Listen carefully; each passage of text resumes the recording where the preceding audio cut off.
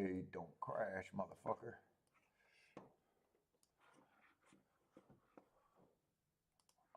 All right, pop out.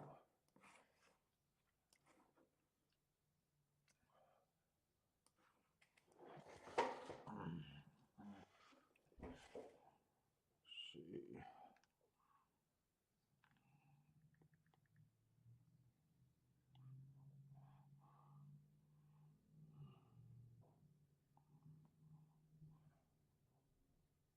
What's up, everybody? Welcome to the best horse racing show ever. I'm your host, Paul. We're doing Pimlico and Gulfstream today. 2 years ago, Let's see, I'm probably the only one in here, but I got to set up, and I hope I'm not on early. Hope I'm on the right time. I think Pimlico starts at 12:30.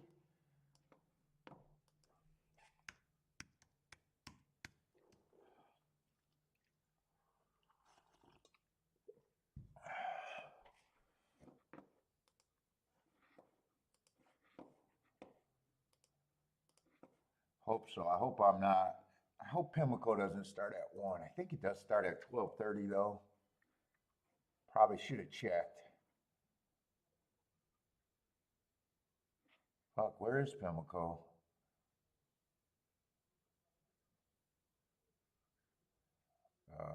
Where's Pimlico?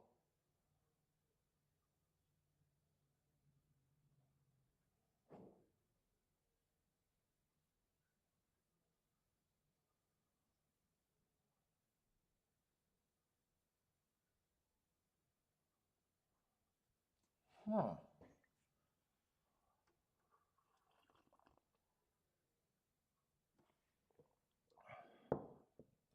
There it is.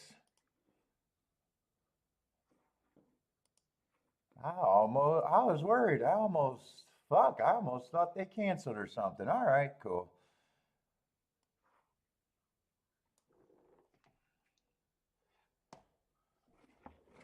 Let's see, just got to get this set up. What's up, Jennifer? Off the turf today? Yeah. I just hope it's a better product than it was yesterday. What's up, Jennifer?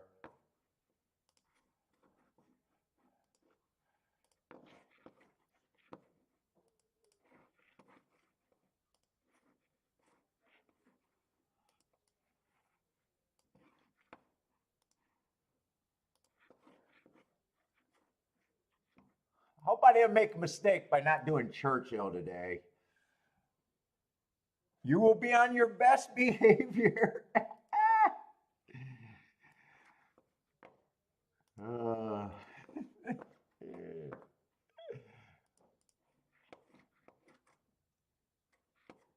how did you do yesterday, Jennifer? Did you have a good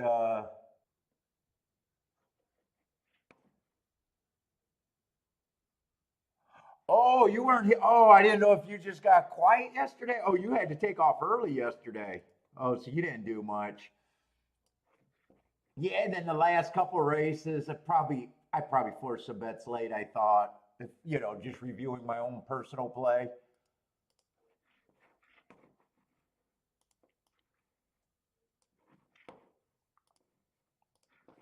Wasn't too bad, but it was definitely losing.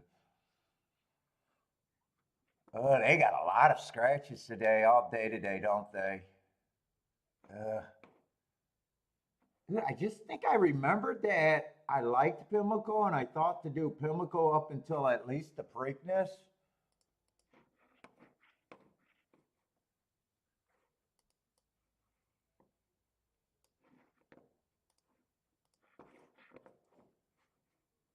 I don't know if that's going to be a good decision or not. Yeah, it just depends on if the meet's profitable enough or not, or and if Churchill would have been better. I think my only choices were kind of because I'm not caring that much about New York right now. I think my only choices would have been Pimlico or Churchill. I think that's where my choices would be as of now.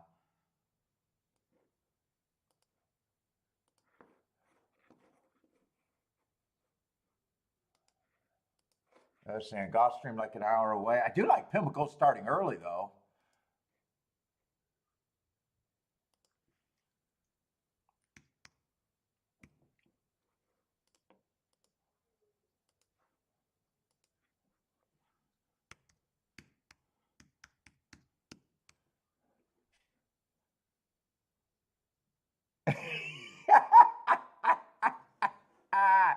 From now on, you're waiting for someone to be moronic.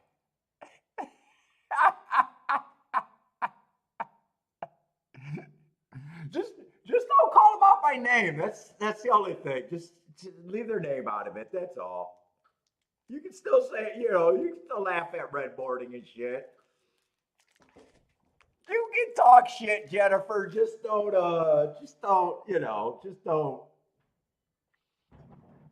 have your favorite people.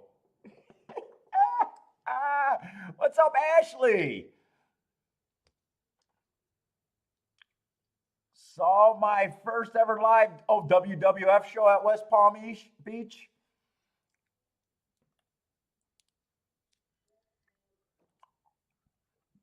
Oh my God.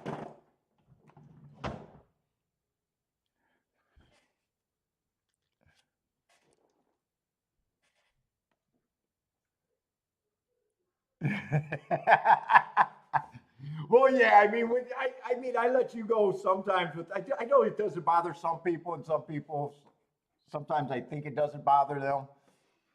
And then they'll say something, and I'm like, wait, does it bother them? I don't know.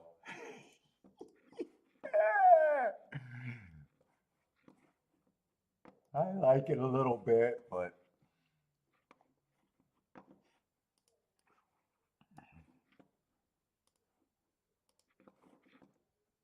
what's up, Ashley Gordon? What's up? Let's see. I'm just setting up my betting board right now, so just a couple minutes. Probably out a little early. Let's see.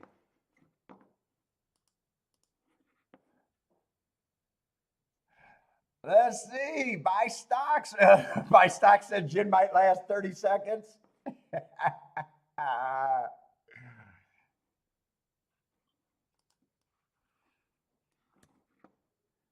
What's up, Buy stocks? How's it going?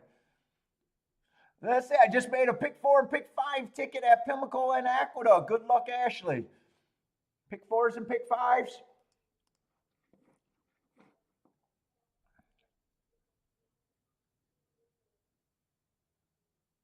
Canelo isn't taking. Freddie Roach is notorious. Everybody's notorious for juicing. I mean, it's fucking everywhere. No, yeah. I mean, there's just better people. Dude, Daya's brother says it's best. Everyone's juicing.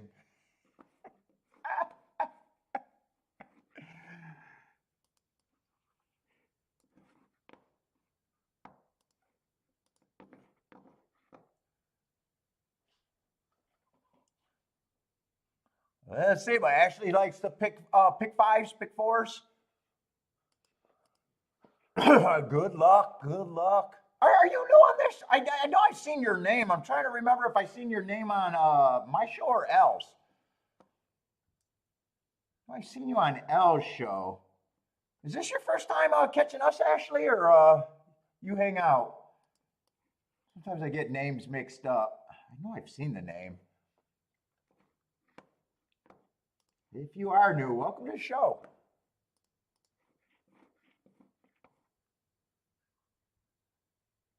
Yeah, you've been here? Okay.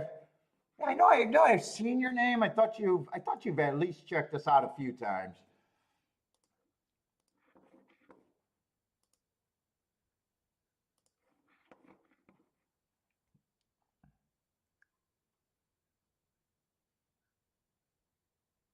Oh, you're a dude with that name? Yeah, that name could go either way. Oh, I think I even remember you saying that or asking that in the past. But you're out there in Toronto, man. I love Toronto.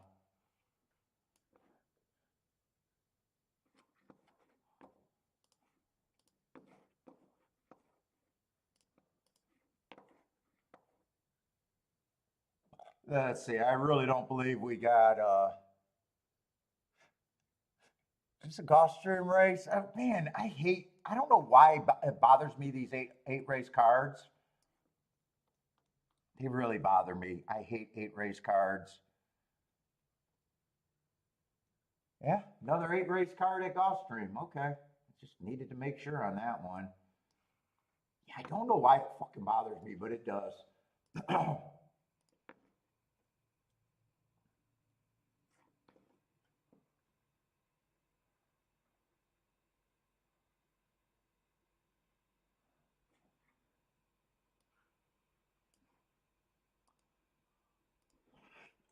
All right, I should be all set up. Pimlico should start first. Yesterday, just watching the results, it was not a good product. Hopefully today is at least better. Gulfstream was the best product we looked at yesterday. It was 220 to 1, 25 to 1s. Both of them were catchable. In fact, I fucked up the 10 horse big time by missing the exacta with no win bet. And even that, what was it, that 2 horse at 15 to 1 earlier was catchable? But then late in the day, got chalky for the last 2 races. That gave me no outs late. But yeah, Gulfstream was not a bad product at all yesterday. Rockin' Ray, what's up?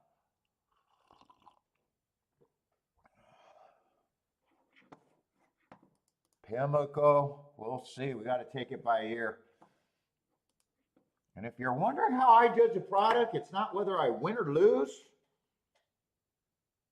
It mostly has to do with were their tickets worth having, or was it all shit? Chalk. Chalk is shit in my book, so if it's too chalky, I can't win. Gizmo, what's up? Gizmo needs her coffee. Rockin' Ray, how's it going?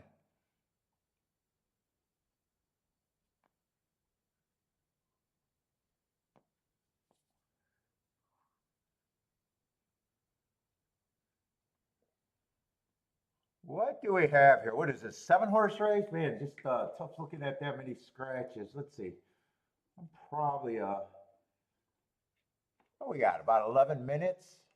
Yo, oh, 8 minutes. I got to get looking at this.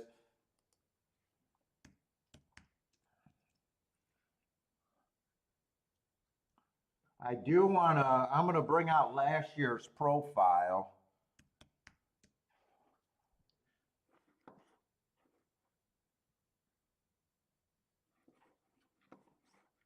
Because I do not play Pimlico enough. It doesn't last long enough for me to, keep remembering what I thought the profile was last year. So it may or may not, be the same. Biases, track profiles can change. I'm just using it as a baseline. Start watching the races with a perceived bias in my head if there is one, so I can catch it quick. If it happens to be around again is all I'm interested in. Let's see. There's no turf racing today. That was one of the ones that I want to play. Inside 95 on the dirt is the sprints are kinder to speed and stalkers, where the routes, everything can win. Speed, stalkers, and closers. So that's the main difference.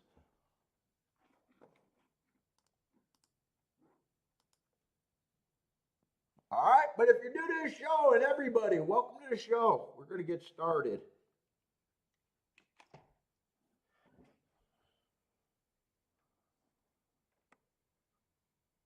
Let's see, but right now I'm just looking at the betting board, the tote board, and saying, wow, we got basically 3 horses at favoritism. Lukewarm favorites.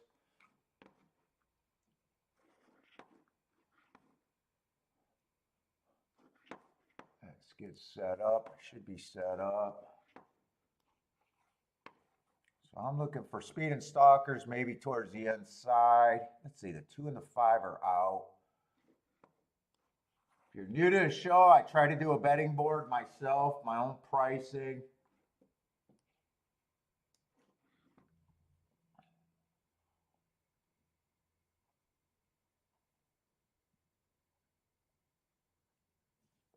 My video keep going through the damn circle of death. I'm just going to start with the one horse because everyone's half a favorite here. We got 3 horses at 3 to 1 or under, so everyone's a fucking favorite.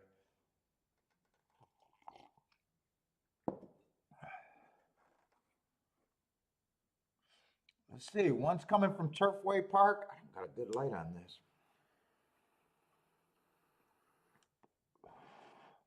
Be good. Let's see, does fit the running style I'm looking for. Probably is on the part of the track I'm looking for. Let's say 4 races ago, I got him dueling on the lead. 1 tick slower than the fastest winner. Max strides with the fastest winner. Average at the finish, or at the, not the finish, the 6 furlong mark on a 6.5 race. I don't mind that race, dueling on the front end. At allowance 1X, should be higher level than this. Next race, Stalking Day.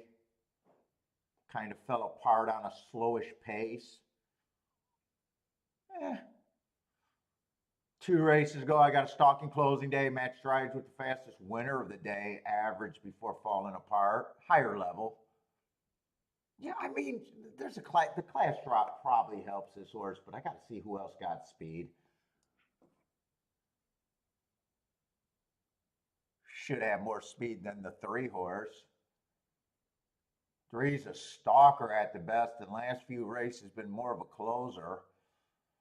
Yeah. Is it raining out there? It does look like it's raining. What's up, Steven? J-Brum, how's it going?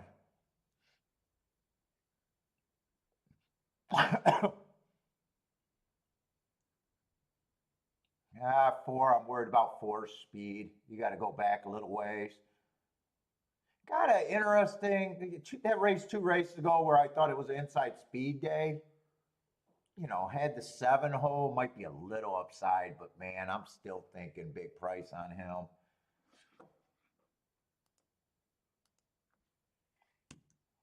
In a way, I think he's a little overbet for how I see the race.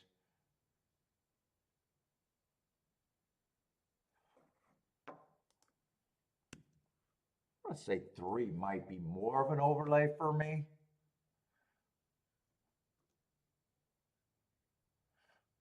Let's see, 6. 3 races ago, that race is interesting. I got him on a bad rail. Had the 1 hole on the day that I thought the rail was bad. And last race, I gave him an asterisk, but I shouldn't have. That was a bad rail early pressing day. No, he was off the rail and the right running style.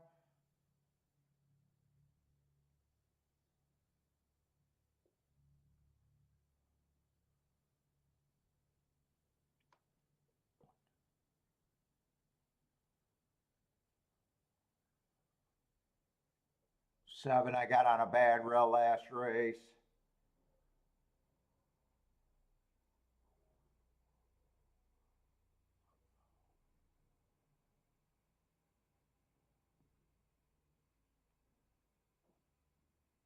Eight, I probably think eight's just a little overbet.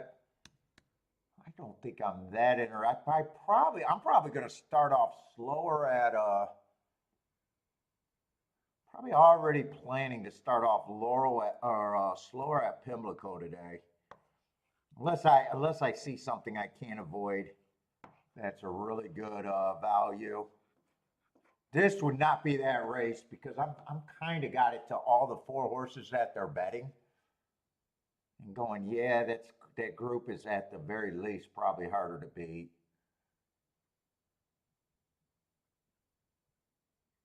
Which means I don't think I'm that involved in this race. Because all of that looks like a bunch of 20 to 1 exactas. So I would have to be able to press that to the max. And I don't really think there's any combinations that I like or solid key that I like better than the other. Probably prefer the one in the probably prefer one in the 7 the most, but it's close. Yeah, I don't think I'm that interested in this race. I'm just going to call all 4 of these horses about equal at 7-2.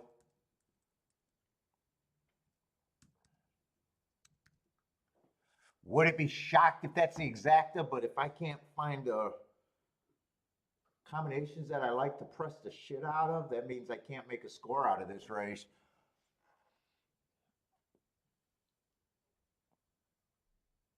What's up, Charles? Good morning to you. Yeah, I might regret not doing Churchill today, but I got to make these decisions earlier. We'll have Churchill on Sunday, though. Next 2 days is going to be Gulfstream, Pimlico. Sunday is going to be Gulfstream and Churchill.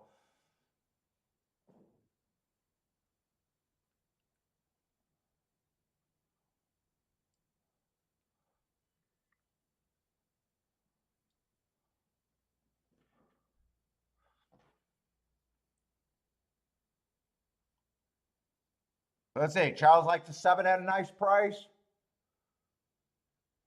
I think I said I probably prefer the one in the 7 out of the group of 4.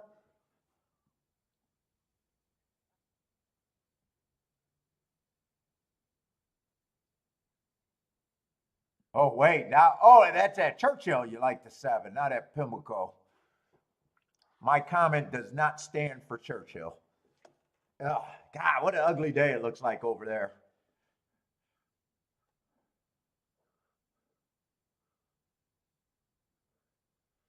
Let's see, they are off and running for the first race of Pimlico. Day 2 of the meet. I got a whopping no bet here.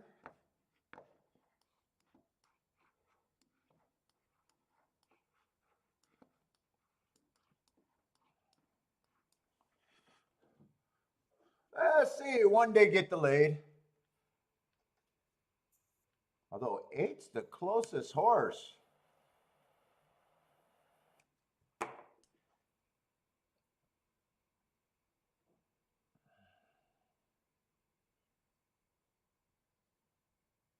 Oh, 8 is doing his best to try to make this race a little bit more appealing than I thought it was.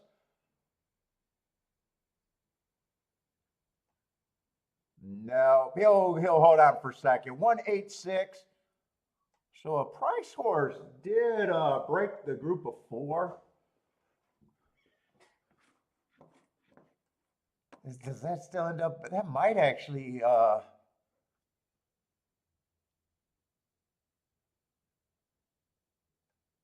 paid 22 to 118. CJ, I keep notes of. What do I keep notes of? So I'm going to start out with the circuit. So the circuit is everything that runs. So Florida, it's a circuit. It includes the 2 tracks. Churchill or Kentucky circuit includes everything from Ellis Park to Turfway Park.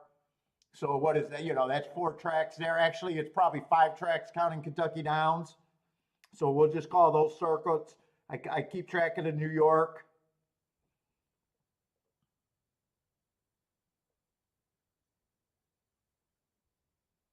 Is that all the circuits that I keep track of?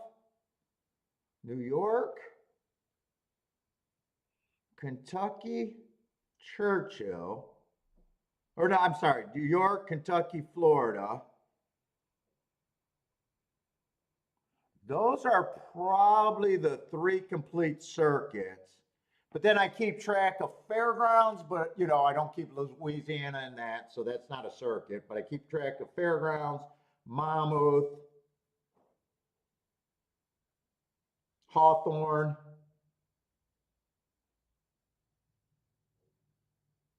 Oh, well, I guess I keep track of the Maryland circuit if it's Pimlico and Laurel. Woodbine.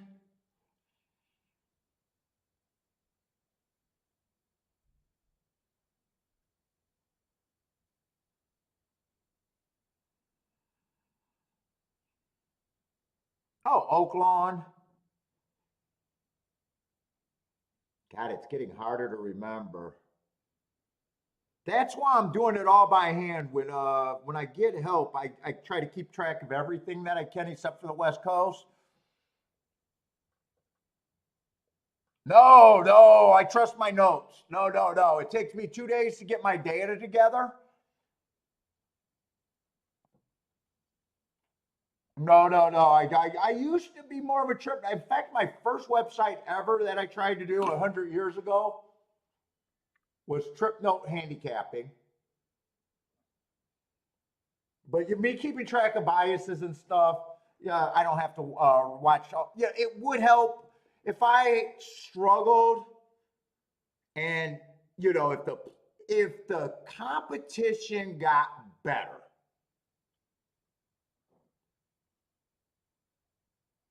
I would have to go back and watch more replays.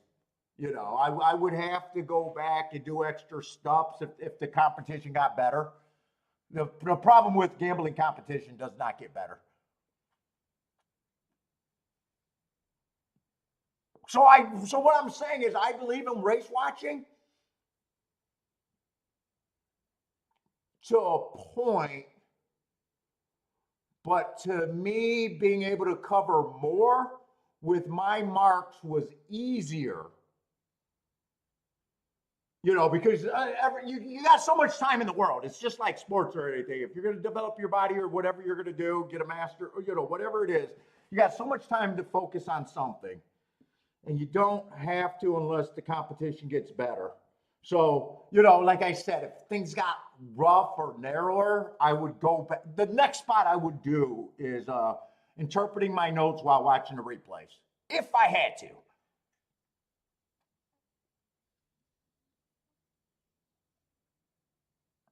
Yeah, Illinois, I used to keep track of the circuit, but now, I'm remembering that Fairmont or FanDuel. So I used to keep track of Arlington and Hawthorne, but I used to always ignore, that other, you know, that track where the racing is of zero caliber.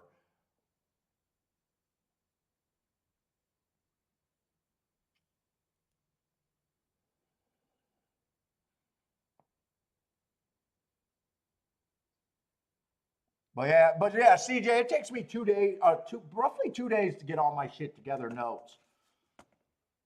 So when Parsons was helping, I was able to get like, oh, I do parks, but I got so far behind on parks I don't even count parks anymore. But I used to do the Ohio circuit. He would get me to like Louisiana's. He would also get me like Presque Isle. He was starting to get me the West Coast, except I never got the West Coast for enough weeks to ever. We never solidified the West Coast. We started, and then he'd get distracted with his work, with his real job. And at one time, I was even keeping track of Texas, even though I'll never play Texas. It's good for the feeders and shit, but it's not worth me, spending all that time by hand. I can't. It's too much.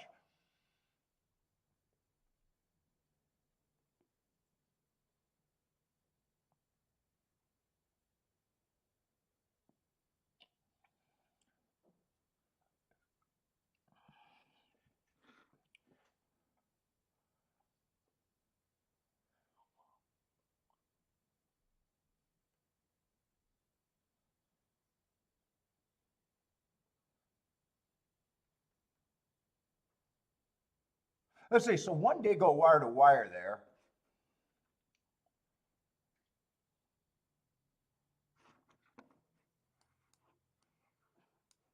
Yeah, like even us, me not outsourcing, but using the program to adjust my horse's times. I know some days, like they're making mistakes. They tend to round things, which isn't a mistake. I round down, I think they round up. So I got rounding errors that I always talk about. Sometimes I find mistakes on their end too, more of them. So, although, when I'm doing it by hand, I also make mistakes, but they're my mistakes.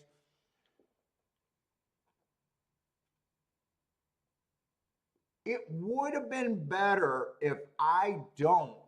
So in the old days, before I used to have that program, I get my form where the times are adjusted for the horse, each horse.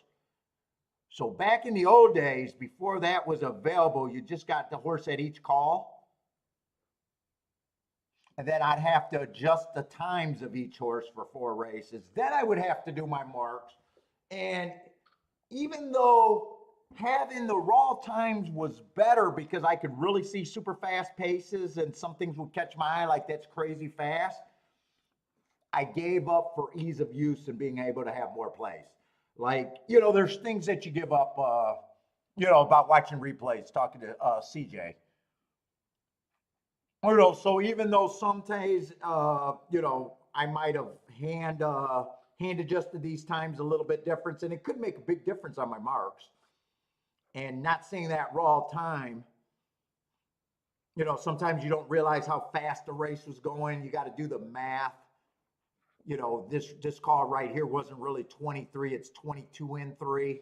And I noticed that, it took me a little while, but it was worth it, just ease of use and being able to play more and handicap less in a way. What's up, Daryl?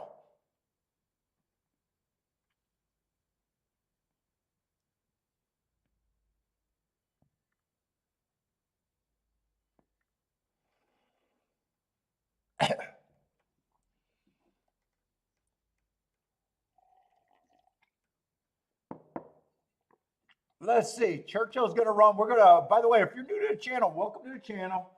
I do 2 tracks, but people in the chat room are playing everywhere. Feel free to put up your picks anywhere you want. Feel free to ask for picks. I'm only doing 2 tracks. We got a slow start.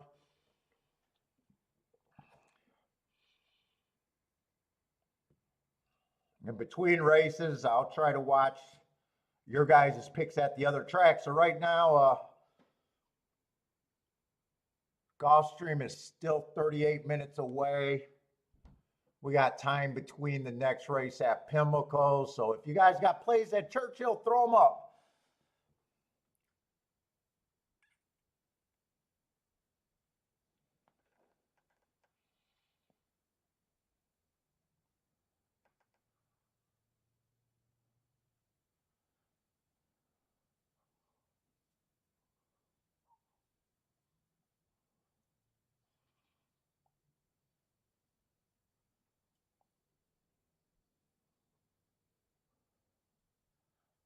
Attila, what's up, Attila? How's it going, man?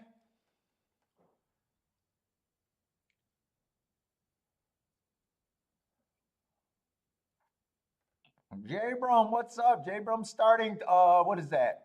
2, 7, 8, 13, and 2 and 7 to win. Rockin' Ray. Oh, those are conditions for Rockin' Ray. Yep, I can forget. I can forget Oaklawn now until next year. I'm trying to think. Well, what have I? You got me stumped. I'm trying to think. There's more tracks that I keep track of. I just can't think right now. Just like your edges change. If you guys are new to a show or even been playing since I've been online, a lot of people don't realize Woodbine used to be my Gulfstream. I mean, I've told that story a lot. Woodbine used to be my Gulfstream. I used to hate Gulfstream. It wasn't until Woodbine, I think they snuck and changed it to PETA one year and I missed it. And I had a really bad month and a half of my profiles and seeing that the Gulfstream, because when I do my data, it's just data to me. I'm not, standing over them, hovering, go, I want to attack that. I should, but I didn't. But then, I started pulling out my profiles and going, wow, Gulfstream got a huge inside bias. I need to go there. And then I was like, well, I don't like Gulfstream. I think they only, wait. No, they used to only have the winter meet. Now they run all year round. And if you're a biased player, trust me, you prefer, or a track profile player, you would prefer a track running a year than a track running, 3 weeks to 6 months, than a short meet. So that's why Gulfstream actually became my #1 track. Oh, we're doing great so far. We got off. I crushed Oaklawn for the first time in my life.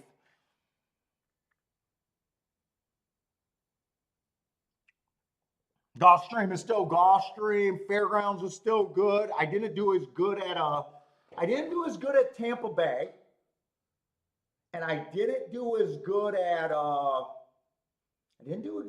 Tampa Bay because that turf was not as closing as it has been. Oh, and I did not win at Keelan. I did not win at Keelan either this year. So I had 2 tracks that I lost at, and I had at least 3 tracks that I did very, very good at. So I'm very happy with the start of the year.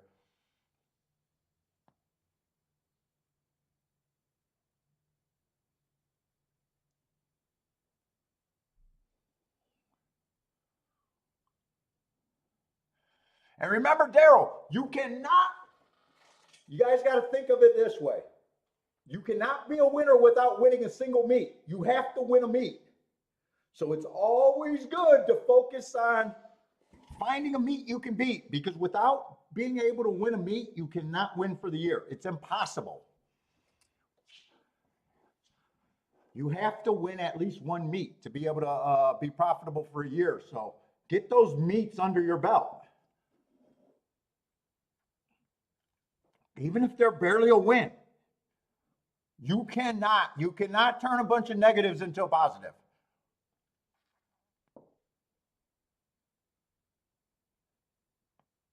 Well, you can't win if every track is in the black.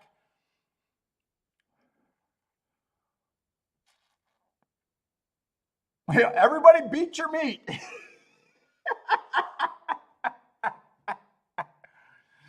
Yeah, so find something you think you can concentrate on.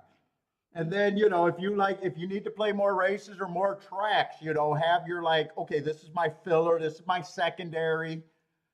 That's kind of how I try to always have when I was, coming out of that losing streak, I had to go back to fucking Gulfstream, and notice I've been playing Gulfstream ever since. I said, you know what? I got to get back to where I had the biggest edge. I got to get back to fucking Gulfstream. I had to stop worrying about the chalky days, and I just said, you know what? And it worked out.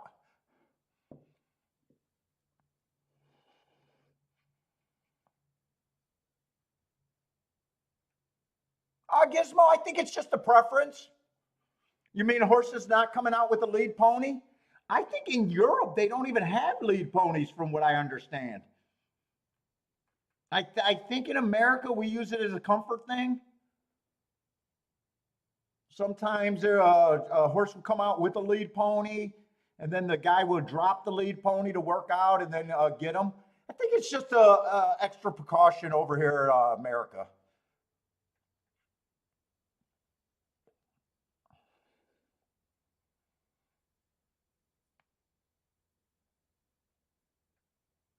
And someone's going to say, hey, what about that guy that hit for $1 million at Gulfstream? Well, I guarantee that one hit, caused him to beat a Gulfstream.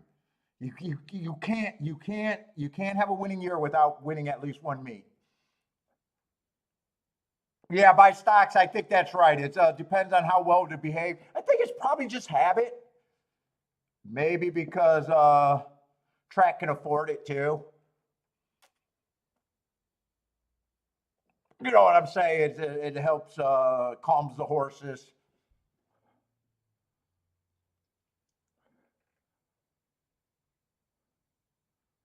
Let's see, Jennifer at Churchill likes the 810. Exact the box with the 810 to win.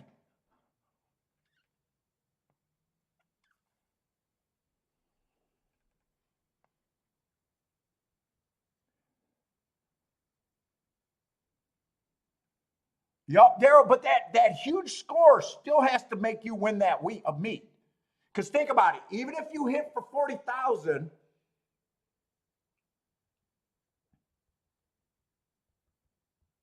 but you lose at that meet, you won't be a winner for the year, even though you hit that. You know that. So let's just say you play 5 tracks.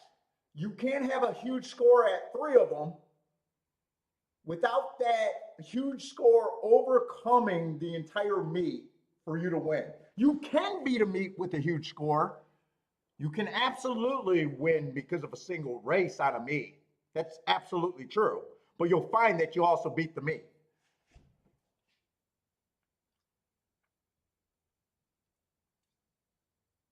So people don't. Sometimes people don't even realize it's better to just come up with a track and say, hey, I'm at least gonna have this as my main focus. I gotta beat, I gotta beat something. That's why I always joke when we get to Kentucky Downs. You can beat Kentucky Downs with 1 or 2 opinions.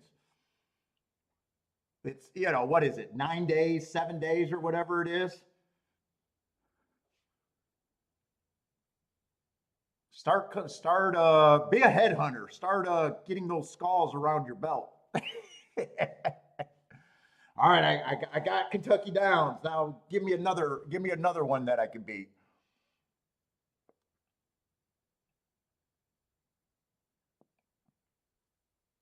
All right, Churchill, we're getting ready to start a race 1. I wish I was playing this track with you, but I just can't manage 3 tracks.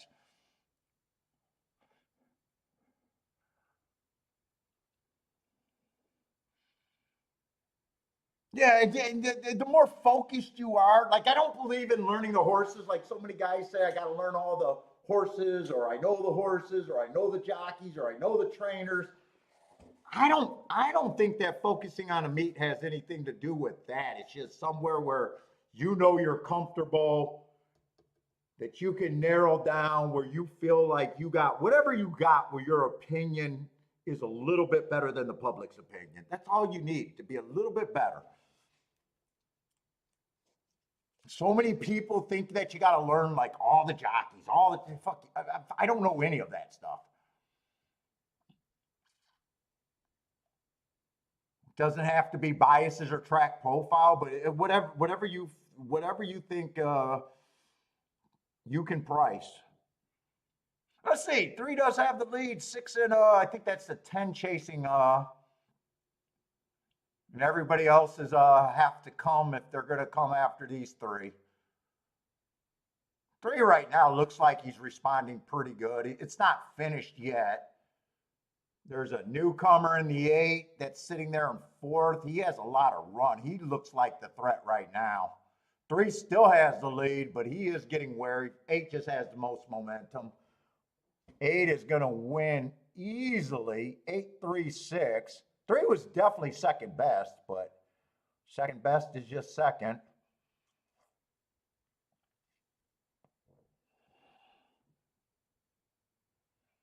Well, let's see. That 8 hits Jennifer between the eyes with an easy winner.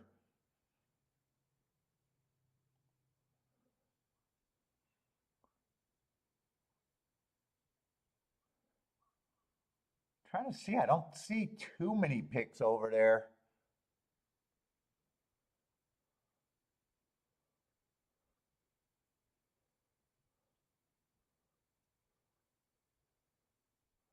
Let's see. Jabram got the 8.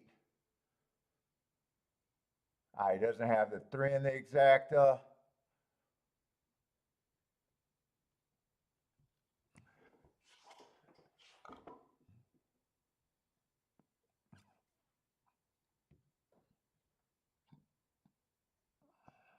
Eight is going to be about a $9 winner, unless you get breakage. Might creep up closer to 10 with breakage.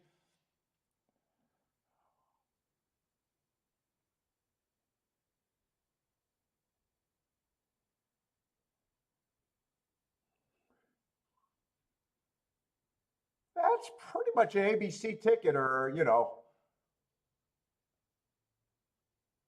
yeah, a bunch of 3-to-1s and 9-to-2.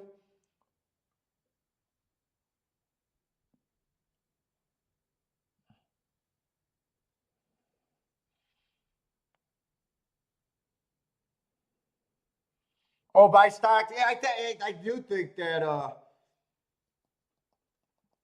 there is definitely something I believe about parallel. What is that?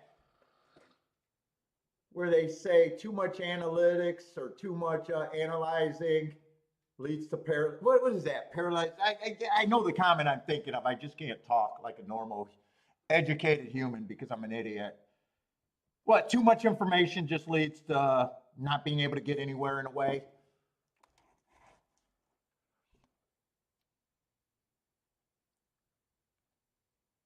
Eight was pounded late. You got 6-1 and went down to 7-2.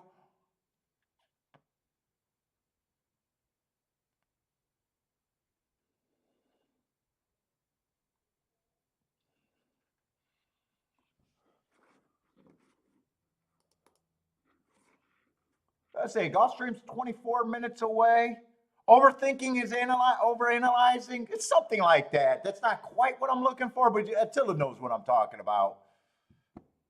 I think you should have less factors, but know how to price them for you.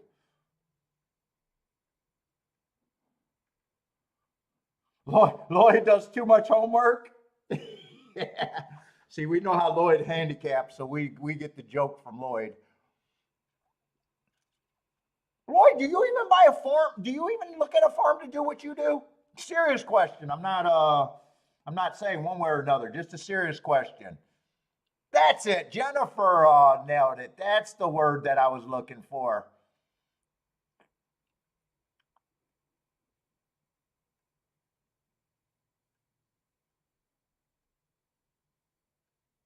Yeah, I know Lloyd's a board watcher. I don't even know. Do you need a program to do what you do, Lloyd?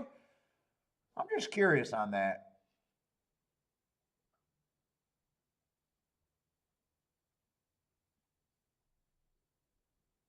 And if you do have a program, I imagine there's at least a little basic something you're looking at. I don't know, form wise or something that you like. What's up, Bodrick? Or maybe it is just all board watching.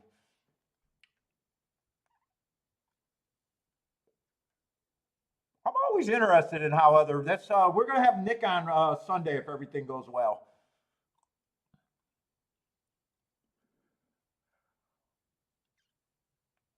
I don't know how Nick handicaps either.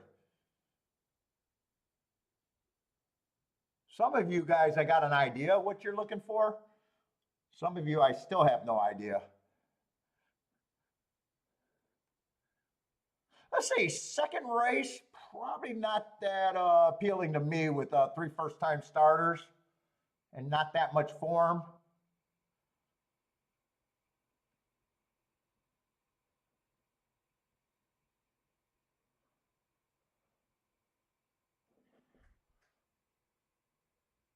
Oh, very seldom. Oh, okay. So you're just a board watcher.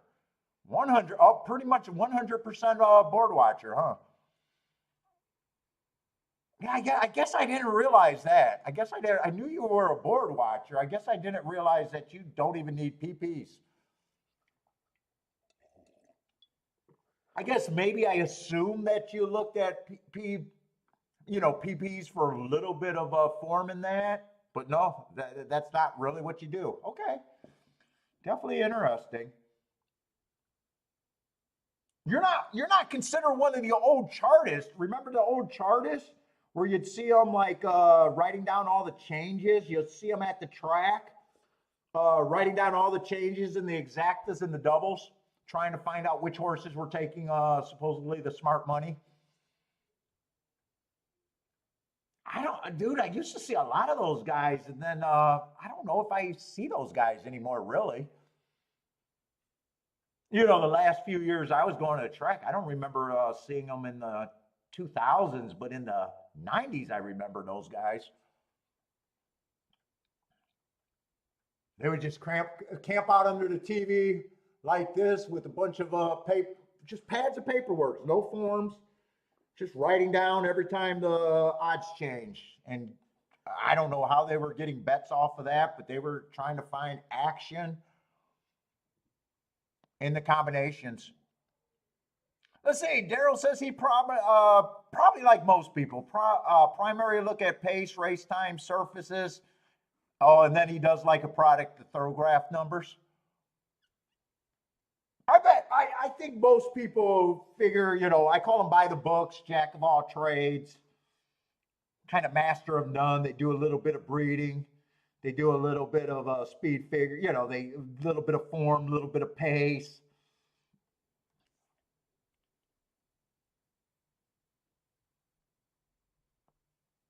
I call them by the book guys for the most part.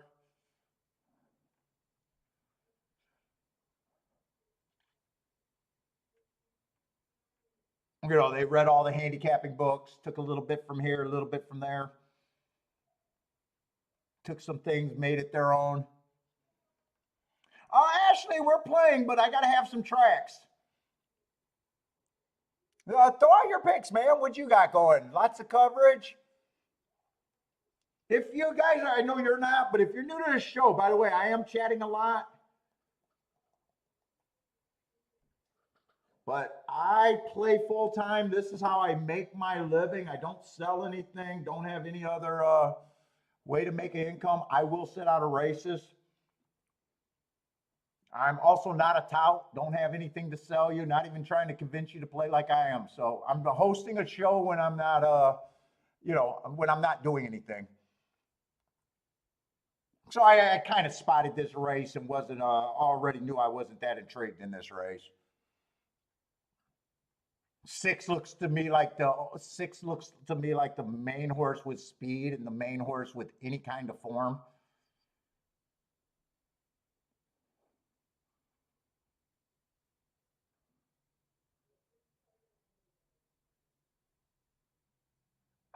Yeah, I can't look at them.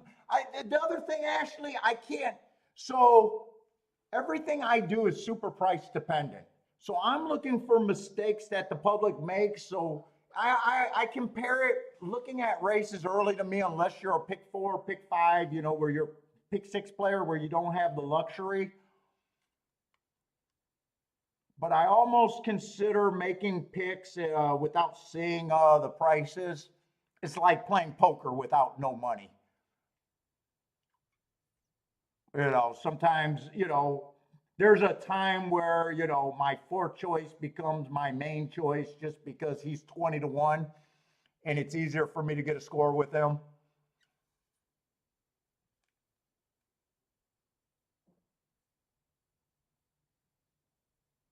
But we'll get to it. I'll try. I'll try to definitely give every race enough time, though.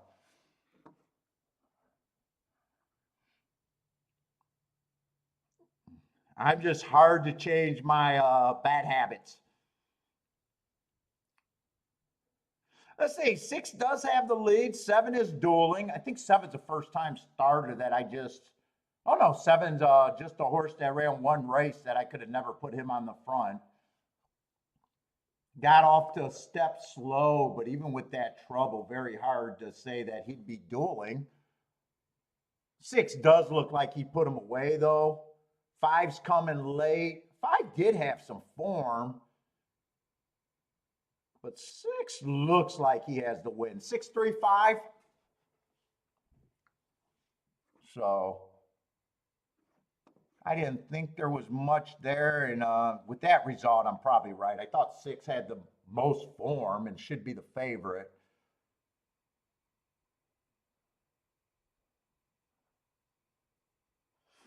6-3.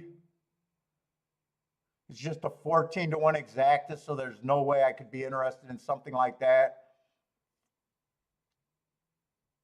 All three would have been nice for your horizontals.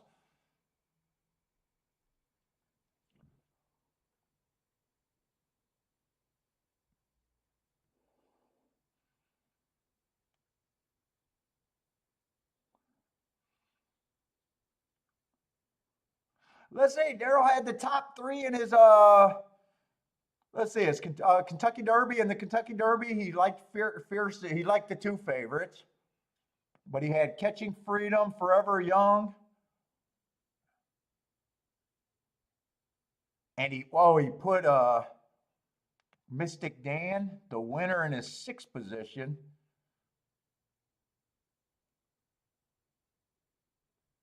But it looks like he needed fierceness to be on top of all of that. You did better than me. I wasn't even close on the Derby.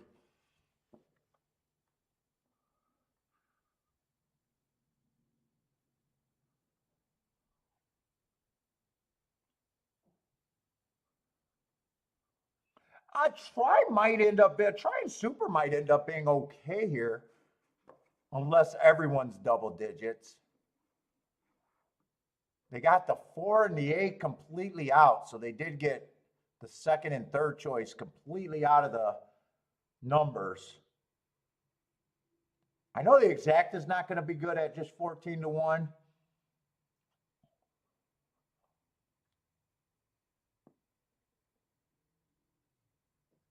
But 20 horse fields are tough. I can't take them serious. I have a terrible record in the Derby.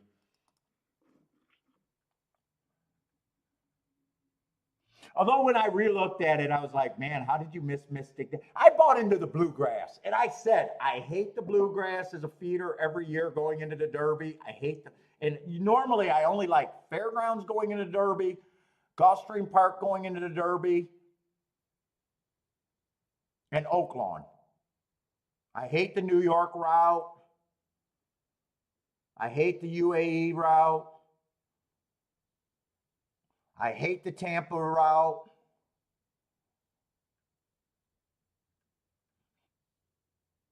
Other than Animal Kingdom, I hate the Tampa or the Turfway Park route.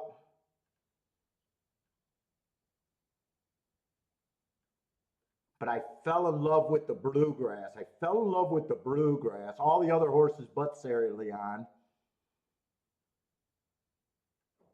And I really just dissed the Oaklawn.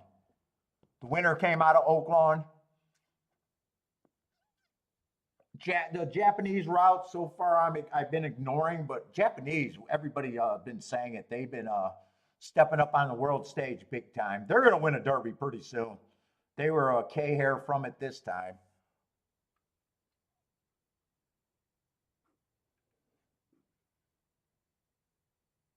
And I still made fierceness, and even with that, I still gave fierceness and Sierra Leone the most points, but at 7-2, I think it was. And it was weird because I kept saying, man, the only horse out of Gulfstream, the other horses from Gulfstream look so bad. And I kept saying, I let those speed figures influence me, I guess, on fierceness. But he honestly wasn't running against anything. We'll see how he pans out after the Derby, but man. So Sierra Leone should have been the real favorite, and Fierceness was obviously the phony favorite. They both got beat, but Sierra Leone ran considerably better. Not even close. All right, we got Belmont Park if you guys got action. And then I'll be looking at Gulfstream. What's up, Gary?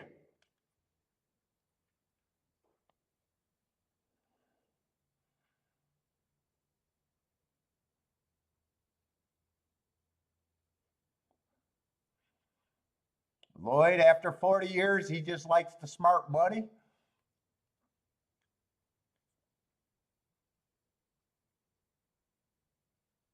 All right, I'm going to start setting up at Gulfstream, though. Gulfstream, we got 11 minutes, so I hope there's a lot of dirt racing there today. Oh, we're going to start out with a dirt race, so that might be good for me. Probably going to have to look at this race and take this race.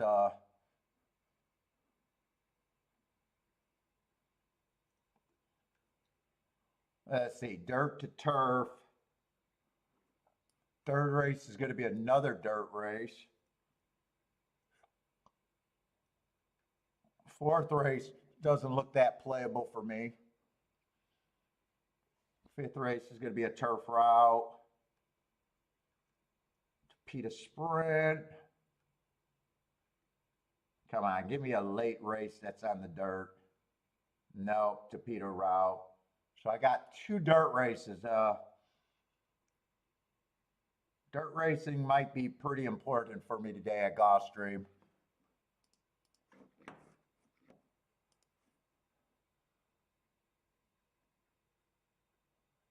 And I don't know if this dirt race is going to be that important. We got 3 horses under 5-2.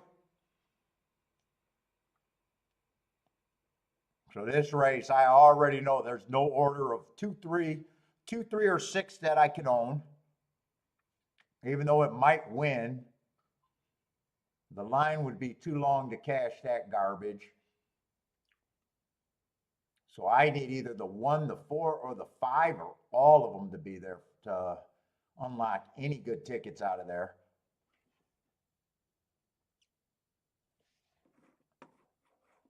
Let's see, I'm going to try to watch Belmont first because I just got a 6-horse race there, and it doesn't, betting board already tells me it's not that appealing for me.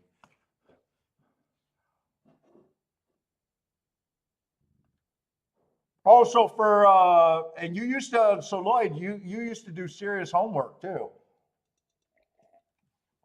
But found out you were just spinning your wheels, huh? And then the last 10 years you've been a board walker or board watcher, huh? Dude, it sounds like a tough way to go after doing a lot of homework and then saying, you know what, forget the homework, I'm just doing the board watching. That seems like that would be a tough leap to make after, you know, believing in certain handicapping things for a long time. All right, they are off. Let's see. The 1 got the lead at 6-1. Nice price on him. The 5 is the horse that's going to press. Moving up quickly. 3 and 6 are about 3 lengths off the lead, and 4 and 2 are about 5 lengths back and farther. 1 still has the advantage, but 5 is there about a length to half a length behind. Kind of hard to tell on the turn. 1's turning for home. We're going to see how he responds. Right now, 1 does look pretty strong. 5 still has the best chance to beat him. 3's just holding in third, but getting passed right now by a horse that's coming from way out of it. 5 slowly grounding into the 1. 1 still has a little bit of advantage. 5's going past. It's going to be 5-1-2. 5-1-2 over there at the Duck. All right, we got Gulfstream, 6 minutes. Let's say inside's usually where I want to be. There's no 7 on out here.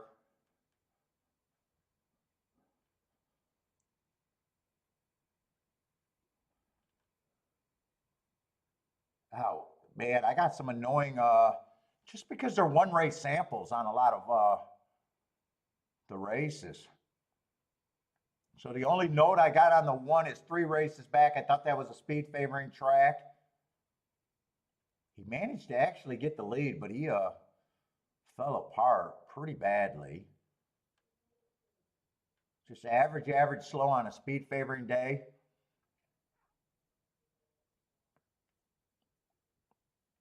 Two, same thing. 3 races ago, speed favoring day, but he did not get the lead, so I like the asterisk there.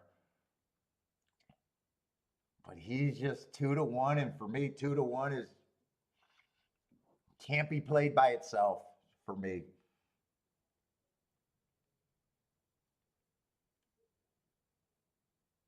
Three's another short price contender. His losing condition is just horses getting in front of him. Ran against the speed favoring track 2 back. I like the excuse there.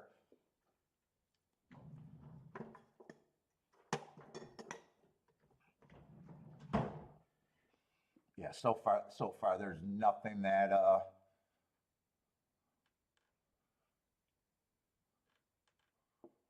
really all my focus should be on the 3 horses that matter.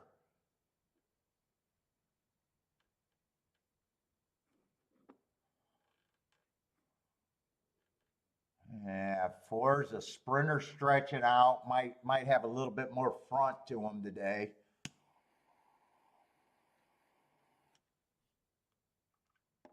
Three races ago, I just got average, slow. 2 races ago, I just got an early pressing day, was a closer, so he gets an excuse, but he was going too slow to be competitive.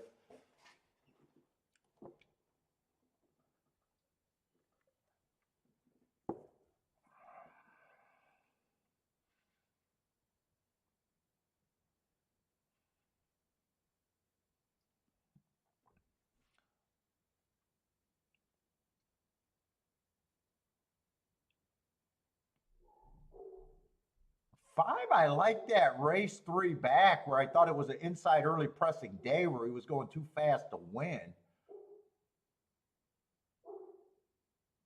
But he really didn't get a bump.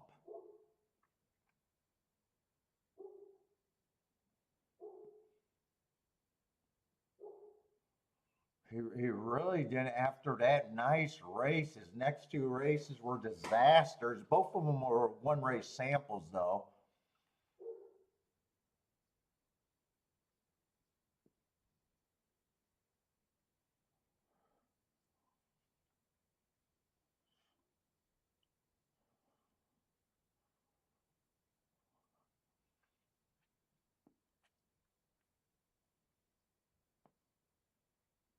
I don't see anything here. Of the 3 favorites, I probably would like the 3 the least with his lack of speed. But 2 and 6 is still garbage combined.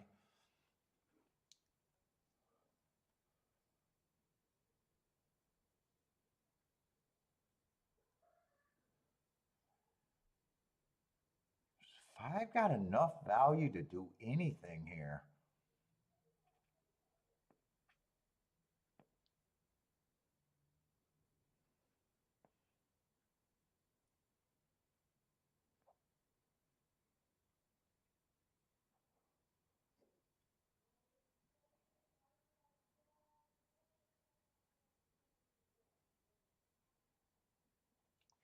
Let's see, the 2 is Major King. The 1 has tried to put pressure on multiple times, but every time gets dueled into submission. His last time with him, he did hold on a little bit better.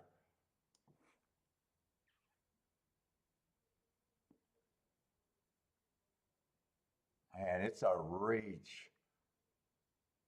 I would have very few combinations here.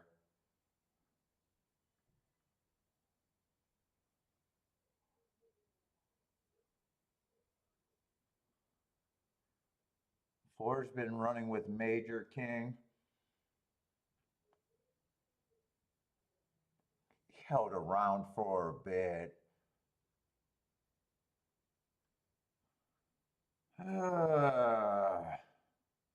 If 6 gets beat on the outside,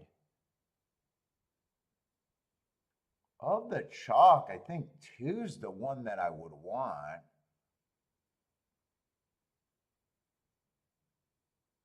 Let me look at these exactas. I'll at least price them out for me.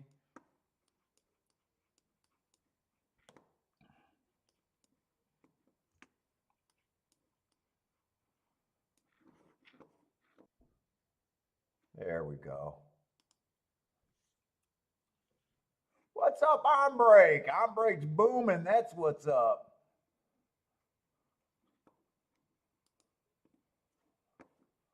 Let's see. Do they got the will pays now? There they are.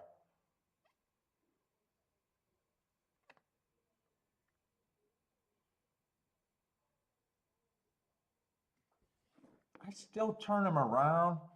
Let's see. They're not terrible. They're not great. 29 to 1, 24 to 1, and 36 to 1. I would weigh the 2 on top for, I don't know, 3 to 1 or 4 to 1, probably, from what I turn this around at.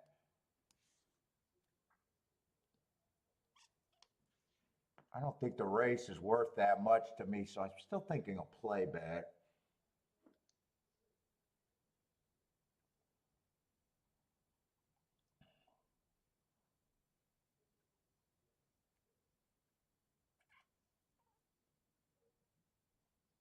Let's see, Ashley needs some help in his pick 5. You need a price, huh?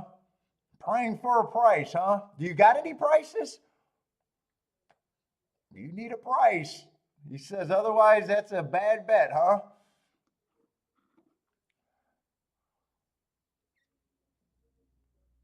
Let's see, Ombrake looks like you got that boom over there at Woodbine, huh?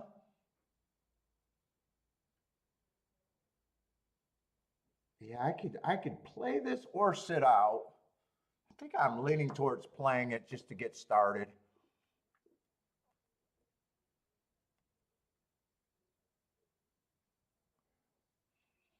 I'm just willing to lose if it comes any order of 2, 3, or 6.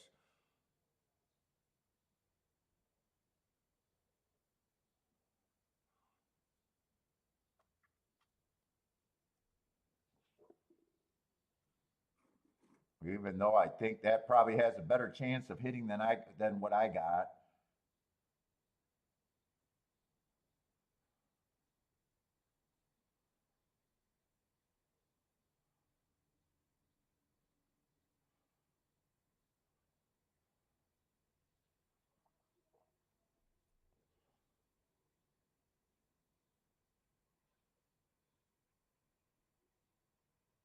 If I see this race right, I think 3 would be I'm hoping 2 puts away the 6. I'm hoping 3 is just farther back, and one of the horses that might matter can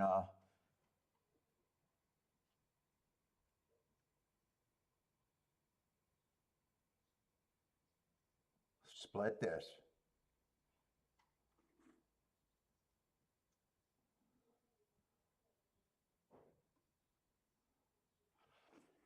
I think I'm going to weigh the 2 on top 3 to 1. So for every $3 I got on the combinations, with the 2 on top, I'll turn it around for $1 underneath is what I mean there. So I'm weighing the 2 on top, the straight one.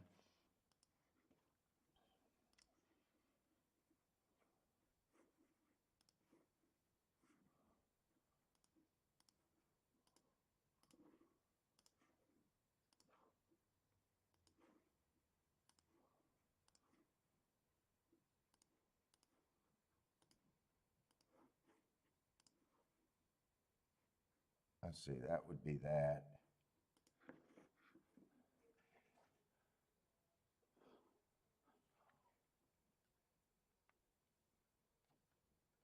Ashley, you do not want to be breaking even on pick 5. That's a bad spot to be in.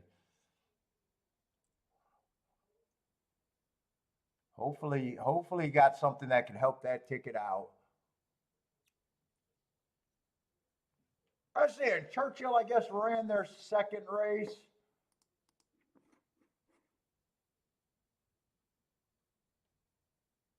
Looks like 11's going to win at Churchill. 11-6-1. That's not a bad combination.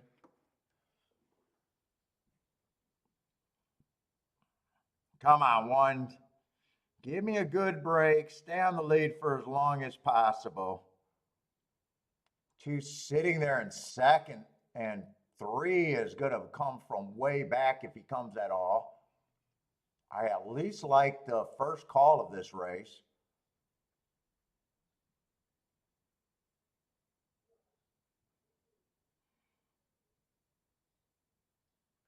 Come on, keep this 2 and 1.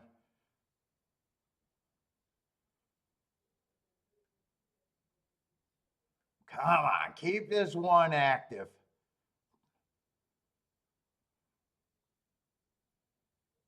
Three's loaded. 3's loaded. I'm hoping he just flattens out and the 1 does not quit. 2's going to lead right now.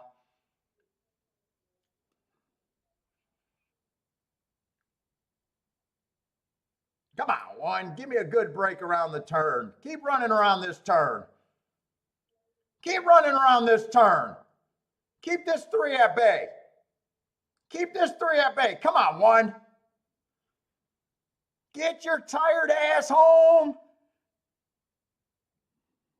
God, this stretch feels like it's an hour and a half. All right, nice little hit to start out the day.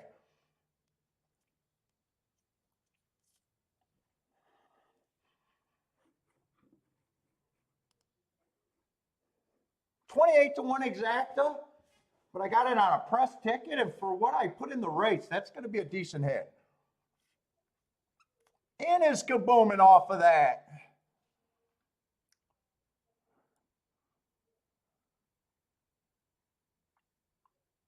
If I didn't like the one as, if I liked those three favorites equally, I could not have played that ticket though.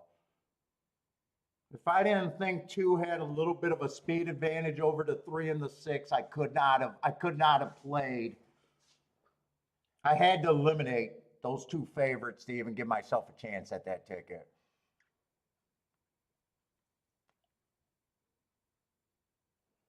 And because I weighted 3-1, it's basically like hitting almost a 90-1 exacta. Well, 28-1 three times, whatever that equals to. So I am going to be very happy with that play.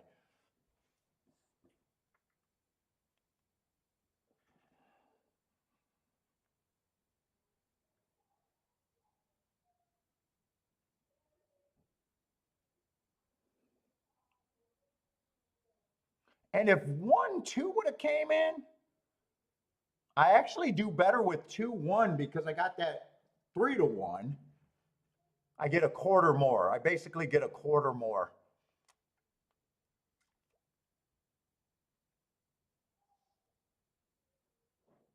So even though it would have been funner rooting for the one to win that race, I actually, just because of the way I spent the money,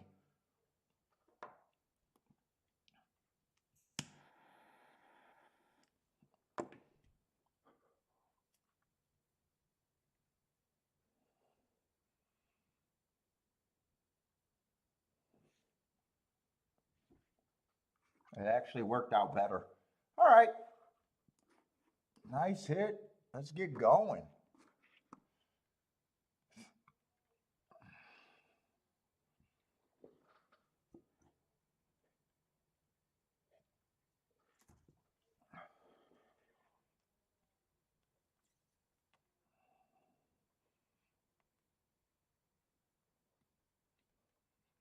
What's up, Boulder? How's it going, man?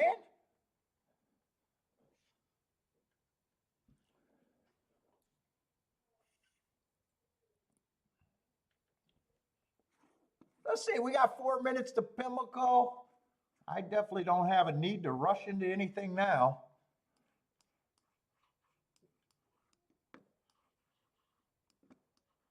No bet that race. Let's see. I think I was told we're off the turf. Yeah, we're off the turf today. That's why there's so many scratches. We'll try to do a betting line there.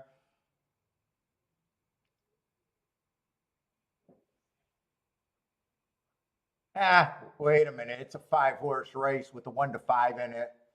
Yeah. Well, we know who you got to beat for that race to be worth anything. 1-5 is just, I don't care if they win by 30 as a bettor, it's just never right. Hard to get a bump in the exacta, hard to get a bump in the double with a 1-5.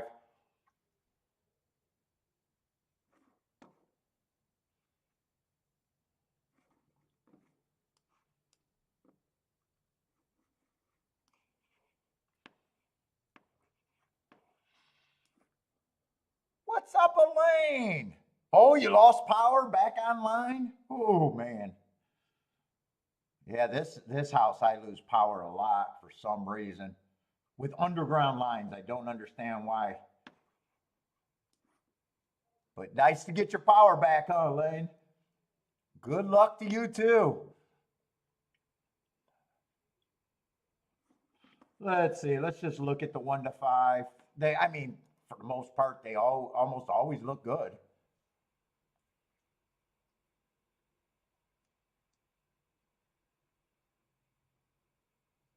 We want to poke holes in favorites. You don't build cases for favorites. Let's say 4 races ago, I do like that race. Stock and closing day went too fast to win.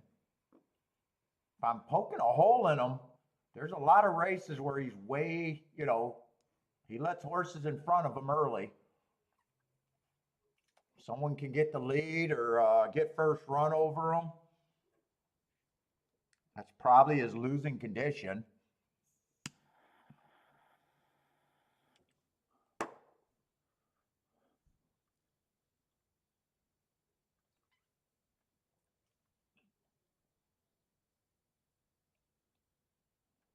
What's up, Jared? How's it going?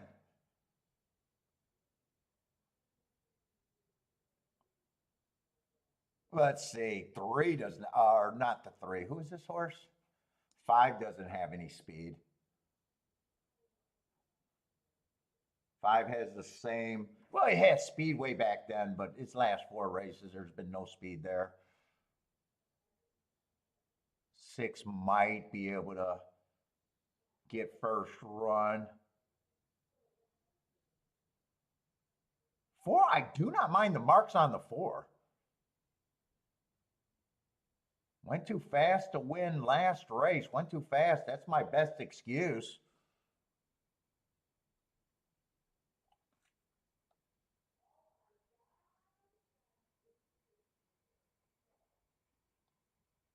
I'm not interested in this race, but I'm rooting for the two or the four. Maybe one of them can get first run, but I don't need to go against this. I don't need this race in my life. No bet for me.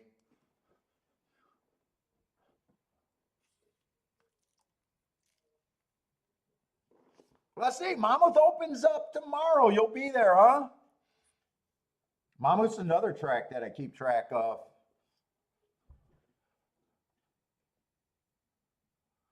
Boulder will be there for the opening day. How far is that from you, Boulder? Is that right around the corner? Is that within, say, a half an hour from you?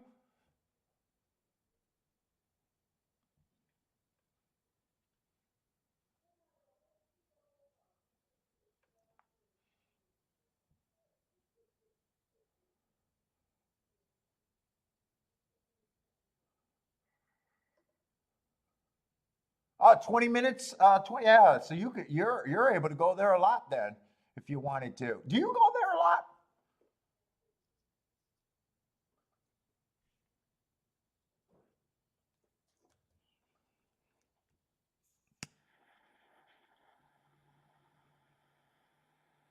Let's see. Attila likes Belmont, the 7-horse, early speed. Oh, this cigar's about had it. Maybe I'll just use that for a pacifier. Let's see. 8 comes out the gate pretty, not that far off the pace, but he is in last. I was rooting for either the 2 or the 4 to get first run, but no bet for me here.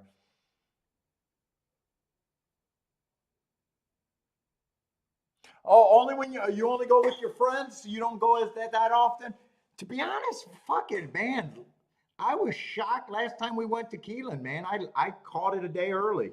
I was like done with live racing. Like my setup at home is more comfortable and better for playing.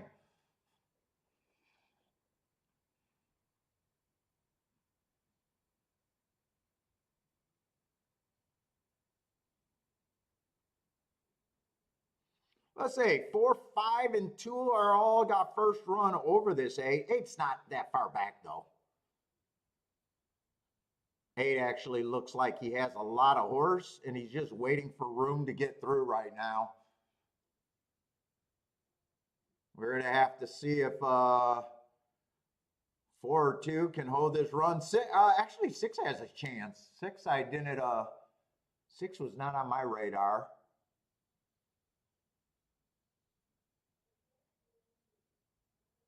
Come on with the 4. 8 got out. There's no traffic in front of the 8.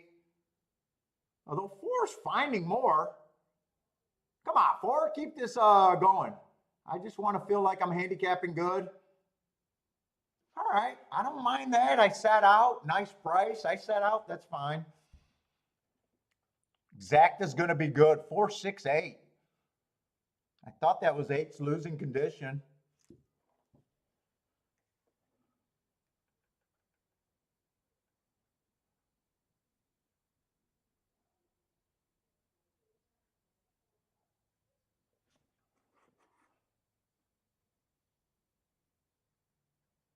Trust the hearts. Trust the hearts. That's why they're my best marks. 4 might have came over on the 6. We'll see. I seen a little drifting. I don't know if you played the 4. You might have to worry. I don't know.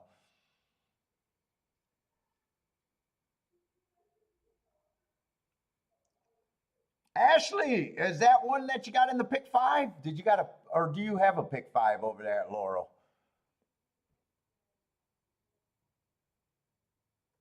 Although he does. I keep calling Laurel Pimlico, by the way. That's where you needed the help at, though.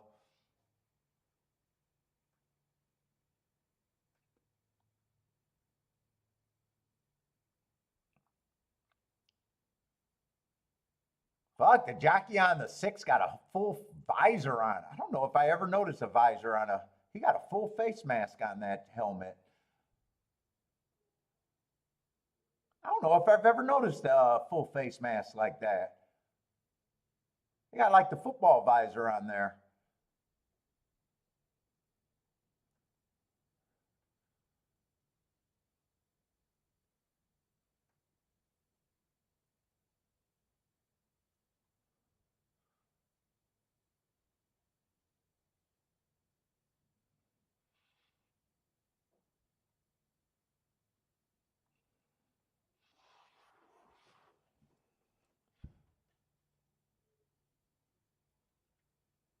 Oh, Disco Rocky Ray said Disco did a pizza review at for was that for Saratoga?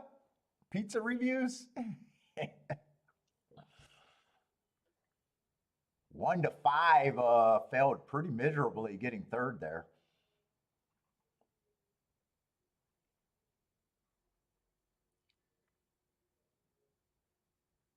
11 grand wasted for that place at 1 to 5. Is that what the pool was?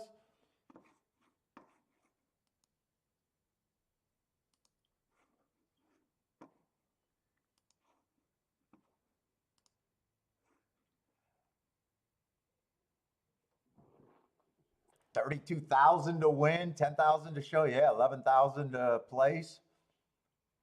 He'll get the show money.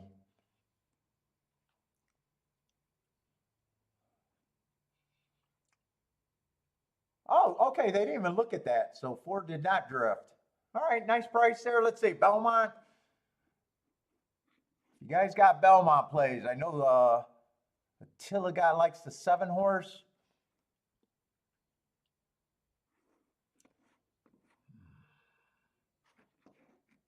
All right. I feel like I'm at least handicapping good. 1 for 1, though. I can't complain.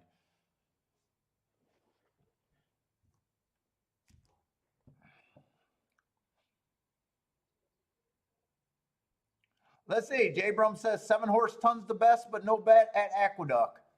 Not willing to take 7 to 5.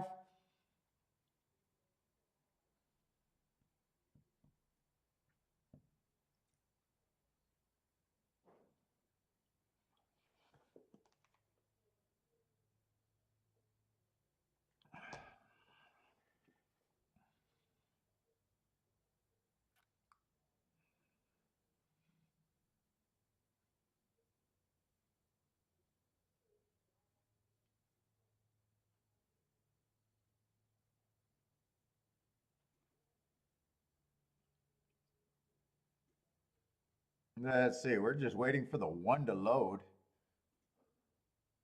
Man, look at those empty ass stands. It does look miserable out there, though. What's up, Christopher? Christopher likes the 317 at the Duck.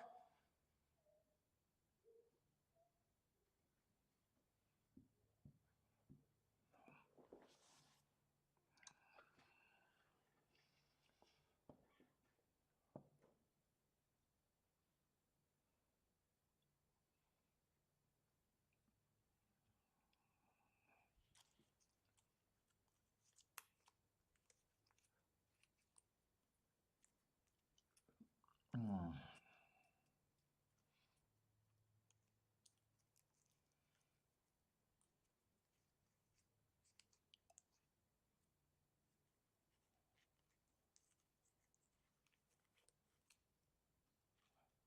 And Christopher likes a 2 to win in place over there at the Gulfstream. I just got to make sure the clock's not too late there. 10 minutes, I got plenty of time. I think I do. Turf sprint.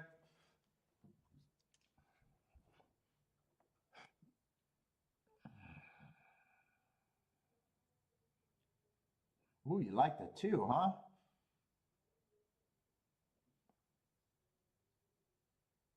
Yeah, 5-horse field over there at the Duck.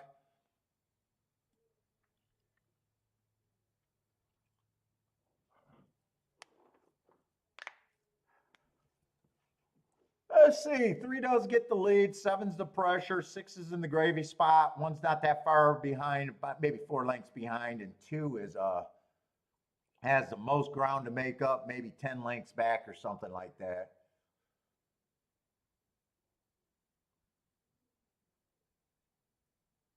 Three starting in the turn, coming to the top of the stretch. 3 has the lead. 7 and 6 are still chasing. 3's finding more.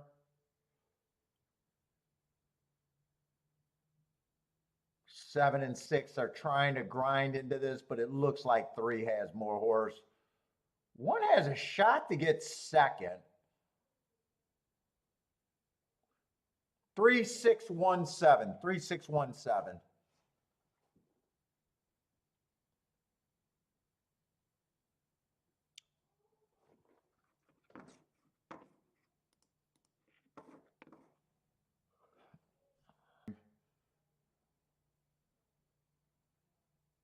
There we go.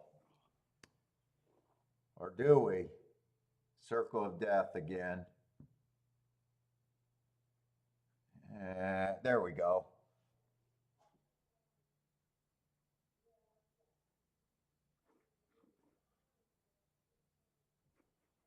I'm going to sign in and out again. I don't like that circle of death keep going.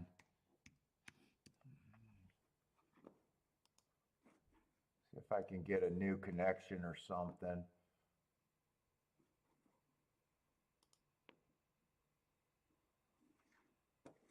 Seven sucked, said Jared. Christopher's booming at the Duck. Let's see, but we do got a couple scratches in this race. So what we end up with? 6 horses, 4 to 5 favorite.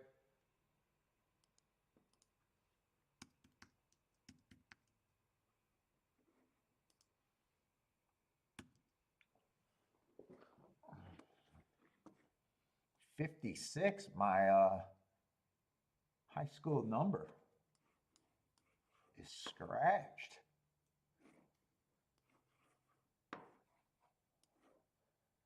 Let's see, got to start with the 1. 1 was off a year layoff. Comes back at Turfway Park. That wasn't a year layoff. That's telling me that I would have had to go back a year to mark that race. That was September to February. So a long layoff, not a year though. Comes back, stalking closing day, went too fast to win. Still my best excuse. Let's see, Christopher's 2. I can't get to the 2.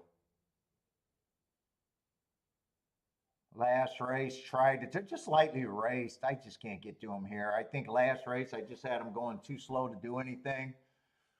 If he improves, I don't have a problem with it. I'm just, man, at 5 to 1, I'm not at that price either.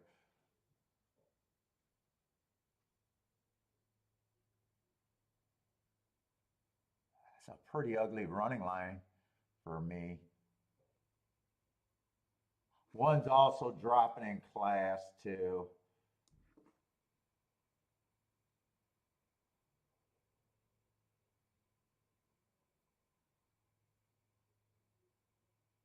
Three would need a pace to run at. 3, I might end up being a little bit of value. 4 is, man, his races to me just scream, I am not a racehorse at this time. Lightly raced, but I don't see a real reason for me to get to him.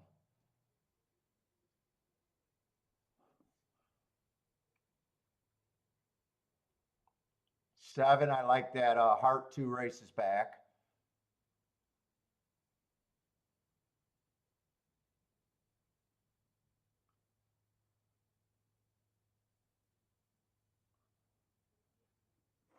Boy, is this the 8?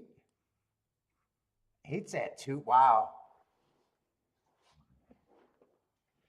I'm going to say I'm nowhere near 2 to 1 on the 8. Man, those running lines, man, I would need more like over 5 to 1 to even start thinking about him. I am completely disagreeing with him.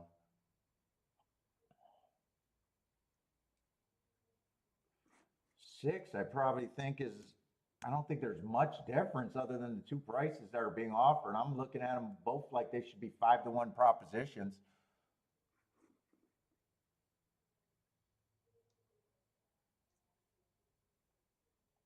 Three needs a pace, but I do think 3's an overlay here.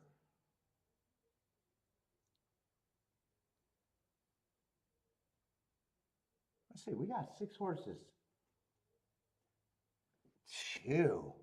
2's taking some, man, 2's just so lightly raced. He'd have to improve, but man, I got to go by what I see on paper. I would need over 9 to 1 to be able to get to the 2. Let's see, I got too many points to give the 1. The most I can give a horse on my betting line is 50%. I can't give him 68, so I already got a problem here.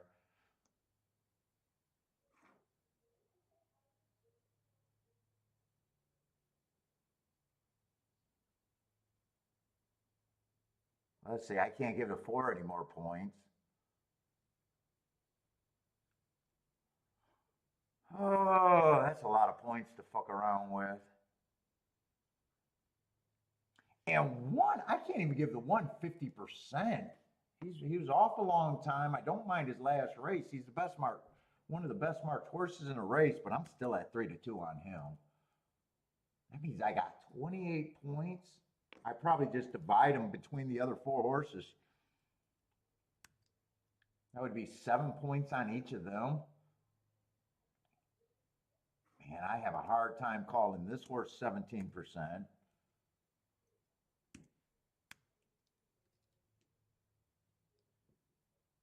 Oh, that's where my math ends up being.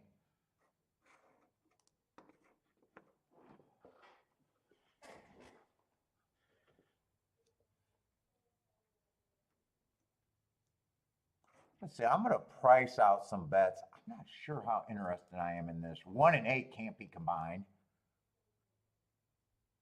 1 and 2 probably can't be combined. I think 3 and 1 is the only horse that could be combined. I don't even think 1 and 7 could be combined. 1 and 3 is 26. Yeah, 1 and 7. 1 and everybody else except for the 4, but 4 I just don't like. So 1 and 3 is the only thing that I can combine there.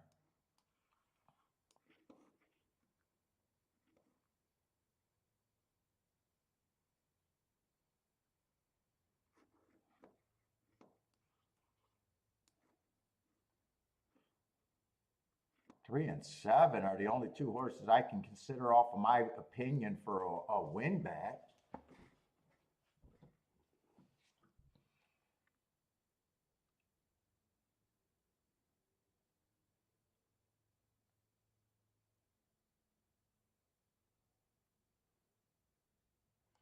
And if I really wanted to try to beat the 1 completely,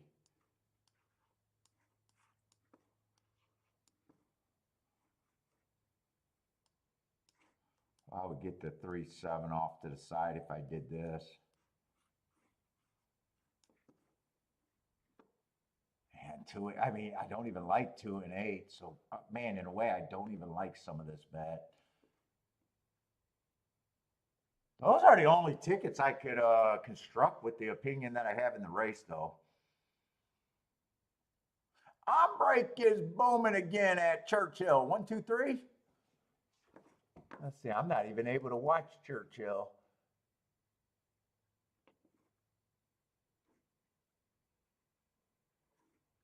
Looks like one's going to win, and right now they're waiting for a photo for second. I'm going to assume that it's probably the 2, huh?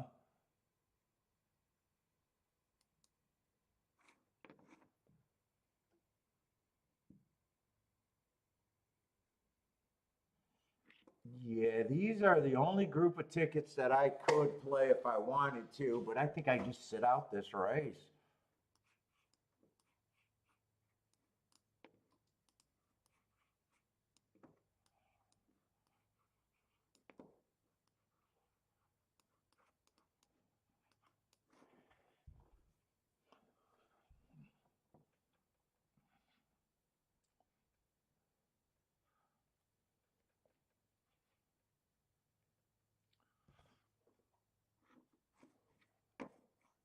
Let's see, what did that result at Churchill? Oh, 1-3? 138 at Churchill?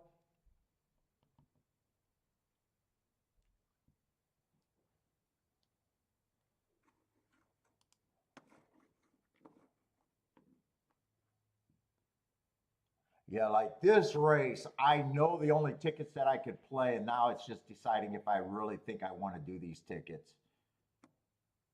Or a group of these tickets, or all of these tickets. And I'm just leaning towards, no, I don't need them. But I do know that that's all I could play here.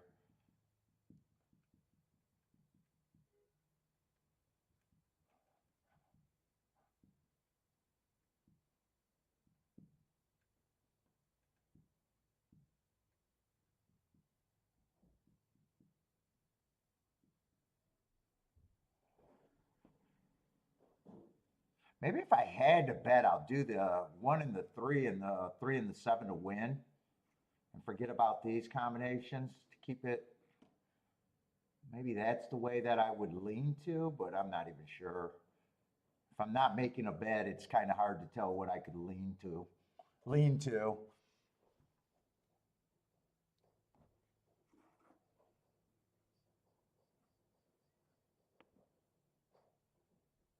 3 and 7 are the easiest horses to get scores from.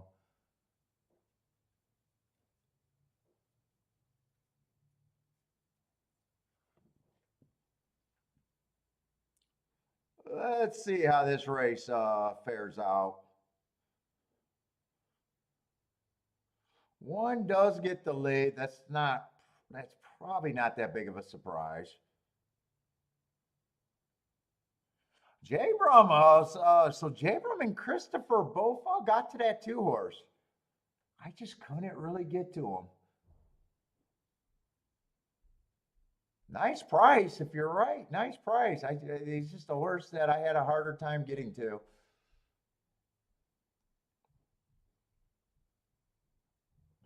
He's in good position if he's good enough. In fact, everyone's in good position. Even the well, everyone but the 3 is in good position. Even the 4 is super interested. They're trying to press the 1 and weaken the 1. 1 just went down to an insane 1-5.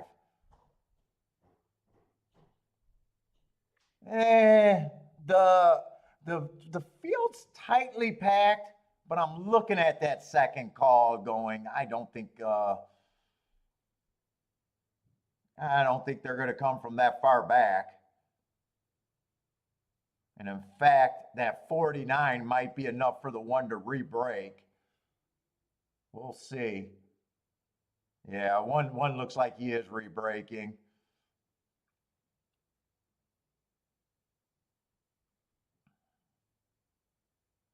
Two's coming up the rail, but the race already looks like it's over. 1, 2, 7. That's just a good no bet. 3 never showed up. 3 never showed up, so instincts were right just to sit out that race. What's up, Lee? Lee is back talking about Muth. Muth is looking hot, hot, hot for the Preakness. Baffert's going to get his revenge. What's up, Lee?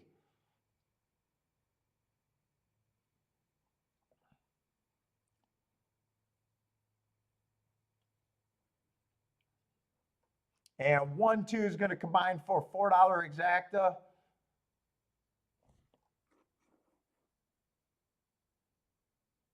And 7 or 8 getting a third is not going to help the try at all. Let's say Christopher will get the 2 to place.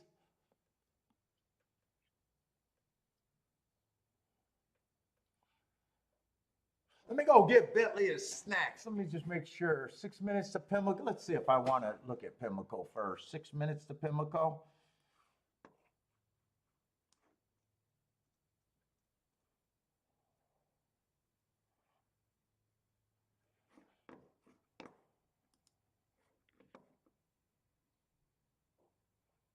Is that the 4th race we're looking at? Yeah, just another short field for opening week, huh? Oh, I might not be happy that I chose to do Pimlico for as many days as I did this week.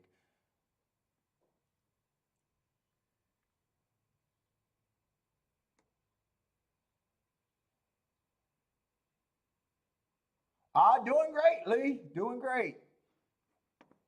Had a great Kentucky Derby. Yesterday was a losing day, but 1 for 1 for today. I can't complain. Handicapping good, so can't complain if I'm handicapping good.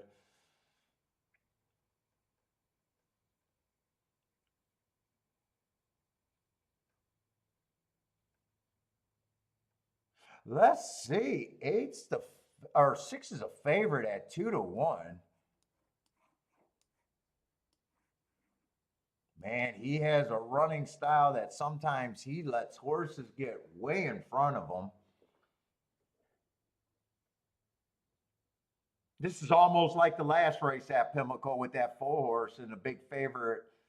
6 has the same losing condition to me.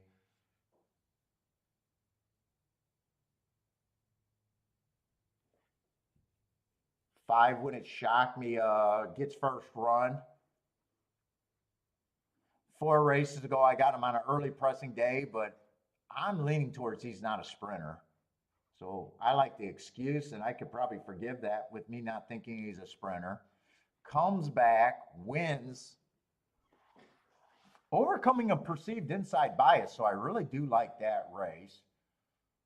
And then the next race, I thought it was an inside early pressing day, and again ran against a perceived bias. And last race was kind of a disaster, but not sure he's going to be a $60,000. I wouldn't be shocked if he runs well. He might get first run.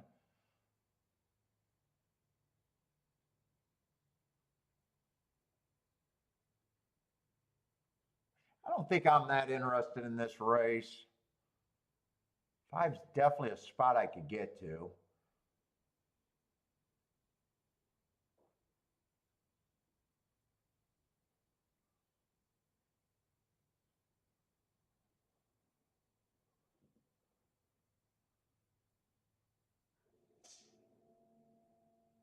Yeah, right now, after hitting a nice first race, it's almost like, do I need problems in my life, really?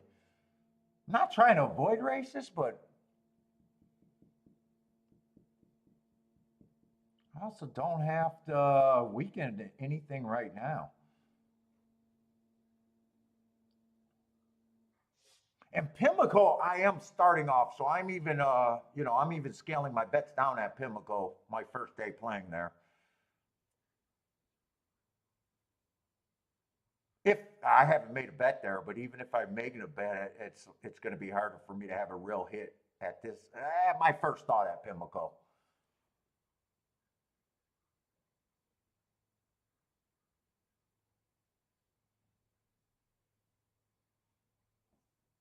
In fact, I'm gonna go to the restroom and get Bentley his snacks.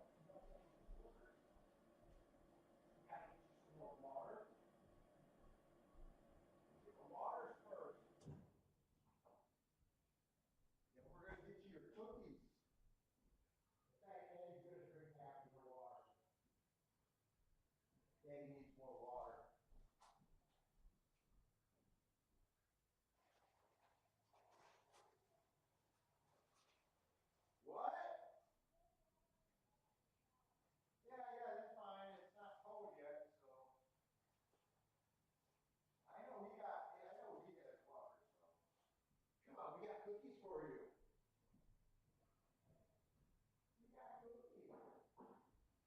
Oh, look, Mom got multiple purses out here. What is she trying to do? Her fits?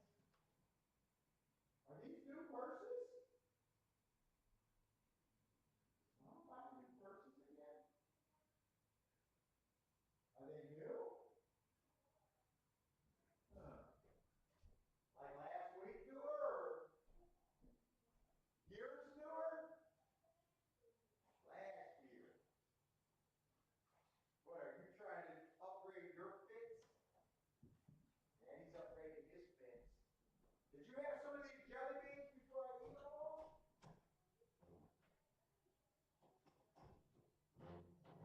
Oh, these are good.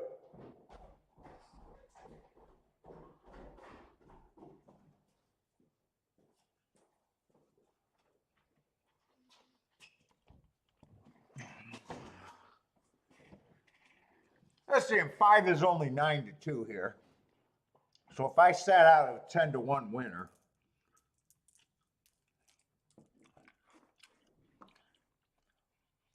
five's definitely who I'm rooting for, though.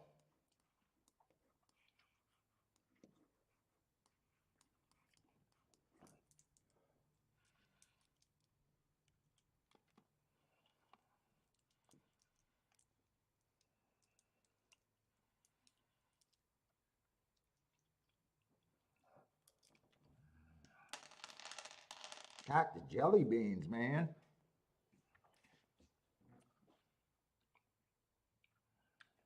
Let's see, 1's going to lead. Did I ever look at the 1?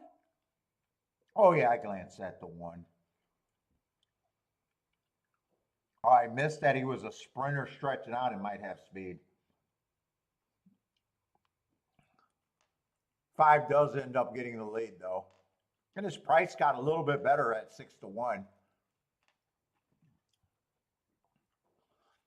Let's see, and the favorite is about 5 lengths back.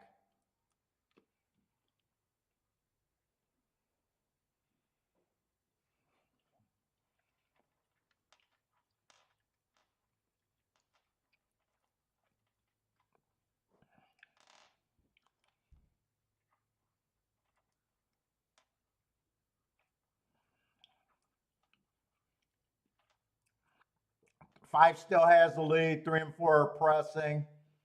6 is getting a little bit closer to the pace. Actually, I don't know if 6 is getting closer to the pace. 6 looks beat to me now.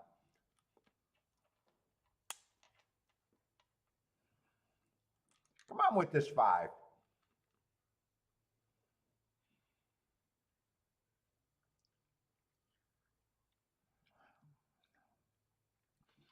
Five's been in a horse race the whole time. He's gonna get. He's fighting, but he does look like he is beat. 415, 415. So they beat another favorite. These favorites are looking beatable.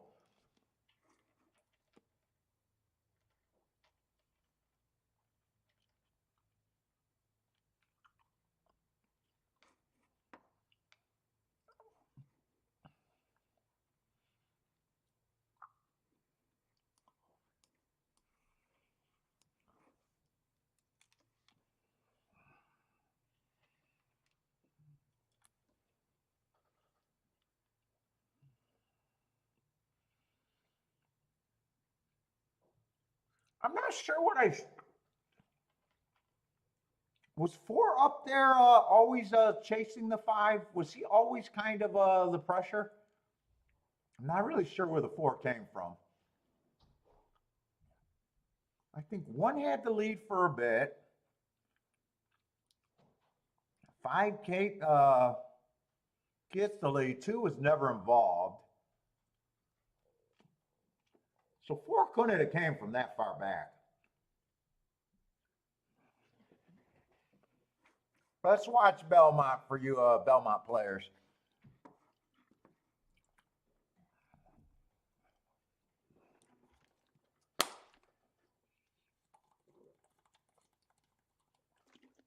Oh, I got to drink more water.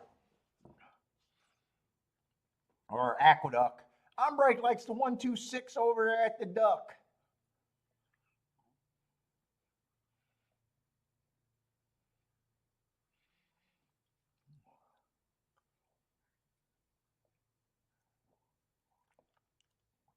Let's see. Lee has two bets today. Yep, you're right. I won't love them because of those odds. But good luck. Good luck. Good luck.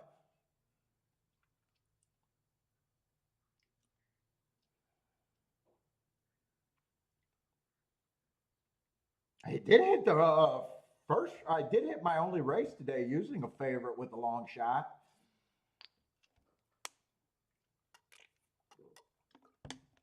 Let's see. Christopher's back and firing. 6 to win in place. 2-5.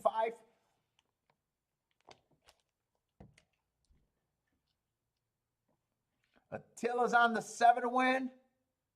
Yeah, Five tried, but man, it looked like he was really going to have to gut it up. I would be interested in watching that replay to see where the 4 came from, but I think he was pretty close to the pace.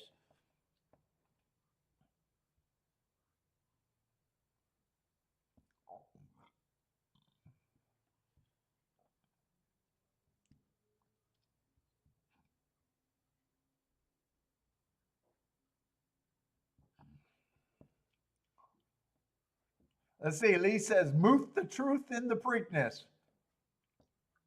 What does anyone else say? I don't remember what he has to be a West Coast. That's got to be the Baffert horse, right? Is that who Muth is? The Baffert West Coast. I don't know if my slow video is on my end or if it's on their end. But I had to keep restarting this shit today.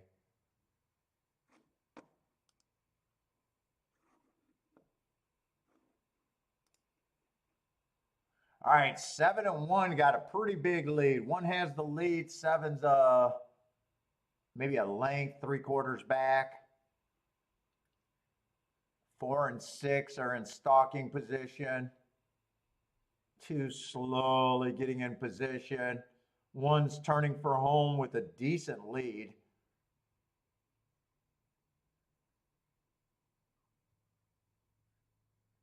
Who is this? Is this 6?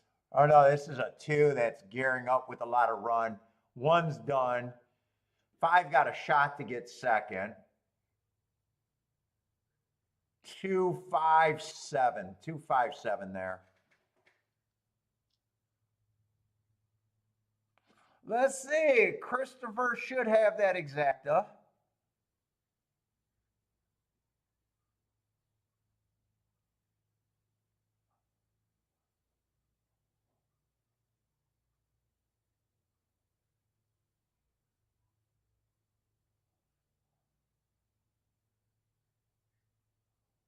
And I think that's about it on the Belmont or Aqueduct plays. Let's see. Gulfstream, we got 11 minutes. Short field again. What are we going into third race?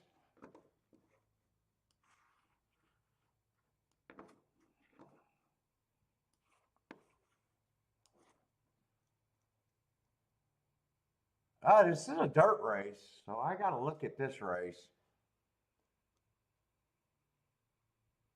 Definitely got to look at this race. Let me just get a name so I make sure I'm in the right race with no mistakes.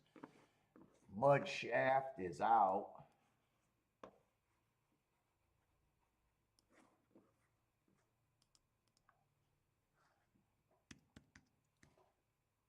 What another 6-horse field. Let's see. 7's a favorite on the outside, but he will be in the 6 hole, and it does make a pretty big difference to me, 6 and 7 hole.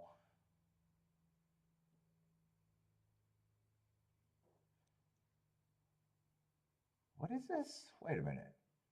This is 7 furlongs on the dirt at 8,000 claimers.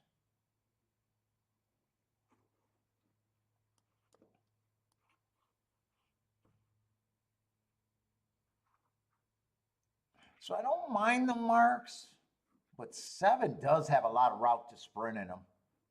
I hate route to sprint. Even at 7 furlongs, I do prefer natural sprinters. He's tough because 3 back, he was going too fast to win. 2 back, he was going too fast to win. And then he does go wire to wire at a sprint.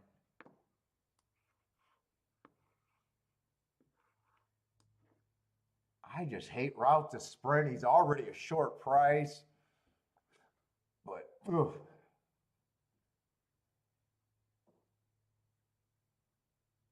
Let's say 6 has a lot of route to sprint in him too. In fact, there's a lot of routers in this race. 3's been running quite a few routes. 2's been running quite a few routes. So I got a feeling that rule is almost out the book. Everyone kind of has that same route to sprint that I hate. So I guess I can soften up on that. Let's say one's the only real, to me, real sprinter in the race. But trying to beat 8 to 5 to get to 7 to 2, is that even that big of an upgrade, really?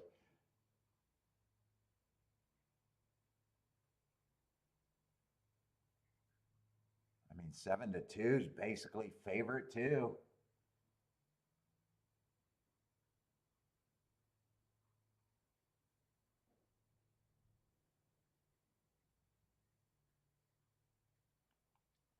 Two's dropping the most. We dropped to this level last race, but it's not always the first drop that gets you your win.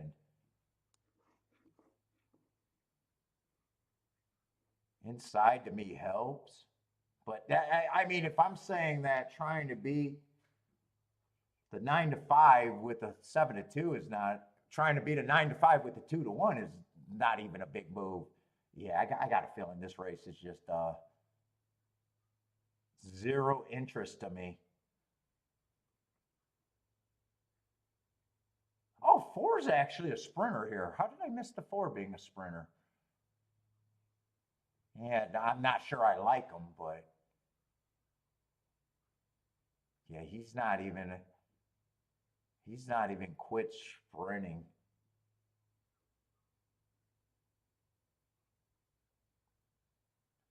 Yeah, this race is falling in the category of I don't even care, even though it's a dirt race that I need the dirt races, but this race is nothing to me.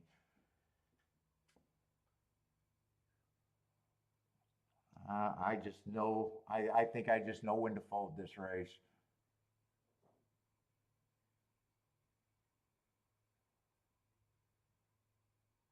Even if 1 wins at 4 to 1, what do I even do with them?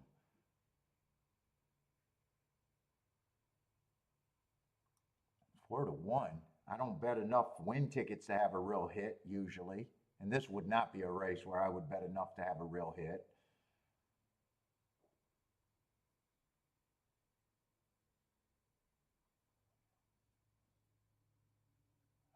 Let's see. Christopher likes the 2, and the 2 is actually interesting to me with that big class drop. I'm willing to say that race on the Tapeta, give him 1 more race at 8,000. But he's just a horse that, very hard for me to do. And I don't have anything that's super high here to give me something to key him up with. But Christopher's interested in 217.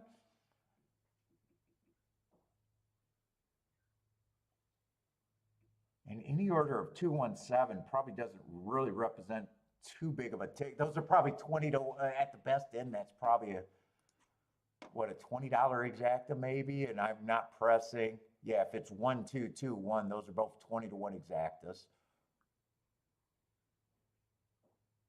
7 gets second with them. Those are 17 and 9. Yeah, I can't make that work for me.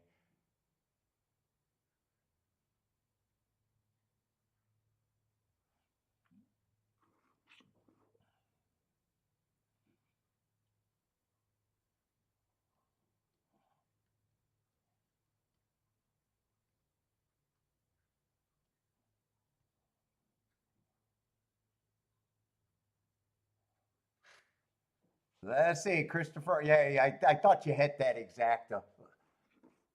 That exacta was probably pretty solid over there too at Belmont, right? I think that was second choice or something with 10-1 in second. Oh no, it was better than I thought. 57-1 exacta. Yeah. Oh, that was better than I thought actually. I thought it was going to be like a 30-1 or something like that. I don't know why. Nice hit, Christopher. 57-1 exacta. Let's see. I'll watch Churchill because Gulfstream, I don't think I'm going to get sucked in at Gulfstream.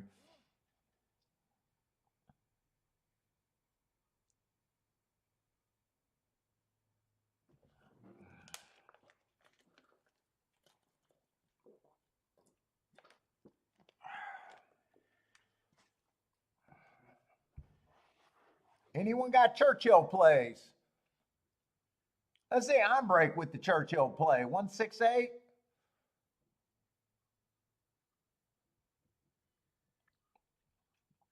Let's see. 9 does get the lead. Whiskey Wild gets the lead over there. 11's going to press. Baldrick likes the 7 at Church.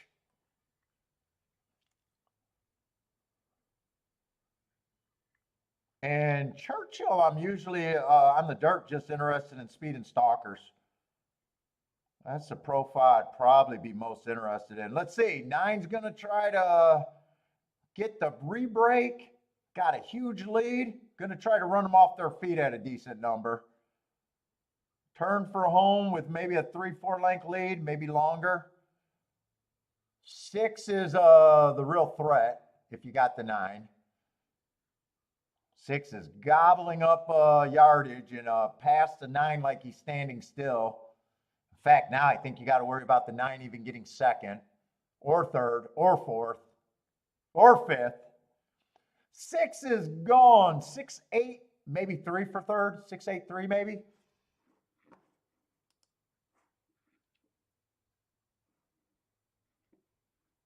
Five to 2 over 5 to 2, maybe over 8-1 for third. Let's see, on break. Looks like that exact got on break right between the eyes there. On break, you've been hitting a few. I think on break hit about 3 or 4 tickets already today.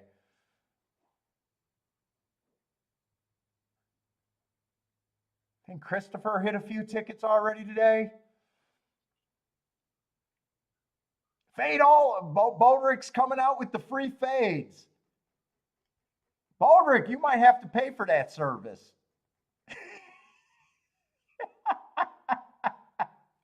Baldricks, pay Baldricks for those fades today.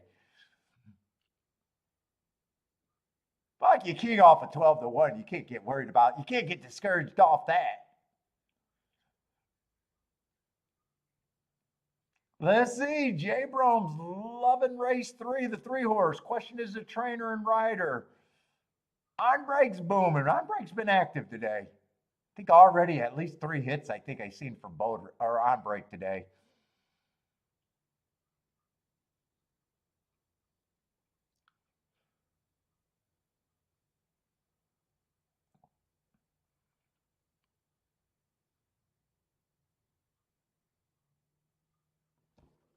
Let's see. Got to get over to watch Gulfstream though.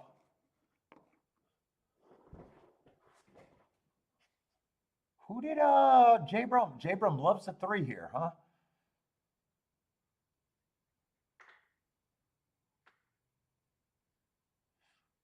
He earned a heart at a route 4 races ago. That's actually wrong. First of all, I'm looking at the 2. Second of all, is that even right? Because that was at Indiana Downs. And I don't think I was keeping track of Indiana Downs in October of last year.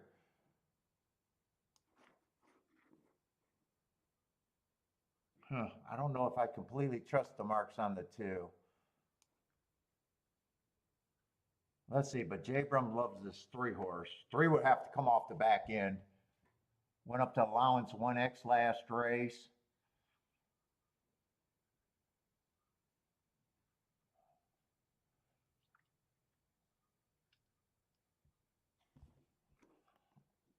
Let's see, did I write my no bet down here just for me?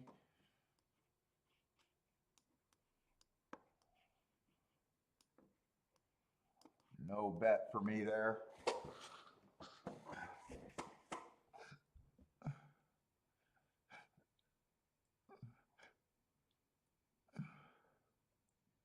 Let's see, anyone else got Gulfstream plays? I see J. Brums. Christopher likes the 217. J. Brum likes the 3.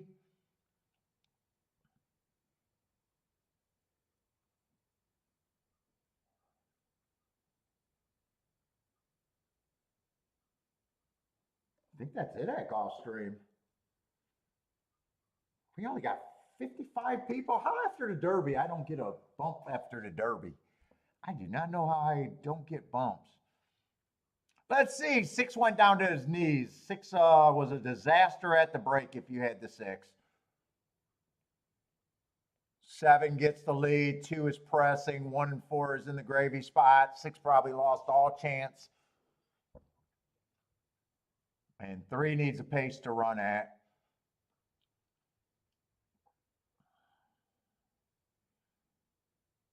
And I don't know why 3's avoiding the inside like the plague.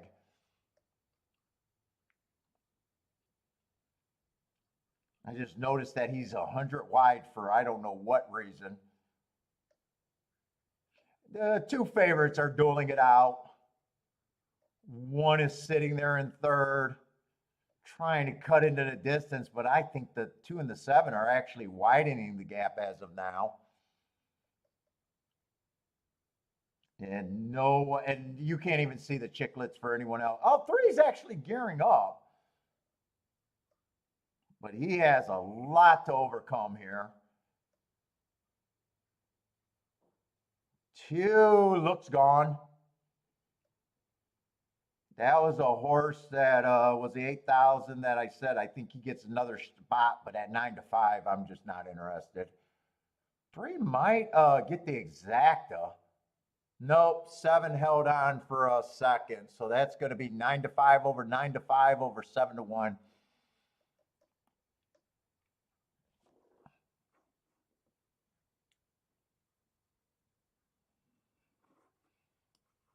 Handicapping good, but can't make plays on that for me.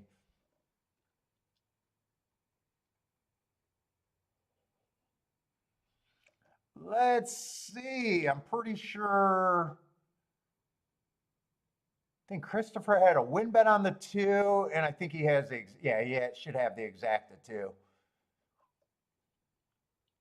Christopher's kabooming over there.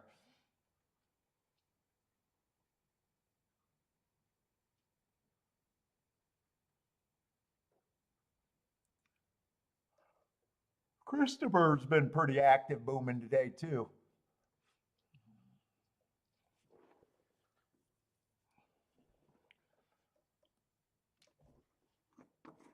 Let's see it. Pimlicle's next.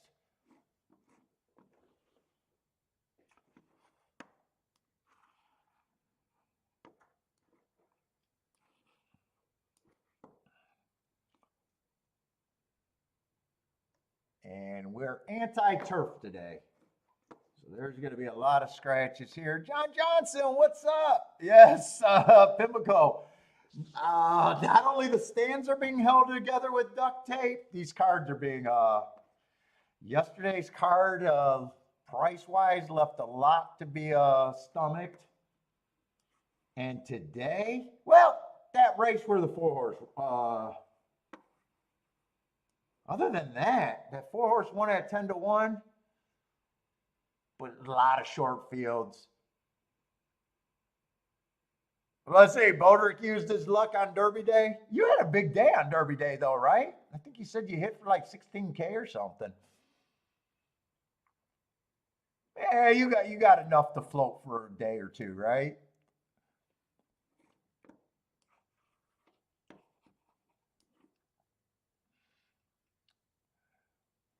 Used up all your lucky charm. What did you hit, Baldrick? What did you hit for that big score? Was it just a bunch of races that you hit, or was it a race that was super important? I know you said Annie had that nice exacta, but that wasn't 16K. That was, I think you said that was about 1,400, something like that. Nice hit.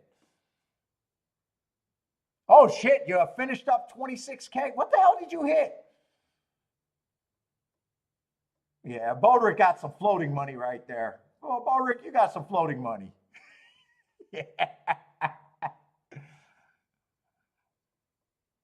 Do you cash out right away, or do you just leave it in and say, yeah, we'll see how this goes?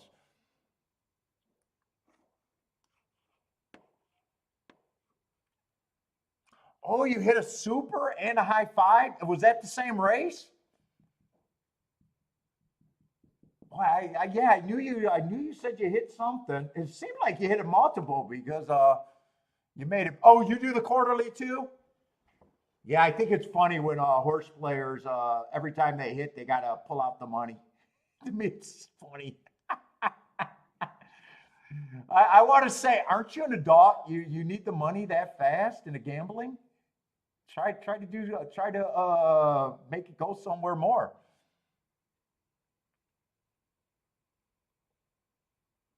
But you do the quarterly thing too. See that actually, Bodrix, that's another backdoor brag. I don't need that money. I don't need that money. It can sit in my account. It's actually a backdoor brag.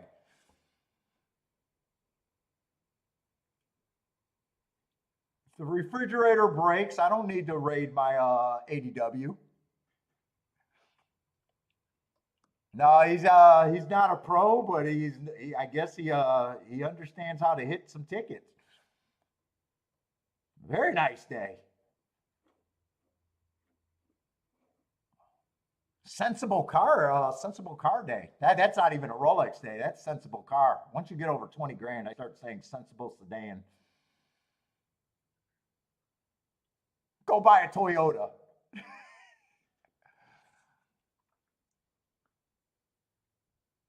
Let's see. I'm having a hard time seeing if I got all the scratches. What we got? We got a 6 horse field.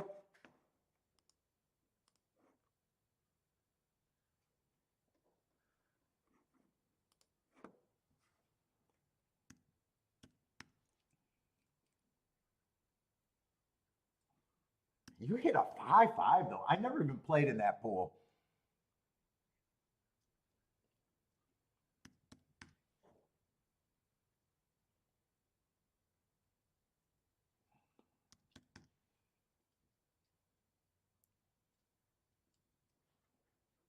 And it looks like 6 horses there.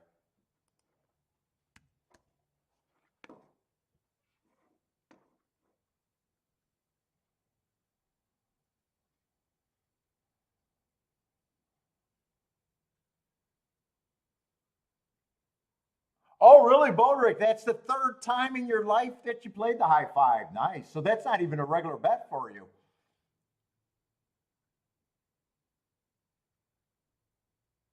Shit, I hit my pick six on the first pick six I ever played.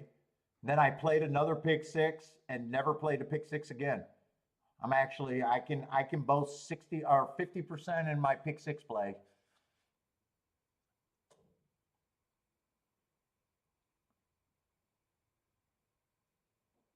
Fuck that ticket I fucking made at the window. They announced that there was a carryover and I had $18 on the shot $18 at it.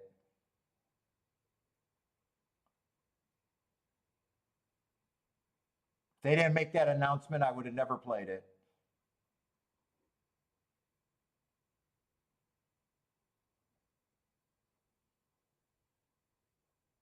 Yeah, these parks, I'm way behind on my parks.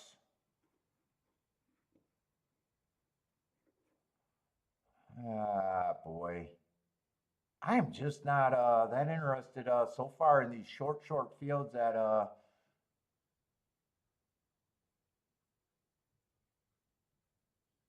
Laurel so far. It might just be because I know that I'm tiptoeing if I do bets right now.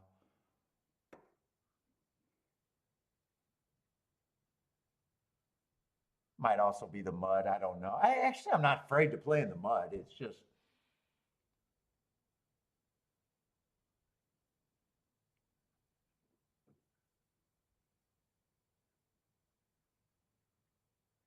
and I'm sitting here staring at the two favorites, and I'm just blank on what I think really.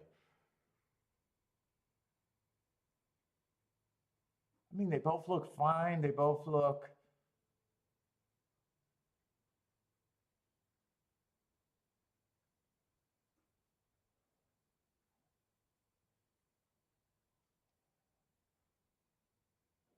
Let's see. I'm looking at the long shots to see if I think there's even a score to be had. Yeah, I can't really get to the two. I can't get to the two. Five I can get to, but that's basically 5 to 1.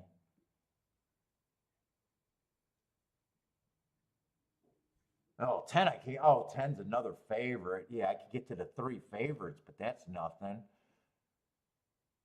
So I would have to get to either the five. If five with the two, any of the three favorites, probably not that great. Nah, I'm just. I guess I don't care about this race. I would have to be able to get probably to the 9 to even think that tickets could start getting better. Unless it's just five on top.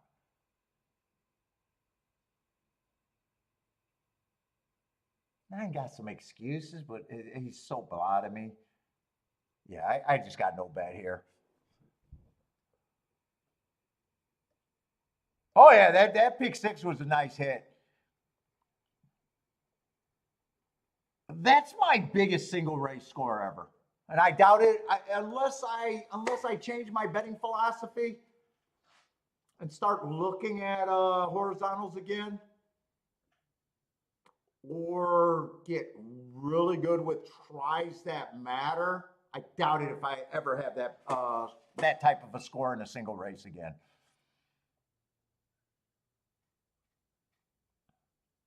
I still got a lot of years where who knows? I could always become a try player. I could always go back. I've thought about going back to pick fours and pick fives and playing them with the real philosophy. Before I never played a pick five, but I have played pick fours. But those were caveman tickets with no philosophy. Those were back in the day. They were an afterthought and only invested $60 to $30 at the most. And they were caveman tickets. Now, if I attacked them, I would at least attack them with the way that I think is right.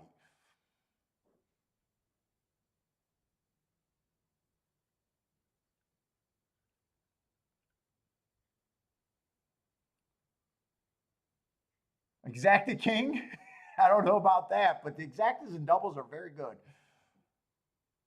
I don't know how you get so many big guys saying that. Fuck it, yeah, the computers see the exactas and they're just priced right all the time. No, they're fucking not. Are you crazy? As many 50 to 100 to 1 exactas that are hittable.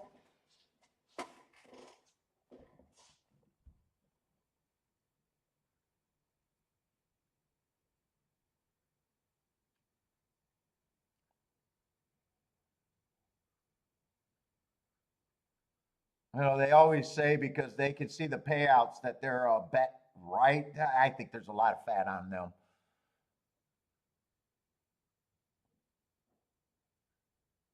Let's say the two horses that matter are running. In fact, I think they're going to be the. I'm just handicapping too good to probably be sitting out at too many spots right now, really.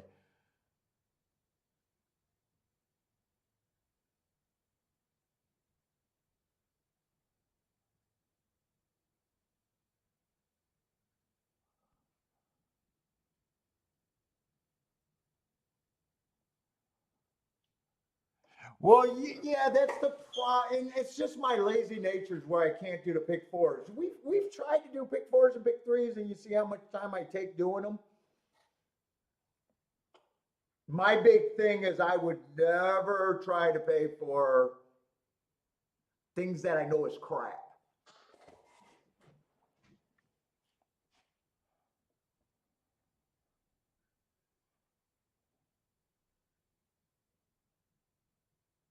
That ended up becoming probably the best race we've seen at Laurel, price-wise today. Man, I think for the meet, maybe. That's probably the biggest try that was at the meet too, I think.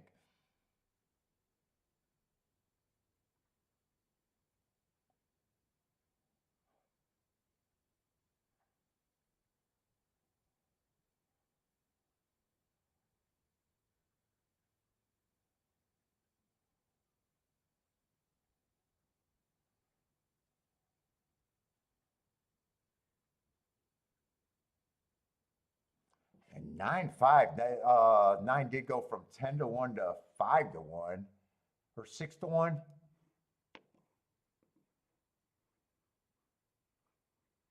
Yeah, 40-1 exacta.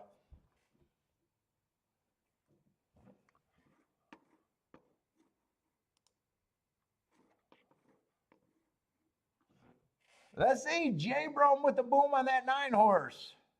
Nicely done, J Brom.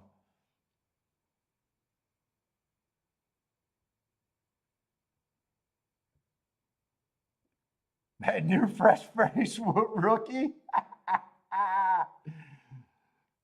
Dude, those tournaments were fun. I thought I was going to go all tournament players, and then they got rid of the real tournaments. I loved the tournament scene when it was all live action.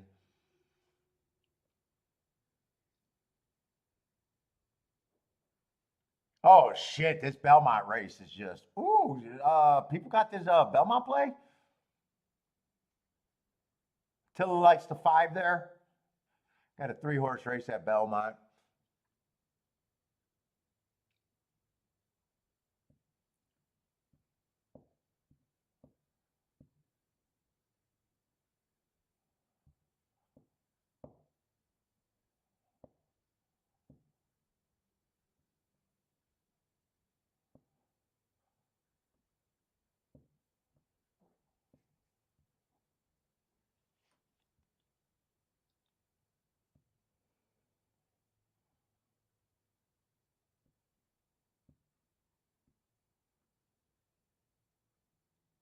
Three-horse race in the muck.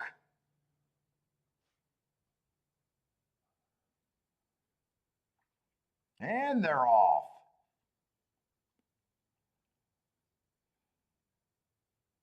Tightly packed group of 3.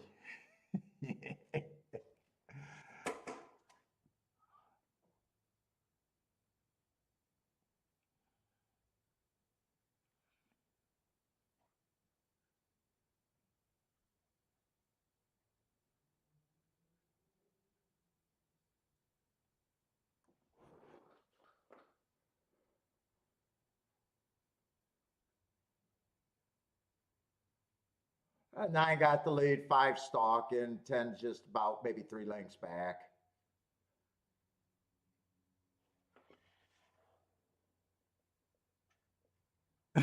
What, Lee? You just watch that video every day? Love watching that video.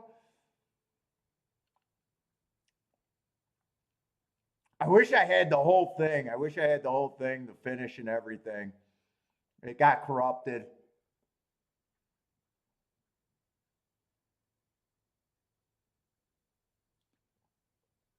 Nah, looks like 9. Five's all over the place. But 9 looks like he has a lot of horse, and 5's already been wobbly. 10's just not doing much of anything. Yeah, this just looks like it's going to be 9-5.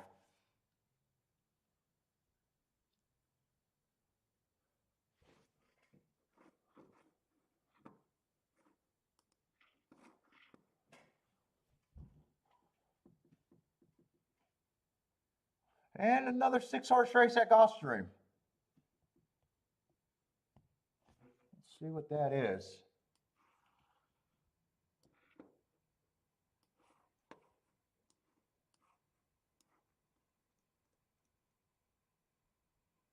Fourth race, probably not a playable race for me. Did have to be making a crazy betting mistake to draw me in this because we got everyone's a first time starter. Yeah, they're not making crazy perceived betting mistakes there. Yeah, I'm not interested in this.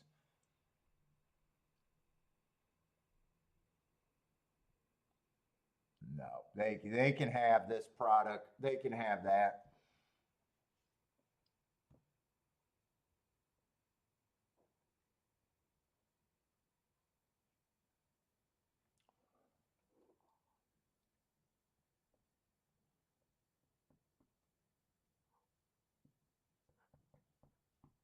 Oh,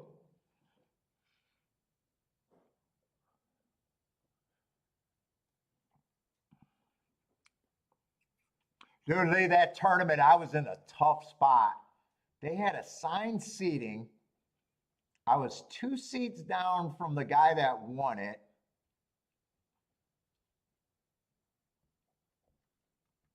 And I was sitting right next to a young chick that was getting all the photo ops because she was out of the first family of tournament racing, supposedly at the time. I guess the guy won a ton of tournaments, him and his family. So the whole leading up into every bet, they just wanted the camera to be on any young chick there. And I'm just being ignored in the middle of them. It was kind of like a fucking chopped liver.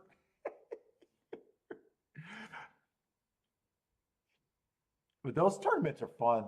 I still like those tournaments. They're just not the same.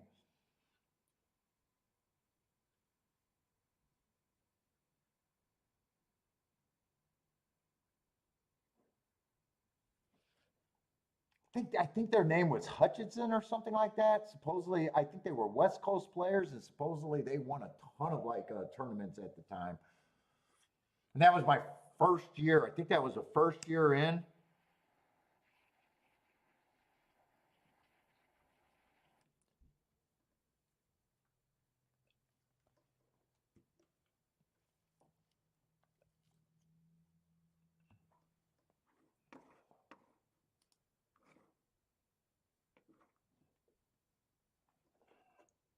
Lee, do they have stuff like that over there in Britain?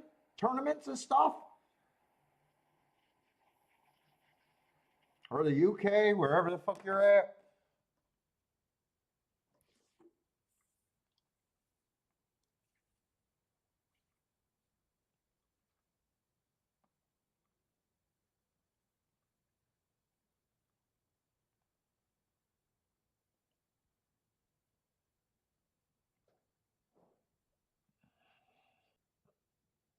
I mean, what would that hit would have been in the first week? And I'm putting all the meets together. But that 26K head start, if that was all at Churchill, that's like how the start of my Oaklawn was.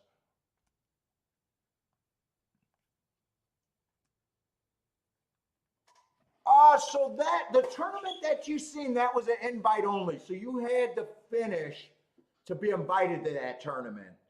So back then, the tournaments were between $200 and $500 usually. So that year, I won the Thistle Downs. I think Thistle Downs was probably on the lower end, maybe $200 or $300 to win or to buy in. I remember I had 2 entries. I got one in Kiki's name, I had one in Kiki's name and one in my name. And Kiki's thing was actually better than mine. And then we split the long shot that made the difference. We split the cap horse. And I think I got I don't know, for some reason, I think I got 7,000 for winning the tournament and then the seat to Vegas.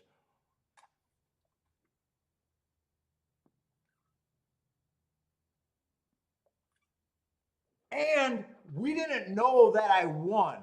So after the tournament, we were hoping that I think you had to finish you had to finish in the top 3. And there was a lady with a crazy score. And then it took them like 2 hours to come up and finalize the score because they counted the same cab horse multiple times for her. Or they either counted it multiple times or gave her credit for it and she didn't have it. But anyway, she did not even get in the top three. So Louis Licata, who ended up finishing fourth, he actually outfinished me. And then there was another gentleman that got third. So Lou finished, I think, second at Thistle Downs. I won it in the other old guy. And we thought, and back then they had a tournament prize. And we're like, well, Paul, you finished 18. Lou either finished fifth or fourth. And we're like, fuck, we're a lock-in for a winner-take-all team. So each track would send 3 people and they were a team. So you'd add all of their scores, but the third place guy didn't do anything. And we're like, well, we got to be a lock for we got 2 people in the top 20, but no, we did not win it. I don't even know if we came in second, to be honest. I just know there was no reward for coming in second if we did. Kiki, what was that accounting error where at Thistle Downs we had to wait? Yeah, when we won. But that lady that everybody thought won, she didn't even finish in the top 3. So what did they do? They gave her credit to horses that she didn't have or something? She used too many plays. So she'd already used all the plays on that card. Oh, Kiki said that she played more than the allotted races. Because she had a crazy score because we were just hoping that I'd get third. Yeah, something was wrong. Yeah, it was a long time ago, but we had to wait like fucking an hour to 2 hours. It took forever, and we're just sitting there at the bar. What's up, Nick? How's it going?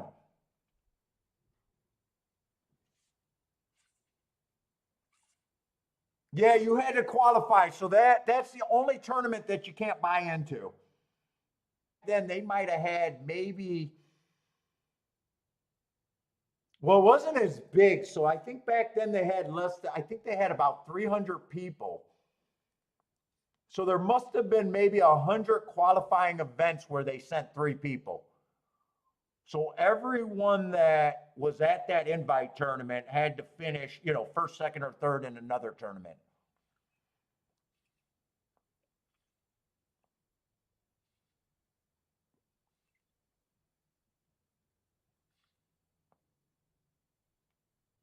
Oh, nice. Bodrick. Oh, Bodrick, you also won at Oaklawn. Finished up, are you saying our ROI is 17% at Oaklawn?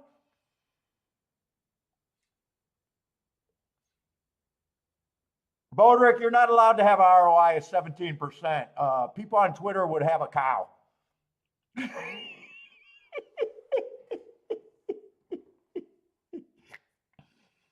Oh, and you claimed a horse this year. I didn't even know you got a claim.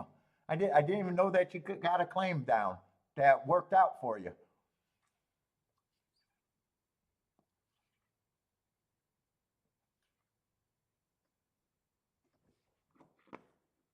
Let's see, 9-1 over there at Churchill.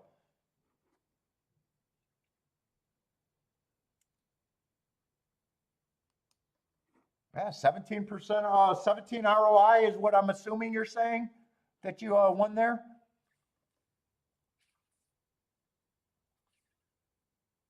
Bodrick with the small boom. No fade there. Let's see. This odds board did change quite a bit over there at Gulfstream. Does that? Oh no, this is still that same race with a ton of first-time starters.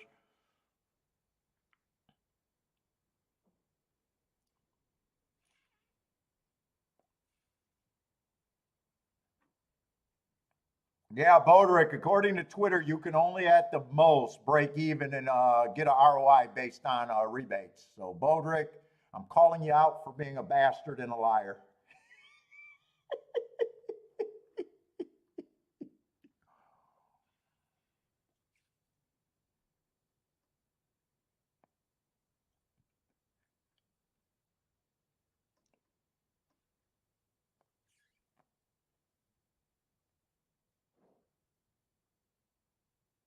You keep up with your monies?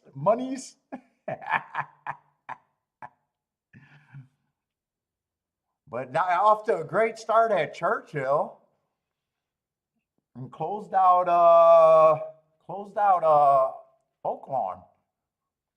So nicely done. Already has a winning meet under the belt this year. Nicely done.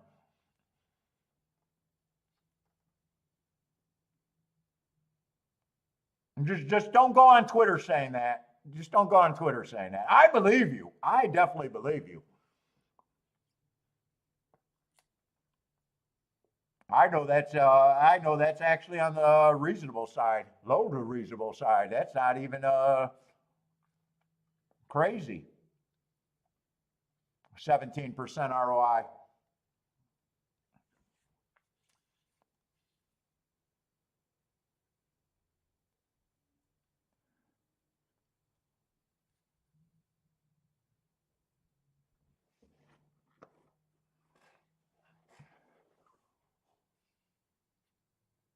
Let's see. Umbreg likes a 4-7 over there at golf.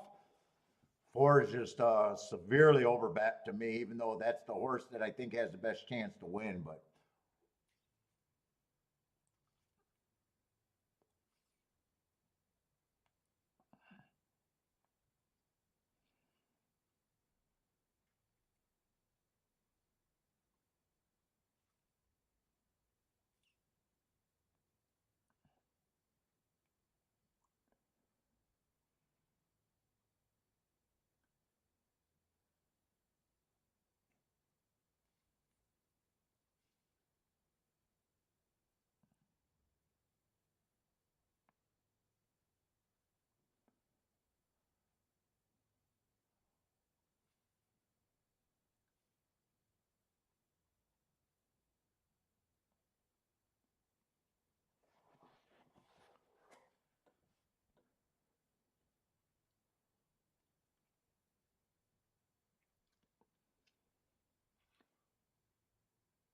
let's see. Christopher likes the 2 to win in place with the 2-4-7.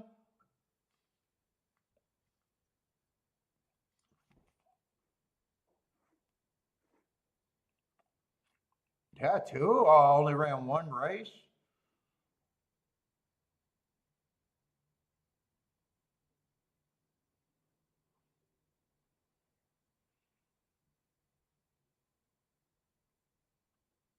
And really, I don't have a real problem with the 7 either. It's just four, four. If I had to bet this race, I'd be having to do something with the 2 and the 7, trying to get around the 4. Yeah, anything else would be a first time starter. I'd be in a position where I'm just saying, please don't let the first time starters run. 2 can improve off that race, and 7 can improve. Wouldn't be shocked if either of those 2 horses win.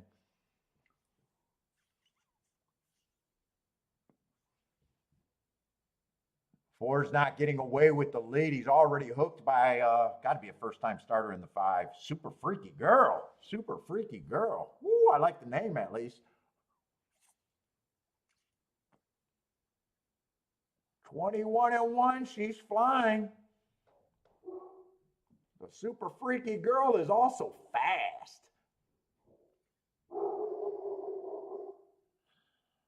She's a third best.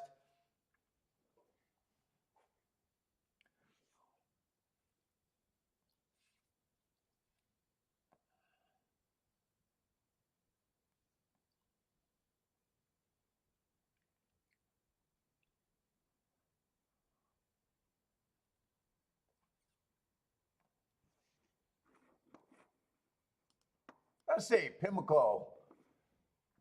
At the Pimlico. Hey, not a bad race for only playing one race and hitting it with a decent press. It's my internet today.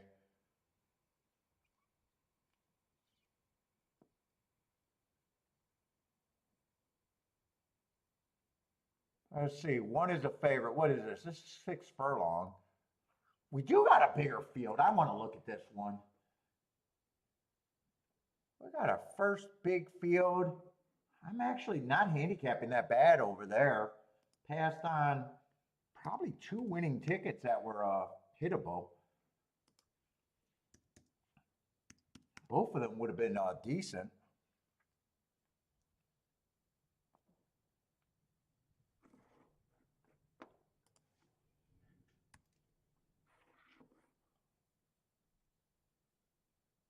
And we do got a lot of form in here. Yeah, I want to look at this race. $30,000 claimers, optional claimers. Let's see, 4 races ago, I got a stalking closing day running against the perceived bias, going too fast to win. Yeah, I love that race. Comes back, gets inside day, second best, burnt some money. Comes back again, second best, burnt some money. And then he did win within 3 races, but had a favorite. Has speed and able to stalk, so I got to look at him in 2 different running styles.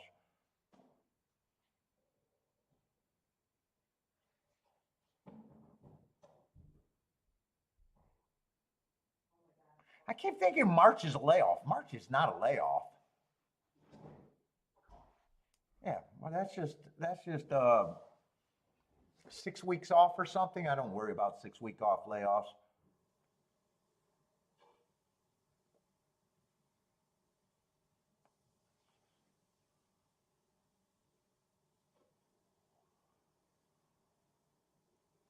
Let's see, 2 has some speed. I like the last race where she ran on a perceived bad rail. Another kind of fast stalker, I'd say.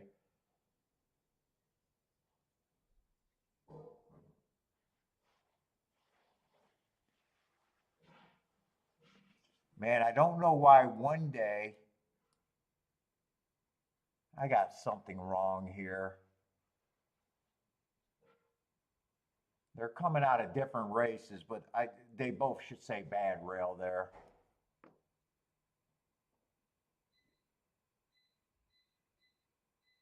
I got that one is the wrong one, and I prefer that one to be the wrong one. I got her as average, slowest winner of the day, slow with no bad rail.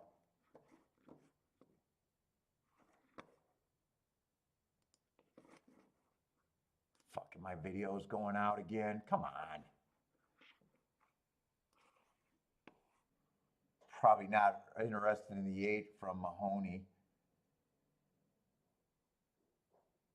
Boy, a lot of these horses are coming out of the same 2 April 12th races.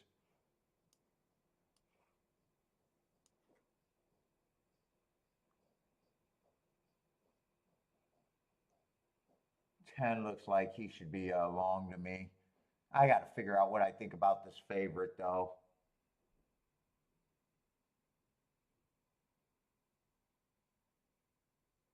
Has the inside been good today?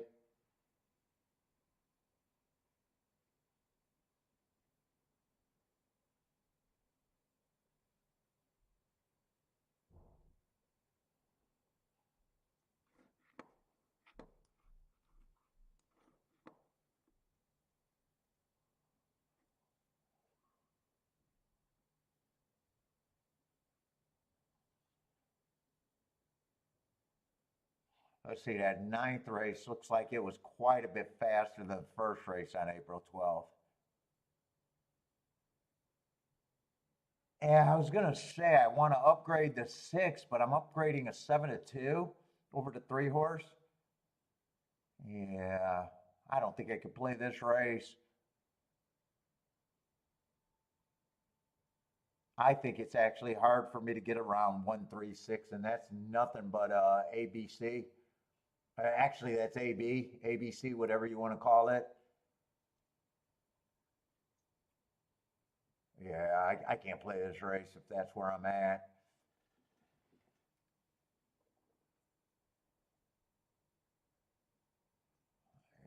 Even though I wanted to look at that race, I know I can't play this.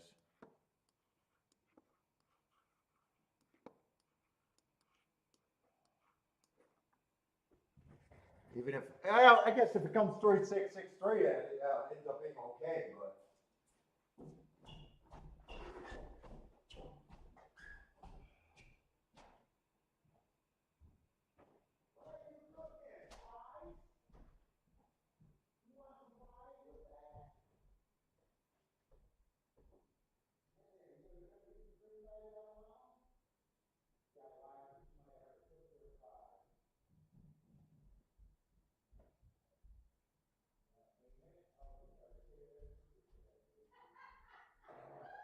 I want to make sure the color looks right.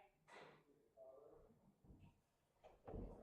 If it's dark, I can, and then we'll be going to the hospital. Oh, comes out like maple syrup. Oh man, Dick.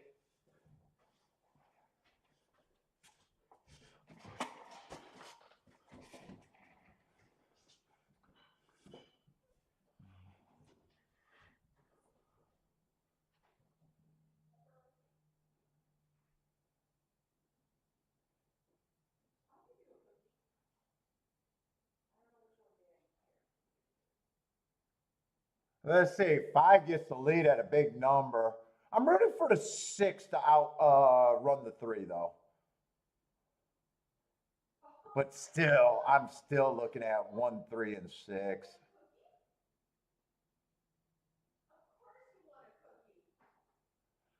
A Cookie Monster. That's all he wants is cookies.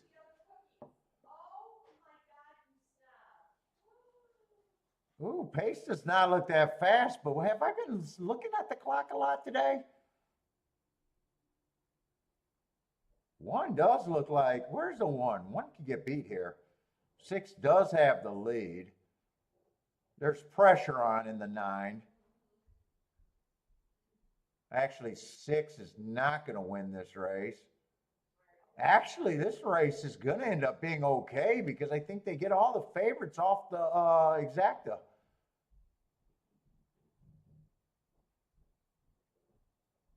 Nine two. Boy, I just thought the other race on April 12th was the better race. Is 9 and 2 both out of this? Boy, I thought the ninth race was better. Yeah, that's the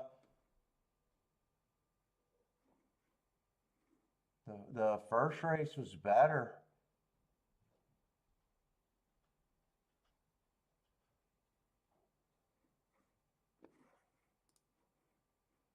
28 to 1 exact. What price was the 9? Oh, 9 was just 7 to 2. So not a big surprise on the tote board.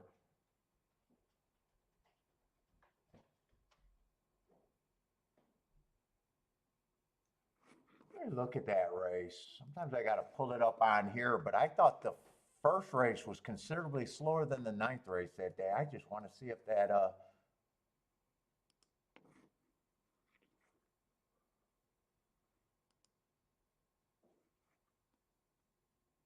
what was that at Laurel?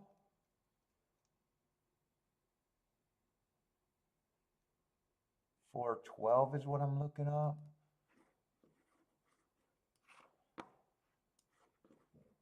The first race and the ninth race. Well, ninth race, it was considerably faster, 21 and 4 to 22 and 4, so 5 lengths faster at the first call. 46 or 45 and 2, 46 and 1, so another 4 lengths faster at the second call. No, I would have thought that that race was better.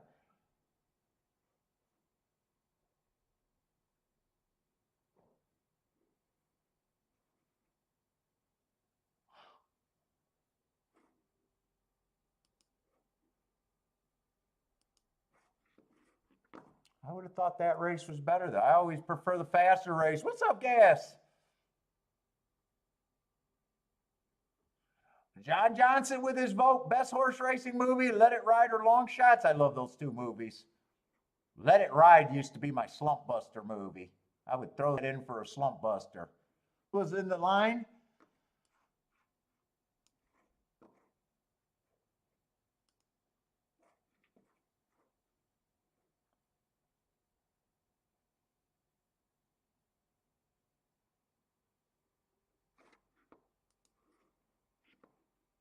Lloyd likes a documentary on PBS. I don't need Far Lap.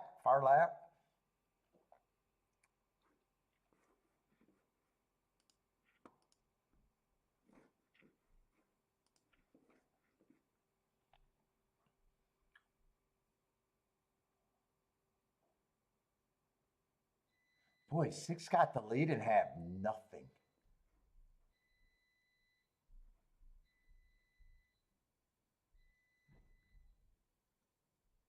I thought he was gone when he got the lead on that 24 at the first call.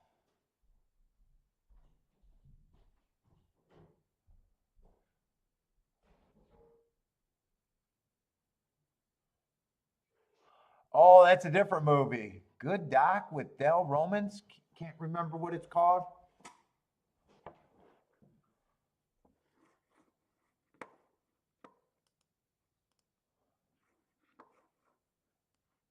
Yeah, Secretariat was a decent movie, but I can't watch it. I can't watch it over and over again like I can the other two. It's just not funny or anything. I wouldn't say it's a bad movie. It's just one and done for Secretariat. Or not Secretariat, Seabiscuit. Seabiscuit. It was okay.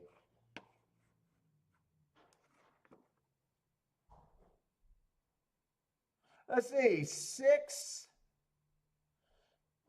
6-2-1 over there at the Belmont. 6-2-1 at Belmont.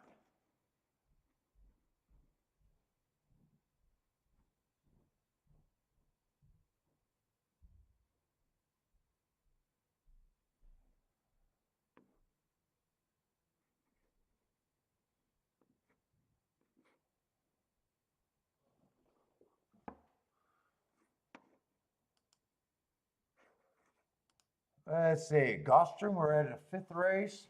Hopefully some of these cards pick up. Well, I don't even know if I need them to pick up.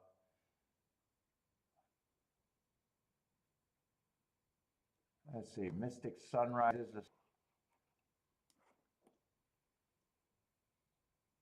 oh, we got another 6-horse field.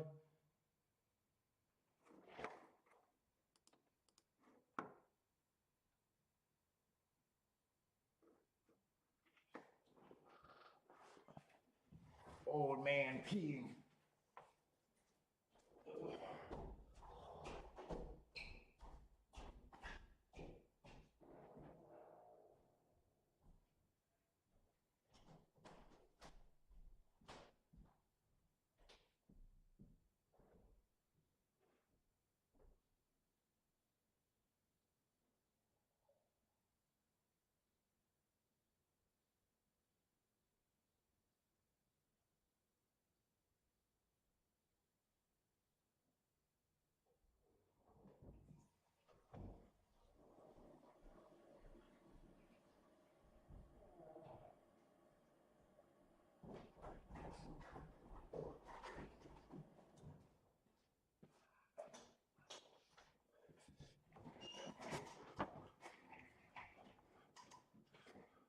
Seabiscuit ran at Detroit Racecourse, really?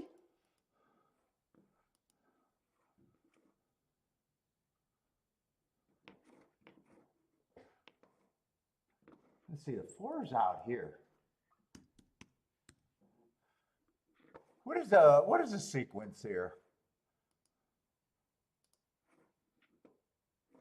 Ah, shit. Next race is five. Oh, man. Next race is 5 horses.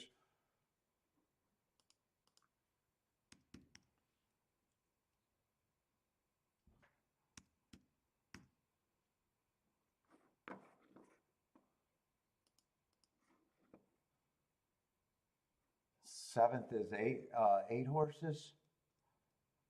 I don't know why when I went to the bathroom I said I'm bored. Maybe I should try to do a pick three if I know I don't have time.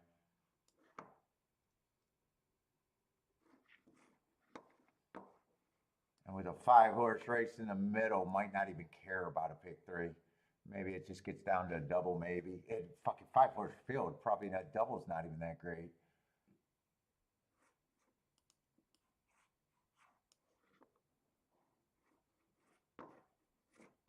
What's that last leg? No, I'm probably not going to have time to. 2 turfs. I'd rather have 2 dirts than yeah,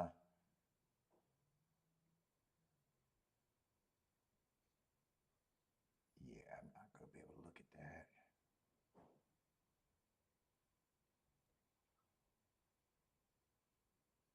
All right. Abandon that thought. All right, 5th race. Let's just go back to the 5th race.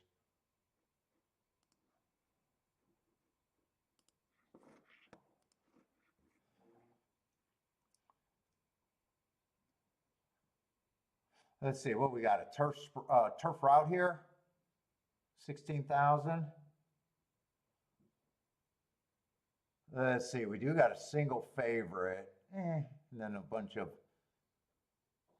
only one big shot, and everybody else is just kind of mid, bunch of mids.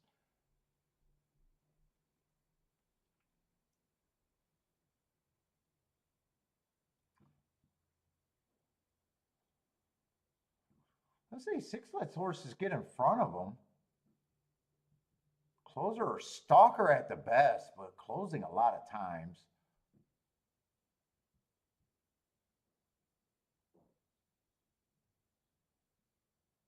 Seven does look like I'm leaning towards 7. I can't get to. Best race was the last race, it looks like, and I got slowest winner of the day, and he's stepping up against winners on a stalking closing day.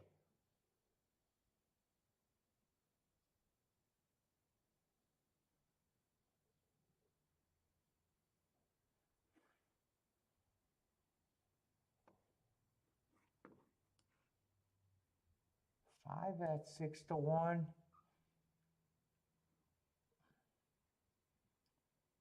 Who gets the lead here?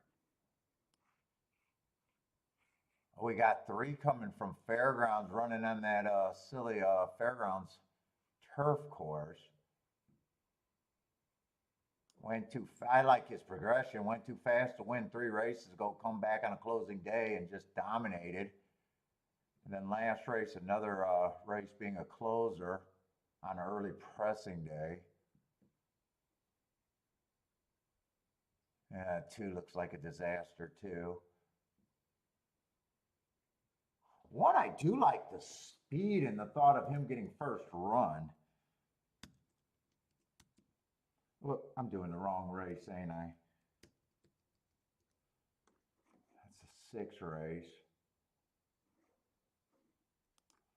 2 I thought was a disaster. I got to look at the 7 again. Did I really think 7 was that big of a disaster? Yeah, 7 I don't think is that, but I'm nowhere near 3-1 on the 7. I am so far away from 3-1.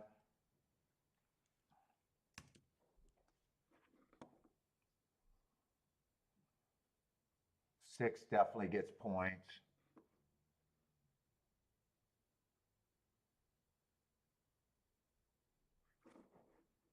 Five probably is priced close to right.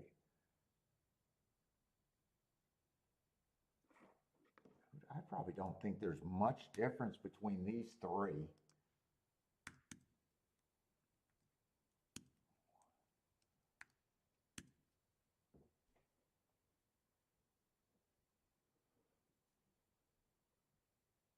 1 to me, 1 and 3 are the most interesting. I don't think exactas look that good with that opinion.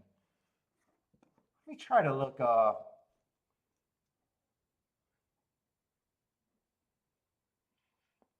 let's see, next race we got a 20,000.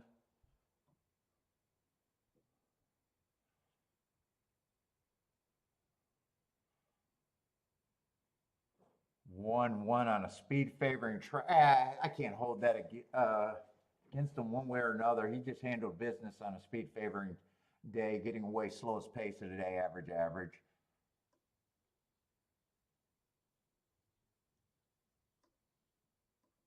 Two probably just feels if one broke his maiden at 35 and two broke his maiden at 12.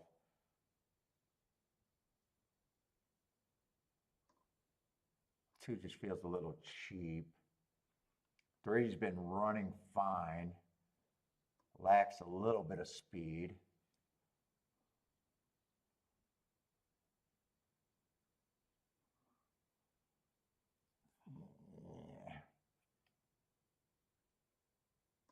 Yeah, I can make a case for every horse in the next race.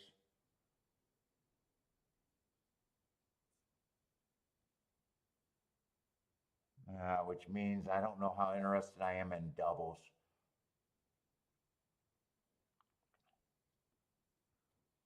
Is there a chance on a pick three? If I got a narrow opinion in the first leg and a narrow opinion in the last leg, let's see if I can play a pick three here.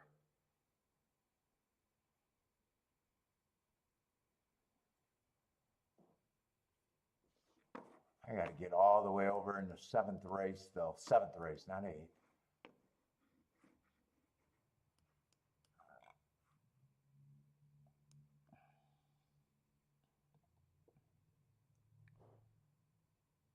Ooh, three's going to be a big price, 20 to 1. Two's interesting.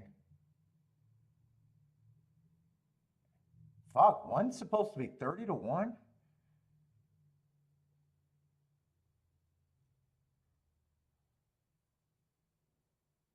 Well, I can make a case for the first four horses.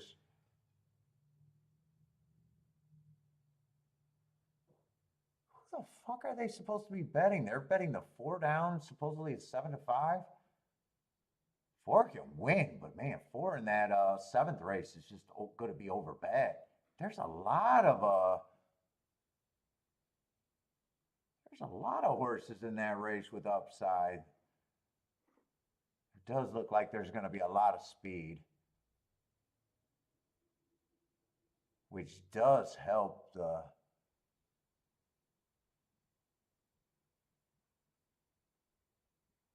four horse. 5 at 8 to 1 is interesting.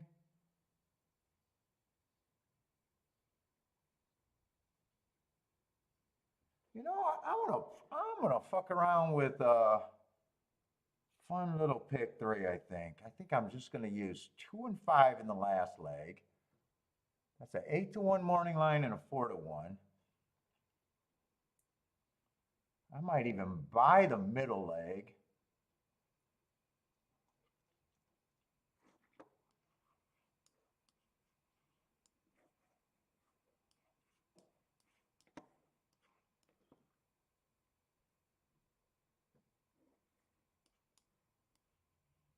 I think I only used 2 horses there. So I got a 4 to 1 and an 8 to 1. There, I'm paying for the chalk. I'm leaving the chalk off of this leg.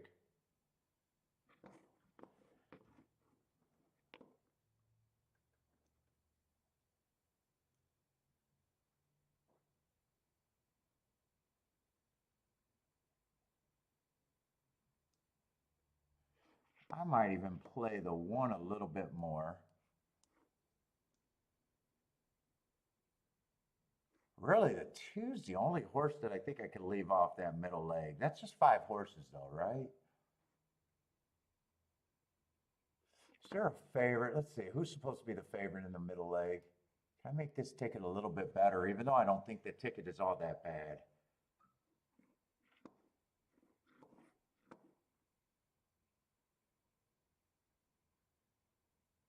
Let's see, five supposed. I'm not going to be able to figure out. I want to do a little poke pick three.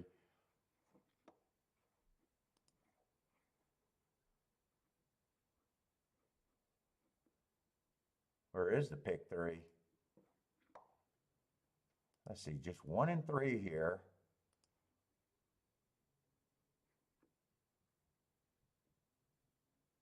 I'm in the wrong race. I'm in the wrong race. 1 and 3. Ah, shit, I might not get it in. 1 and 3 here, all in the second leg. 2 and the 5 in the third.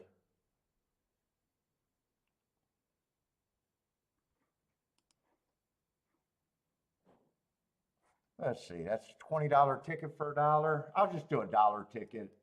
Actually, I get away super cheap there. This is $20. That's practically a sit out almost.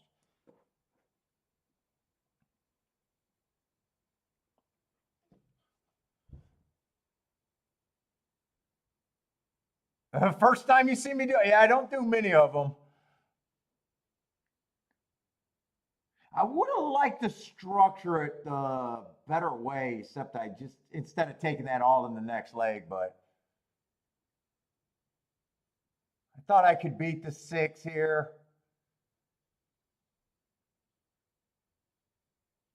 I know I can't use all 3 favorites.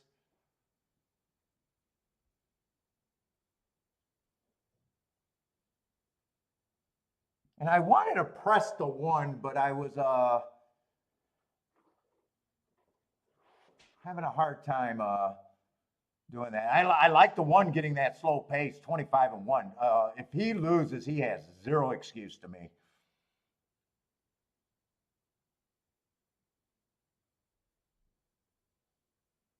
I probably don't prefer 6 getting first run over to 3, but 1 to me should. Man, I would like to think that he got a little bit of re-break in him.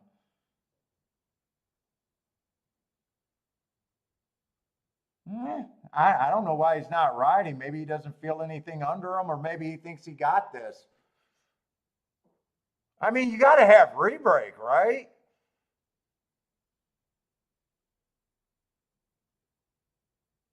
Well, I used the 2 horses. I would have pressed the wrong horse. I'll be alive to the payout leg. I only invested $20. We'll see if it's a good ticket or not. When I get to the payout leg, it doesn't mean it's a good ticket if I hit it. If these combinations are saying paying 100 to 1, I'd probably say it's a really good ticket. If they're considerably less than that, I'd probably say I didn't even have to do anything.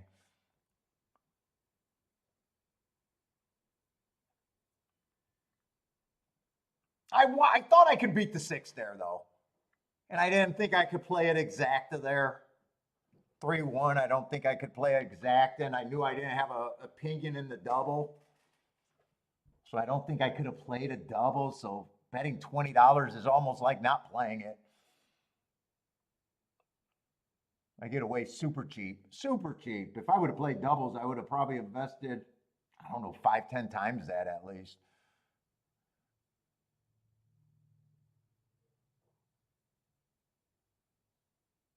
I wish 3 didn't go down to 7-2 though. Or no, not 7-2. I think it was 7-2 going in the gate. I wish he didn't go down to 3-2, but I think 5 was or 6, I think, was the favorite going into the gate. Go balls deep on Muth. Yeah, I don't even know who Muth is.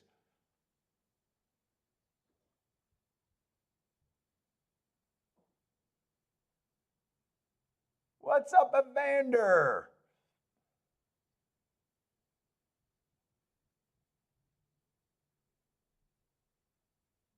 I even say if the pick 3, maybe even paying 80 to 1, I might say is okay. We'll see.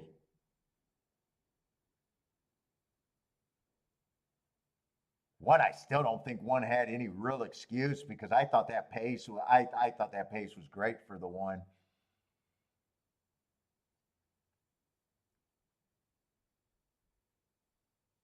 Elaine with the boom of the day. Let's go, Elaine.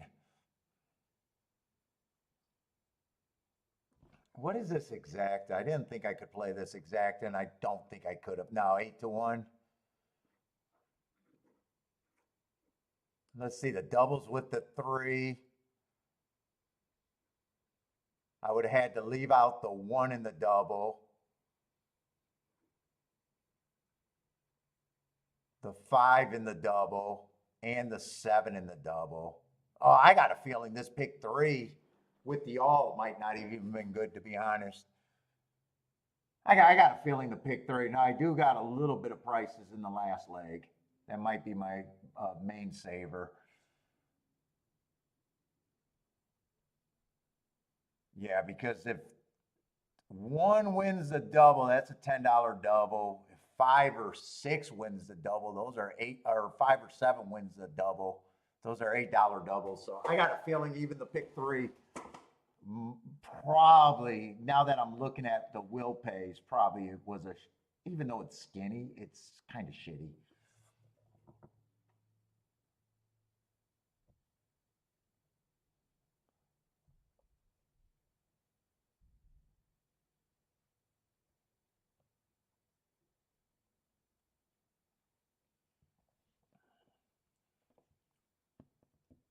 A girl, Kiki, she ordered me a couple hats. I need a hat for the sunburn. And then she didn't want to pay for shipping, so she fucking threw in 2 flip-flops. And she knows my feet are bad, and I'm like, why did you order me flip-flops? Should have just got me some shoes or even a t-shirt. I don't know why she got me the flip-flops.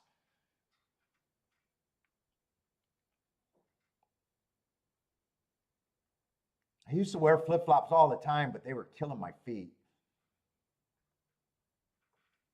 But Elaine needs some flip-flops. I got some Puma flip-flops coming in the mail, I guess. And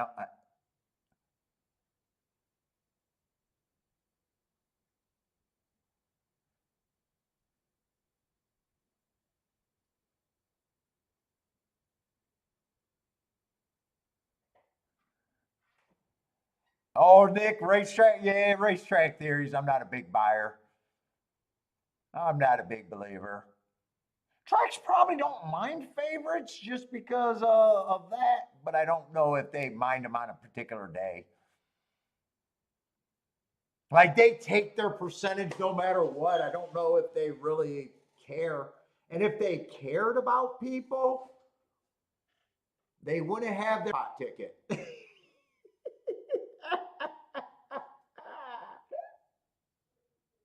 They wouldn't have the Gulfstream hosts going, hey, we got the jackpot wager. Follow my tickets.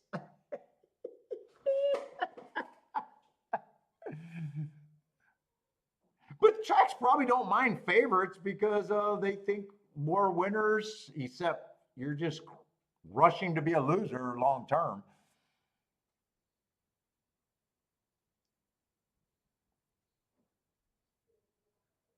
They probably don't like big long shots just because they hide in their office, and they probably don't like people going around going, they knew and they fixed it and that stuff.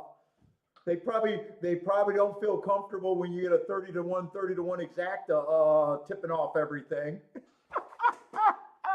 The management probably hides in their office and don't want their face to be seen.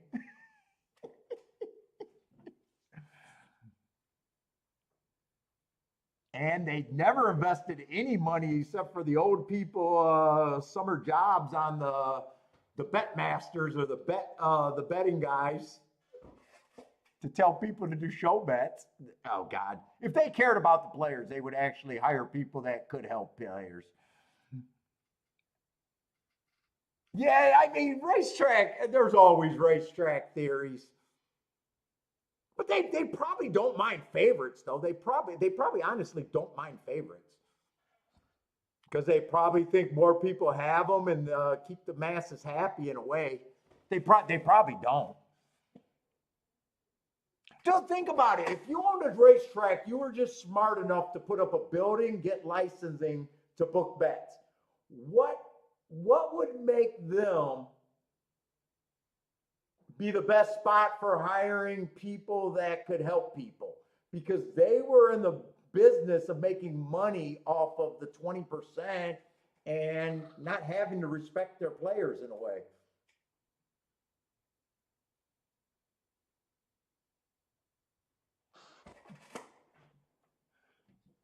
You know, like in a way, you can understand why they wouldn't have a clue of what's good in a gambling game because they're on the other side of the business. They're like, fuck, I just need you fuckers to be here, and I'm taking my 25% rake every bet.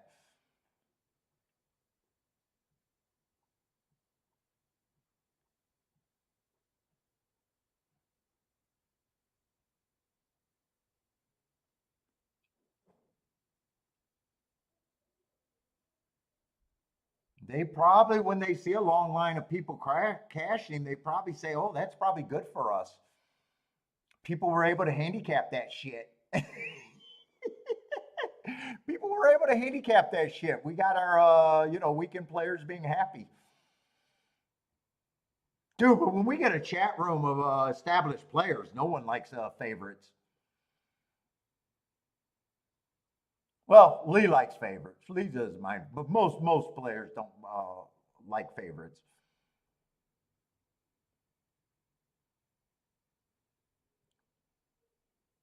Let's say Bodrick says the race director at Oaklawn said they like favorites winning more because more people win. The problem with that belief is nobody has a shot to win. It's almost like, so when I was talking to Joshua all the time, he goes, hey, I think Woodbine, so Woodbine has a different ADW in Canada, and they were putting up all this money for like these ADW, I don't want to call them tout, but you know the shit on your ADW that gets you to winners. And he was like, that's cool, they're helping people. And I was like, no, even if it's good, the more people that recognize it, in a way, it's going to doom people to be bad. And he's like, you're right. There's nothing that you can do to help the players except for keep telling them that there's good tickets that can make you a winner, and there's tickets that you can have, but they're going to guarantee you to be a loser long term. They should invest everything on betting habits.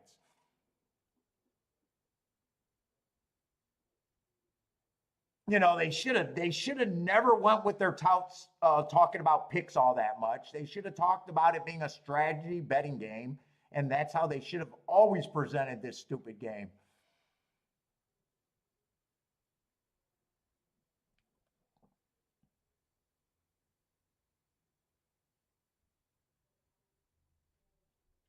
But yeah, Bodrick, I can definitely see that them saying that, hey, we prefer our favorites day. We probably don't mind our favorite days.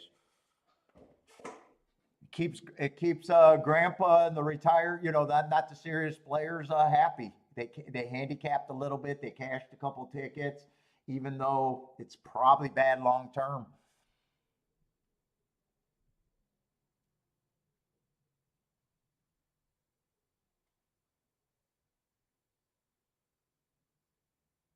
And I know when my guy, so when I was at Arlington, they used to have like a concierge guy. I know when favorites were out, he was in the crowd. And I'm not joking, when long shots were winning, you couldn't find that guy. But when favorites were winning, he was walking around giving high five, making a walk around all his people that he was a concierge to.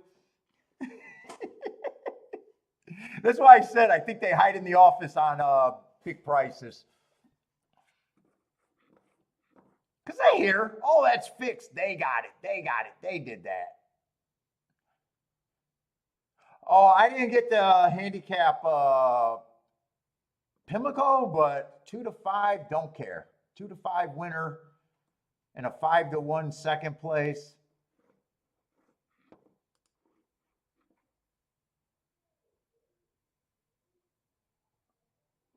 Like even just thinking about it, Andy Sterling got to give a pick out every fucking race. I don't believe Andy Sterling would think that that's right if he had to do to show himself. Could you imagine them hiring someone that says, you know what, I'm sitting out, this is not for me. Oh, the product's shitty today. We got nothing but 5-horse fields and 1-5s in every race. This is a shitty product. Dude, that should actually be said, but no one will ever say that. Employed by a racetrack. I'll say it. I'll say it's a shitty product.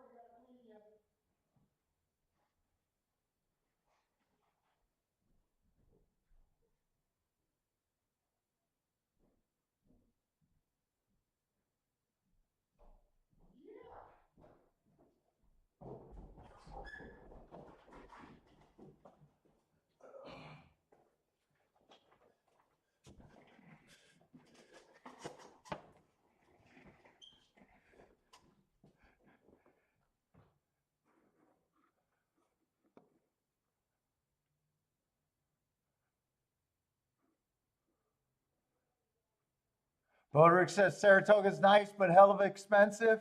He should retire. Shake up there. Who should retire?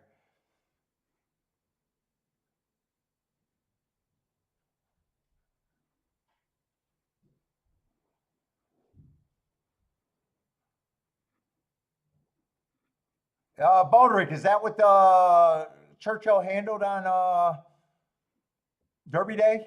210 million?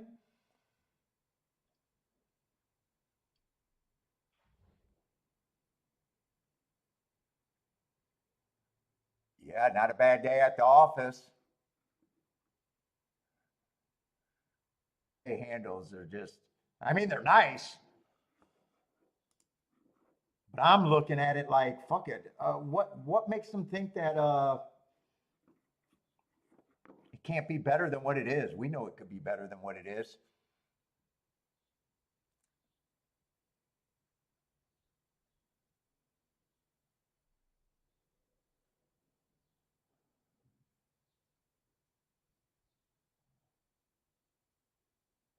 Let's see. This is 8 to 5.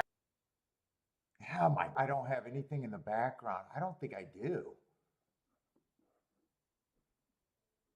I don't know what I could have in the background running. Let's see. I got notes. That can't be doing it. I don't have anything else working that I normally don't have.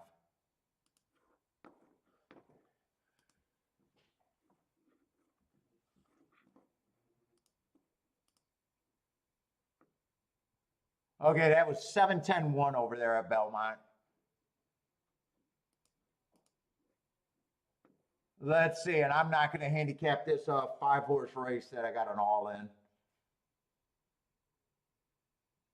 So I'll get a live in that little pick 3 that now I'm thinking might not have even been a pick 3 worth playing. I thought 7 was a little, or I thought 3 was a bigger price. He ended up being the favorite. I thought I was beating the post time favorite.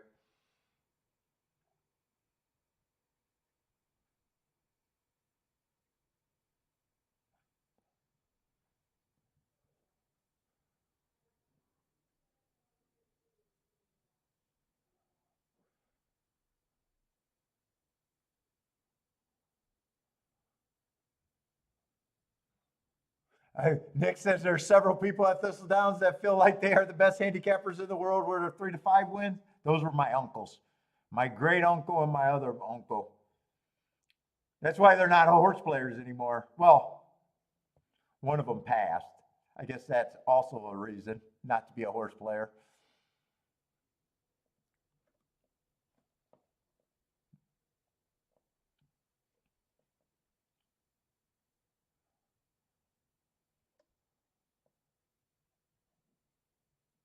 Yeah, I always like the guys that are capable of hitting a long shot. And when they hit a long shot, they're the greatest handicapper since sliced bread, which is fair because we all feel that way. But then when they don't have a long shot, almost 100% of the time,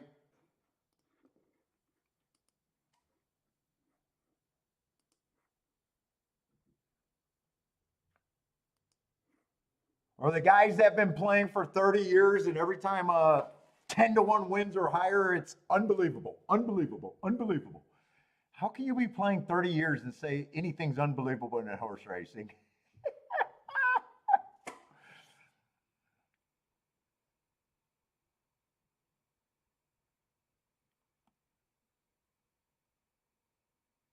Is that true? Floyd Mayweather? What was he arrested in Dubai for?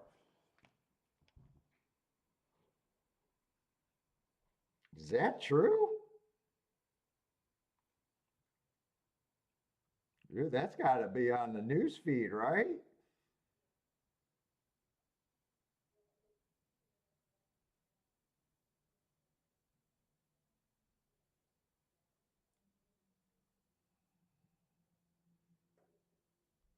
Oh, I got to see that.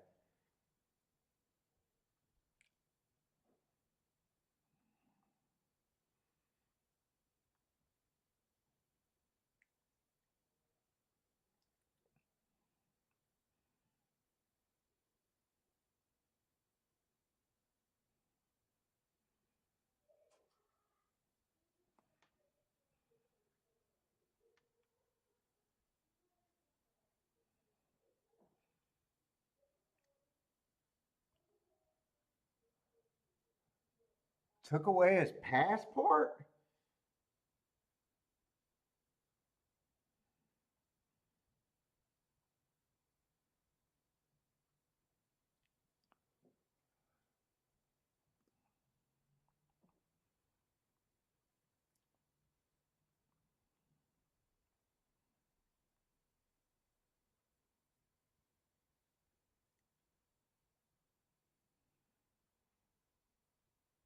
Oh, under unpaid debt?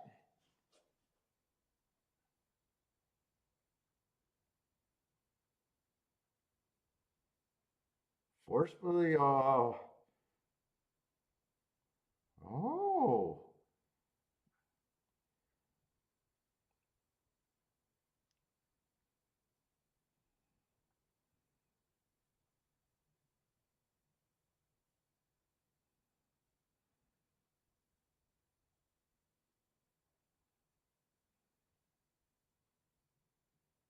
Hmm.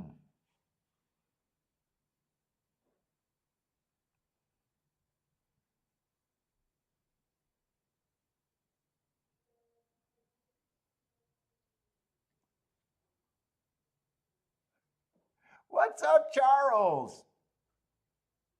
If you don't pay over there, you get stuck there. Yeah, I want to think. I want to think Floyd is dope, though. I want to think dope.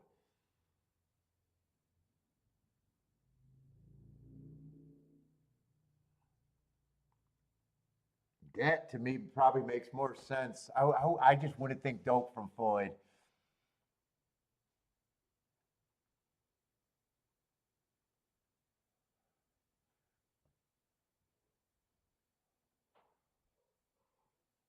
Let's see. 2 minutes for Gulfstream, 1 minute to Churchill. If you guys got Churchill plays, throw them up.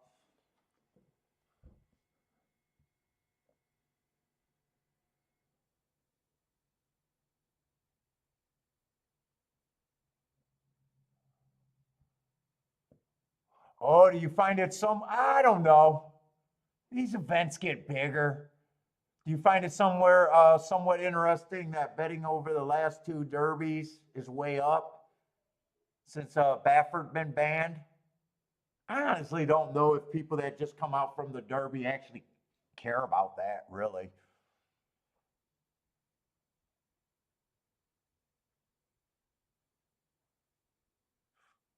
In fact, I don't even know if my mind would jump to that. Doesn't the big races just get bigger every year in a way they handle for the most part?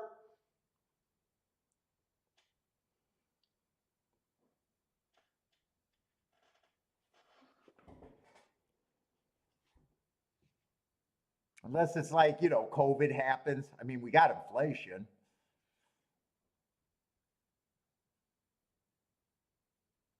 But I don't think people that actually made it to the Derby, it doesn't sound like it affected them paying for those seats. Let's see, Churchill is off and running. I'll watch Churchill because Gulfstream is, I got an all, non-event. Let's see, Nick likes the 4 and the 6 to start off the double here. Oh, but you do like it without the cheater being involved? I probably say that there's cheaters in the race regardless. I probably say that there's cheaters that just haven't got caught yet.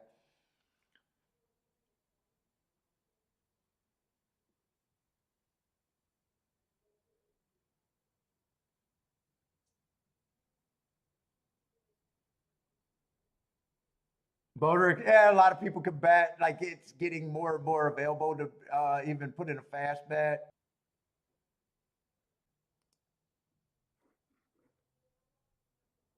Hey, at least I'm not complaining about having to try to figure out how to get up today.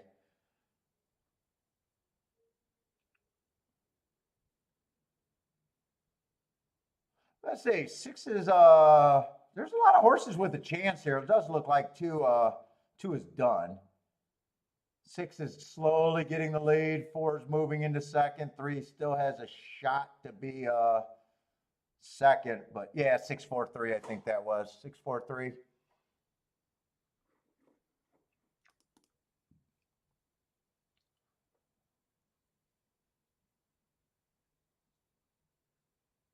Ugh.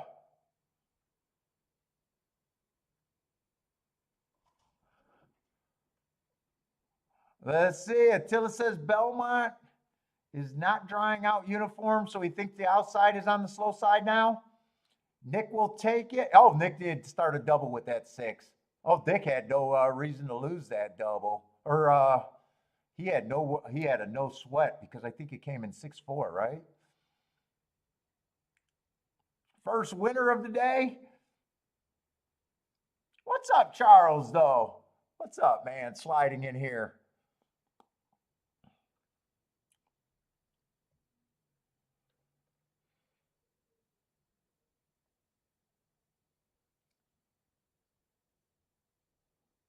Case, what's up, Case?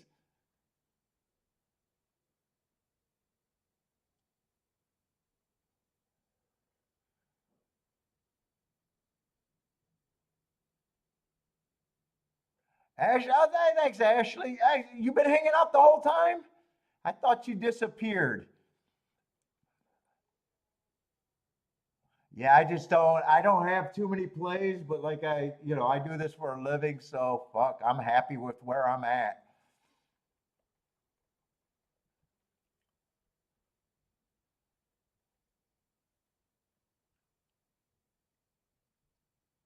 And still don't know if I got more plays today.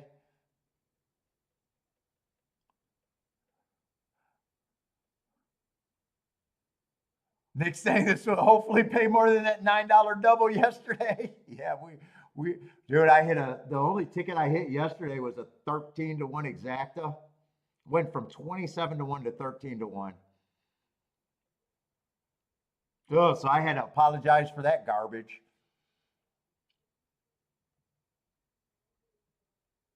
But really, I handicapped good yesterday. I fucked up that 25-1. Didn't have a win bet. Went for the exacta, so. Oh.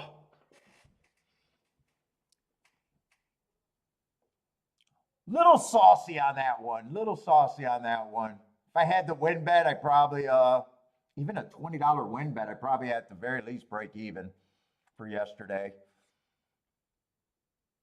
Nope, lead. I'm not on any pressure to hit winners.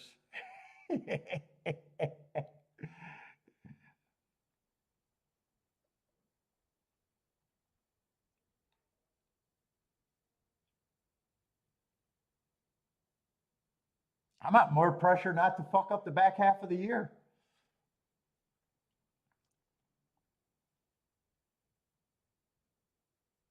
And avoid cruises. Lee, I got to avoid cruises. No more cruises for me.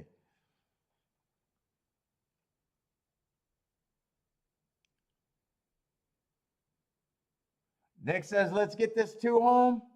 Yeah, I need a price here because I do got 2 little prices in the next leg, but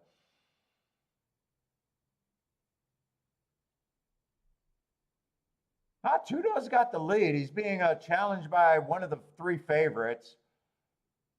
2's my only hope to beat a favorite because 3 already looks like he's way too far back.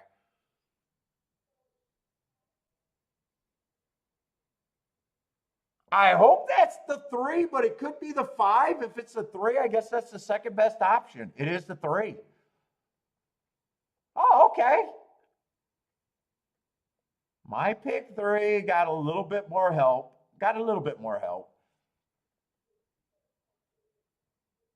Nope, he wasn't too far back. He was too far back at the first call, maybe. He got himself in position. We'll take it. I'll take that. I mean, honestly, I should have probably, if I would have structured that instead of just taking the all, really 2 and 3 should have been the only horses used there. Or maybe one of the, if I wanted to, just one of the 2-to-1 favorites, but one, you know. But I thought I had an opinion in the first leg that didn't end up being an opinion, and I thought I still got an opinion in the last leg. I'm trying to beat another favorite in the last leg. Yep, Steve, a rare pick there. It's basically a free bet. I only got $20 invested in it, just a $1 ticket. So it's basically a free ticket. I knew I couldn't play the exacta, even though 3-1 was the exacta. I didn't think I could play a double. I went to the bathroom and thought about doing a pick 3.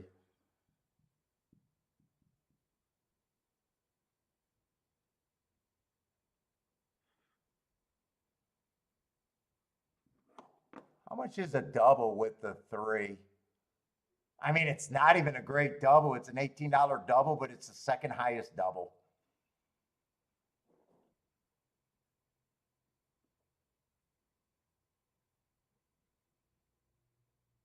Let's see. Gas is saying if he would buy a summer home, it would be in the Pacific Coast in Mexico.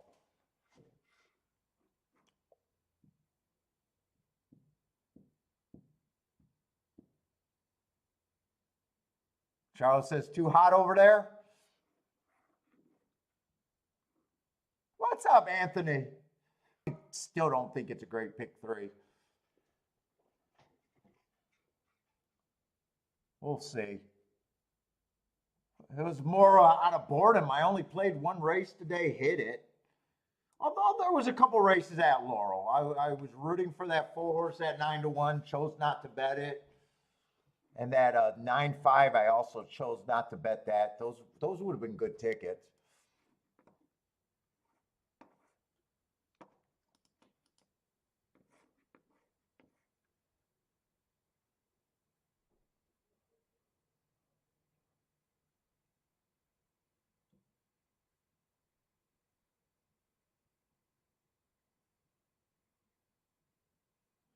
And Laura, we just got a bunch of races that aren't that appealing. Right now, just looking at this betting board, you should already know that unless the 3 or the 4 do something, there's not much here with the other options. It's just, I mean, there's just not much here.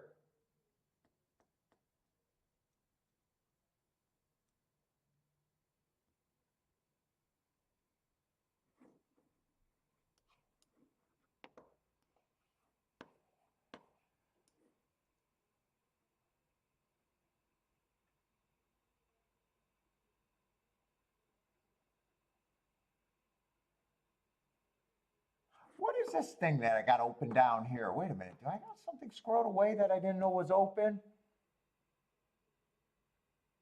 Oh no, that's my no, that has to be open. Yeah, it's actually my internet because I'm getting a warning on my analytics saying that YouTube is not receiving enough to maintain. Hopefully, you guys aren't. Have you guys been streaming or have you guys been buffering? Hopefully, you guys aren't buffering all day. I don't think anyone's been complaining about me buffering, but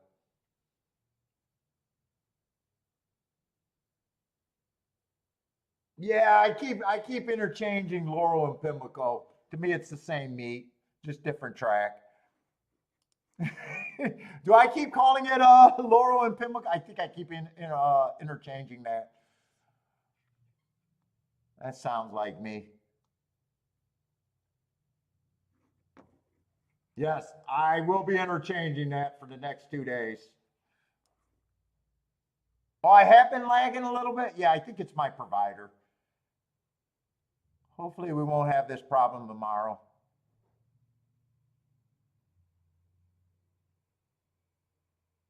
Let's see, three's just the horse that I don't keep marks on Delaware. And I can't even go back to May of last year because that's just too far on my notes. I don't even keep my notes from that far back, so I can't even look up anything on this horse. And the other horse that could matter is coming from a track that I just despise in Penn National. That's where you go to end your career.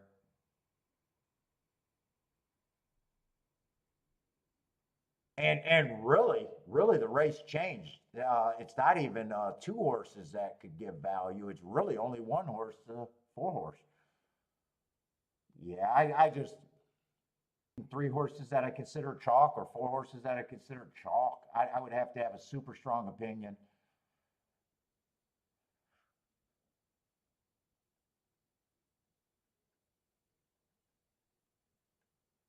Yeah, I don't care about that. Let's see this pick three. Is it at least an okay pick three? It's a $20 base bet for $1. I'm alive to two horses. Is there upside here or not?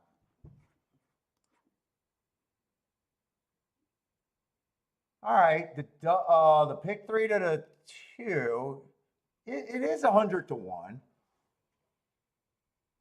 So it'd be 4 to 1 on the money. And at a five, it's almost 290.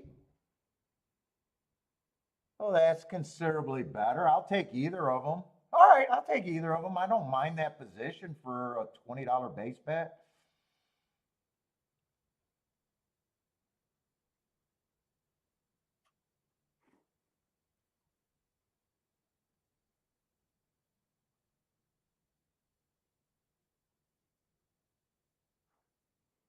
And really, you're only fading. There's a real chalk. The four is a real chalk in the pick three. That's a 40 to 1 pick three. So really, as long any horse that I landed on, except for the four, would have been fairly acceptable there to finish that leg off. As long as there's not any more than two or three of them. I could have all of them. I think two actually is probably the max that I would have wanted.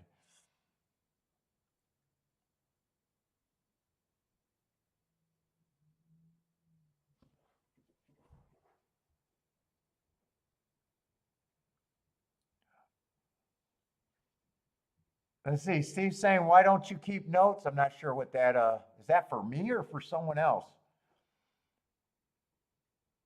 Because I keep tracks, keep notes on all of these tracks, so I'm not sure what that is.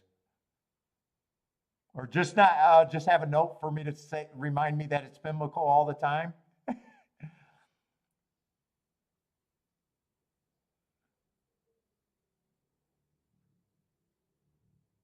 Let's see. Welcome to the show. I just do not know how to say that name.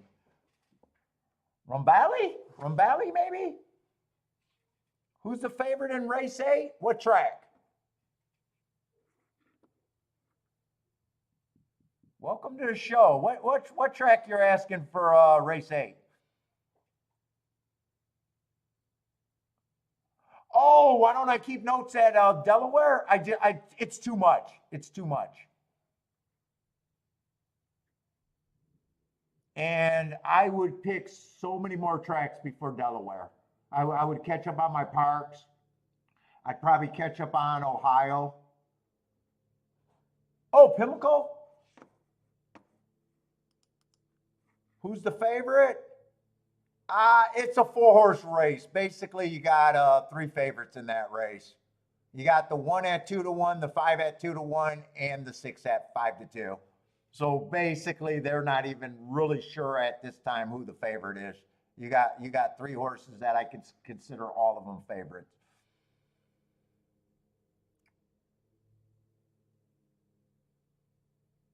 But the 8th race.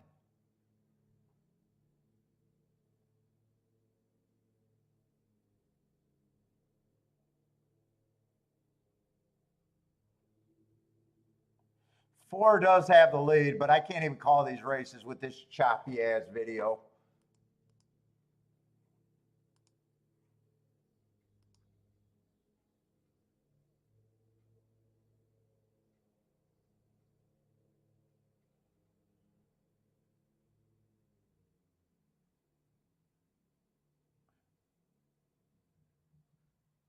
Four still has the lead. 6 is chasing. 6 has the best shot to win. 4 is re-braking. And people that listen closely, unless you can get to the 4, this race is nothing. Just knowing what you need for a good ticket fucking is half the game.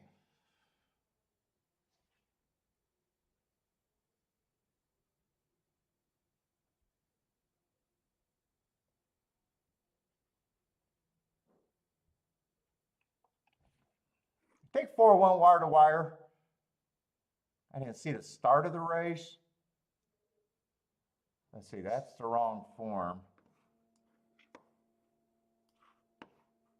They're like, that betting board just screams. There's 1 horse that you got to handicap.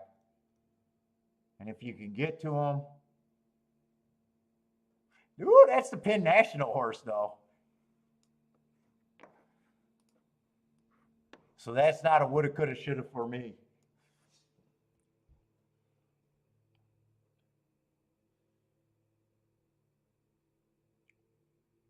Six is going to get second. I think it was 6 that got second there. Let's see. Belmont's going to be running. If you guys got Belmont plays, throw them up. Let's see. Nick has the 4 over there. Put it up in chat. So Nick should be happy.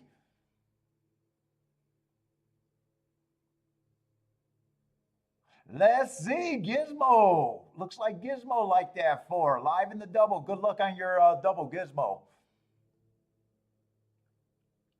J-Brum's looking at Aqueduct with the 178. Charles B likes the 9. First time starter over there at the Duck.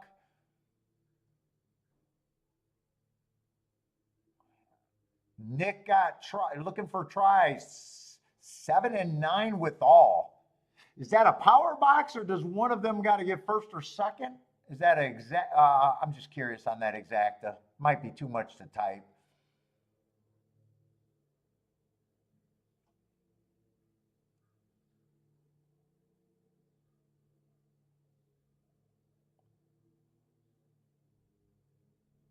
Lee, it's not hard. Lee, you can play the outsiders. Plus, you don't have to risk as much to get the hits that you want.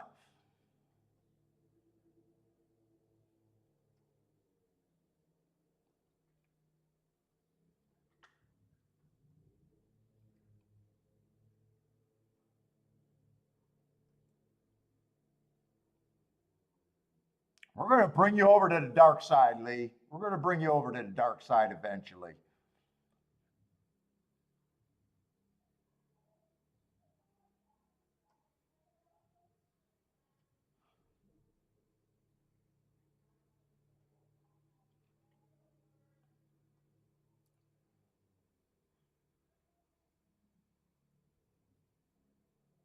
Yeah, low hit rates are not scary, man. Low hit rates with an RII, honestly, it's not scary at all. You would be shitting yourself hitting 15 or 20%.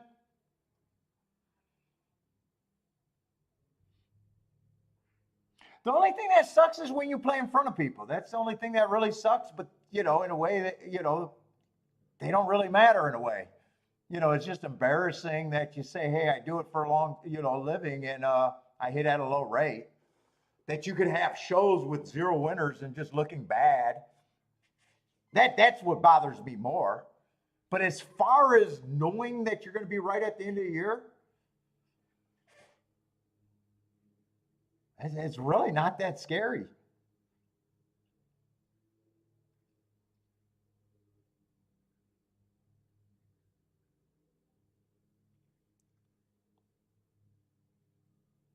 Just understanding the simple math of what, if you hit at that rate, what you have to hit. Dude, actually, I think your betting philosophy has more to do with what you hit than handicapping. Like those books, How to Hit Long Shots. Dude, once you have a betting philosophy, you find reasons to get to those. Let's see, 5 got the lead, 9 is out chasing. That's Charles's horse. 4 is sitting there. 4 and 7, I'll say, is in the gravy spot, and everyone else is a little bit farther back. Hopefully, I'll be able to watch this whole race without it stuttering. 23 and 1 at the first call. 5 still has the lead. 9 still stalking. 7 and 4 is still getting a nice trip. 9's getting closer to the pace, about a half length, getting to his neck. 4 and 7 are getting a little bit closer, about a one length off, and everyone else is 5 lengths back or farther. 9's getting the lead right now, has the 5 hooked. 5 hasn't given up, but once horses get hooked, you feel like they're done. 4 still chasing, but he's in second. 5 is a tired third, tired fourth. 9's pulling away. Looks like Charles's first time starter was a very nice call at 6-1. If 4 holds on for second, this is going to be a juicy exacta, but he just got past.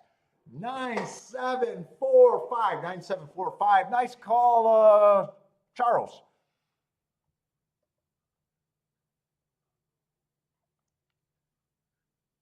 Charles back from work and did not stay quiet for very long.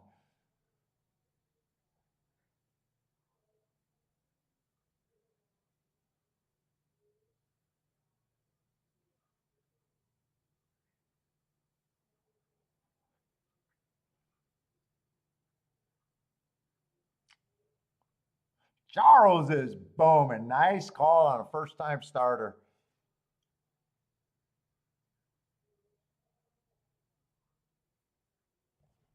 All right, I still got 8 minutes to Gulfstream. I don't know if I'm either care about, let's see, I'm alive to 2 horses. I should probably go after or look at the race one more time.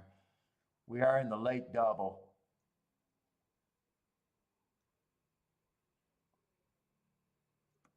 Charles is solid. Yeah, Charles is always solid. Let's see, we will handicap this race. Churchill is about 7 minutes away, but I should probably look at this race.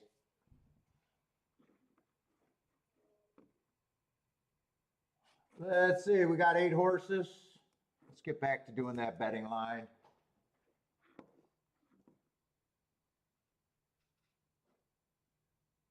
Let's see, so who was I alive to? I don't even remember. 2 and the 5.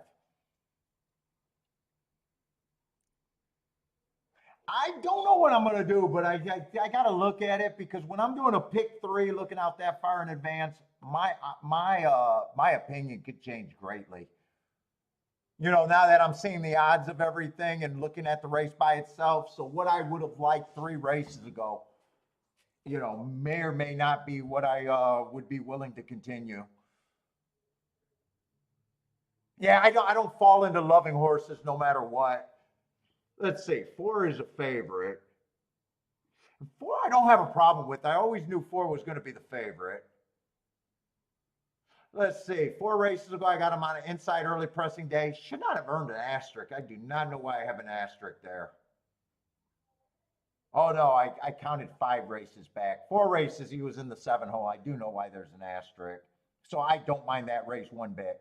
I like the excuse. Comes back, it's an early pressing day, higher level. Both of those races were at higher level. Just stalked around the track being average, just not good enough. Did a nice job getting in position at the top of the stretch, but wasn't good enough. Comes back, closing day, got a closing track. Average, fastest winner of the day on a closing track. Bias aided, but he did win. And last race again, I think he's a stalker and every once in a while could be a closer. And I'm probably still not at 6-5. The class drop helps. I probably don't have a problem with him being a favorite, but he's just overbet to me. I think is probably where I'm going to settle on him. Let's see, 1 got speed, but I thought there was other speed here. Hasn't been getting the lead in the last 2 races. Kind of got him just average at a higher level, falling out of it in his last 2 races. I'm leaning towards that. I agree with that 9-1 price at the very least. 2, the last race was the eye-catching race. I thought that was a closing day. He was a stalker running against the perceived bias, going too fast to win. 4 races ago, I got him at a higher level, running against the perceived inside bias, making a run at that, but on the wrong part of the track. I probably still like him. Probably still think he's an overlay. Probably think he is about a 5-1 on my price line, though. Now, I did think there was a lot of speed in this race. I thought I was going to use the 3 in the pick 3.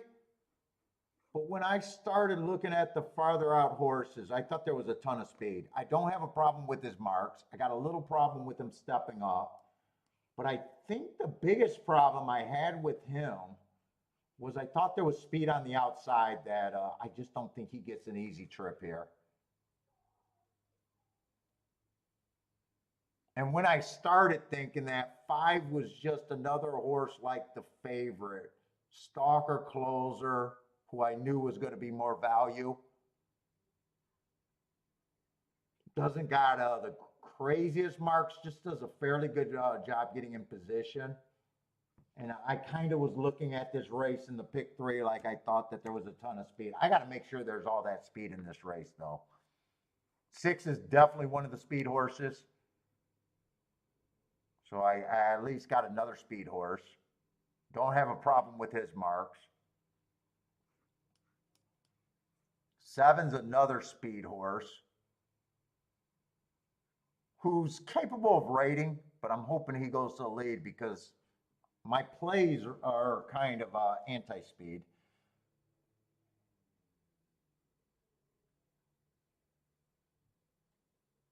And I thought 8 could go to the lead or 8 rates.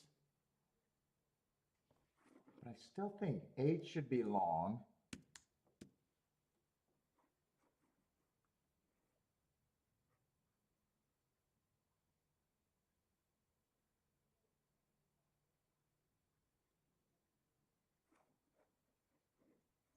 See where my betting is here. I got 4 horses left over. They're all 18%, but I definitely don't think they're all equal.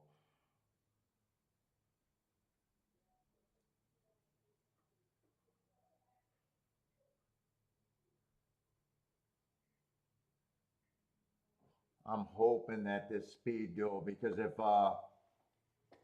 any of them clear and there's no pressure,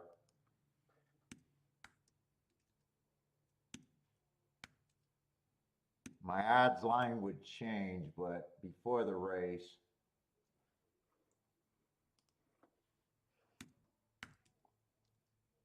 that's at least my betting line here.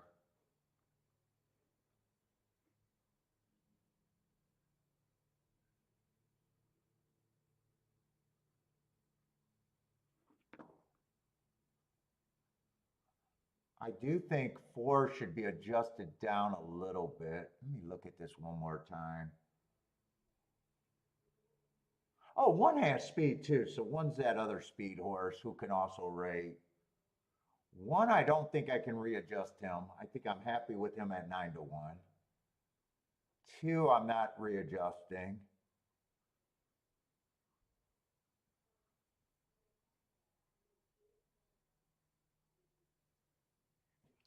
3, I do think I can readjust.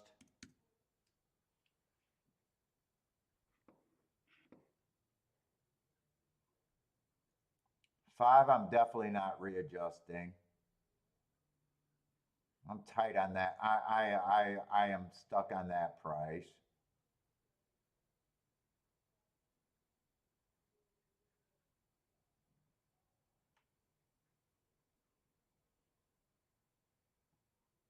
Six, I'm already being hard on the 6.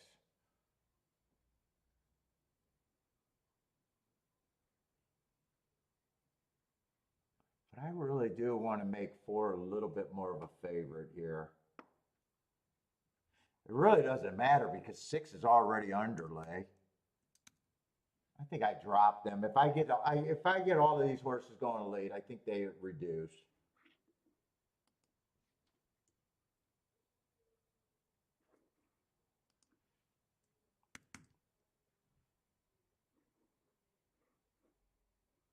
Yeah, I can give any of these horses 1 more point. It doesn't matter.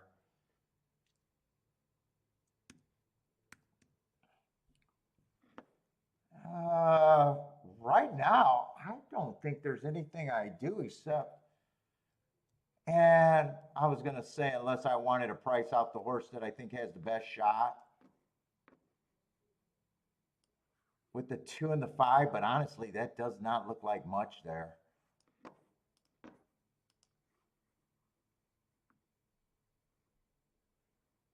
Let me see that exact. Yeah, 4-2. 4-2 is a no. 4-2 is a hard no. That's only paying 11-1. And 4-5 is only paying 15-1, so there's no way I would play the 4 on top. And I'm already got basically a win bet to both of them unless I wanted more. Yeah, I think I leave this race alone. I think I got to leave this race alone because those combinations are bad. I was going to say if I wasn't alive, 5 I could still consider for a win bet.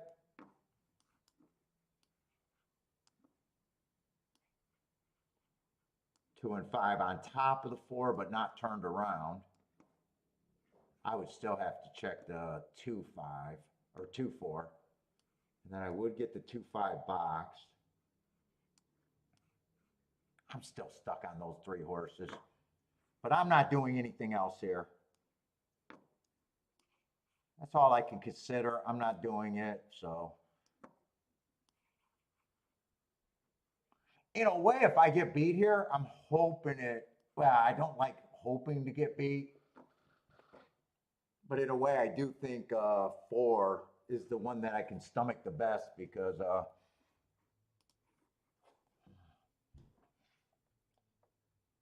let's see, Bodrick's Bowman, exact and try. Gas likes the 1 at 10-1. Let's see, Christopher likes the 2 with the 2-3-4. Let's see, I definitely think I need a fast pace here. I am not getting 4 horses across the track. I don't know if I'm happy with this right now. We'll see. Hopefully this pace is 22 and change.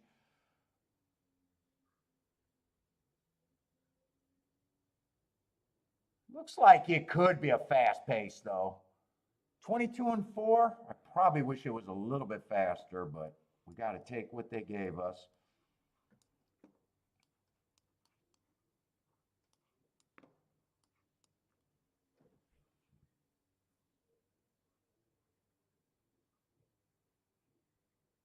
None of my horses are in perceived good enough position.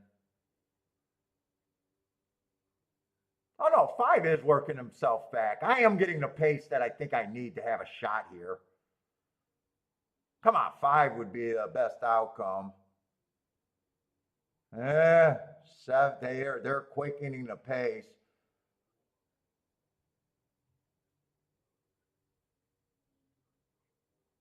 Yeah, they're not coming from behind. Let's see. Gas is 1 is trying.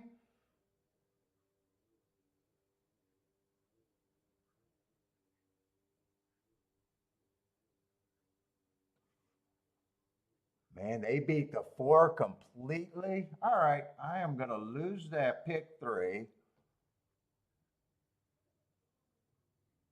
Did not get the speed duel, did get a fast pace. Who won that race? Did 7 hold on?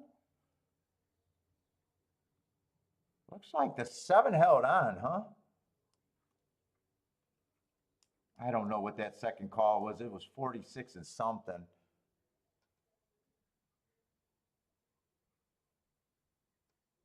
Oh, 7-8, 7-8-1 or 7-8-6. That's going to be a really nice ticket.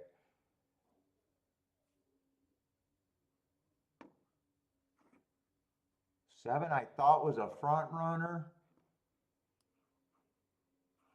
All right, I thought I could get I got the pace to run at.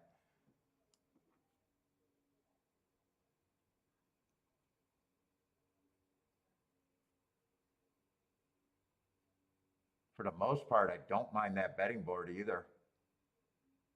I thought 4 should be the favorite. 7 still an overlay. 8 still an overlay.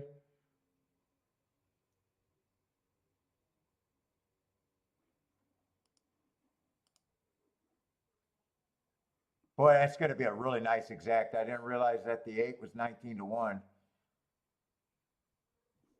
Oh, that's a nice ticket if you got it. Anyone got this ticket? 177-1 on the exacta. That was Lee's warm-up race.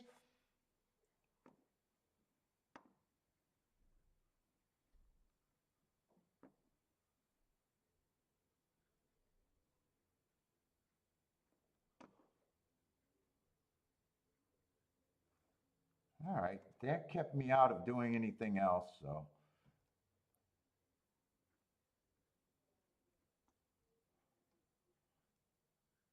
Let's see, we got the last race at Gulfstream.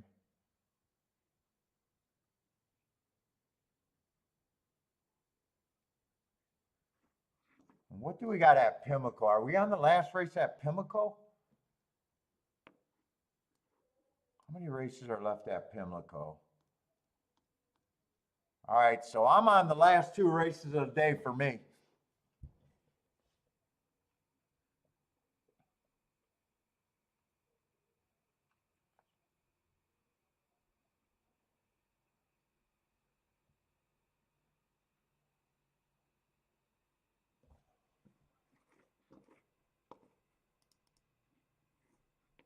All right, so I'm going right to Pimlico. By the way, what has Pimlico been doing?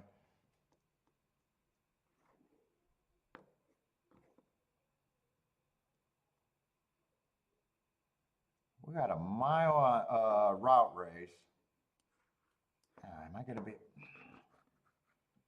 Come on, I don't need a sticky remote. Sticky mouse.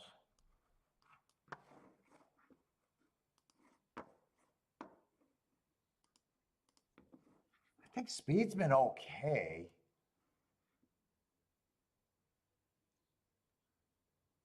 Oh my God, I'm crawling here. Come on, give me my website. I got enough time to look at this. I probably do.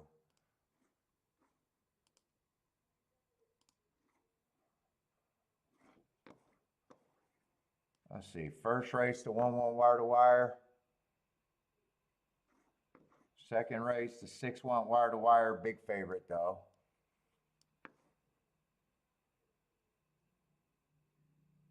Third race, that 4-horse went wire to wire from the 2-hole, so I'm going to write the 2-hole. It doesn't matter.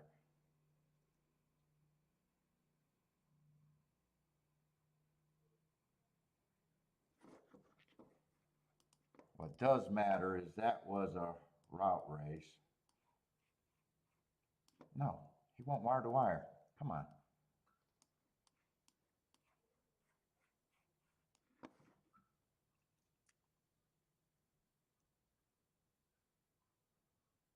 Let's see, the 4 stalked at 3-1.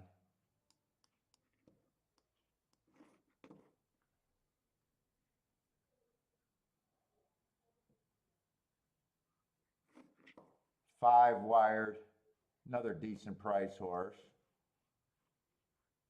5-1. I don't know if 5-1 is worthy of a star. 6-1. I don't know if that's worthy of a star, but nice price. 9 went wire to wire. So speed's been very good. Speed's been very good. Oh shit, I have not realized that speed's been that good today. 3 went wire to wire, but he was the biggest chalk of the day, 40 cents on the dollar. Fuck, how did I not notice that speed was that good? Well, I guess I haven't played anything there. And 3 went wire to wire at 6-1. So only one horse stalked. Otherwise, it just looks like a speed favoring track. Fuck, I almost wish, I don't know how I missed that.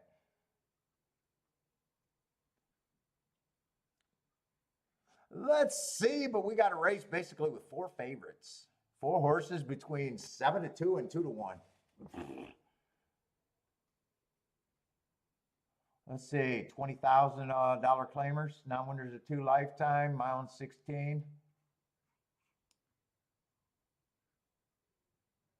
Let's see, one's taking action, had speed the last 2 days, but not necessarily trustworthy.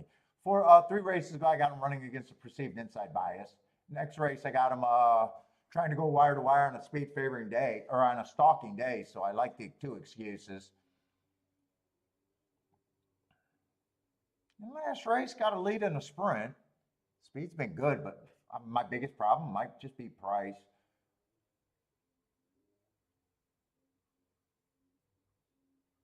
Two looks like a stalker who has a big problem with price.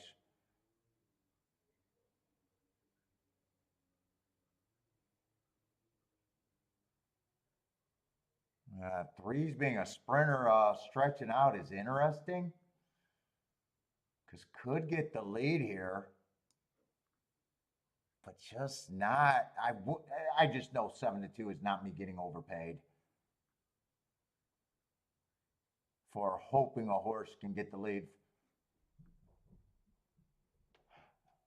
4, I like the marks the best for a front runner. Drop it in class. I probably like him at 4-1 more than the 3 at 4-1. 5 has absolutely 0 speed.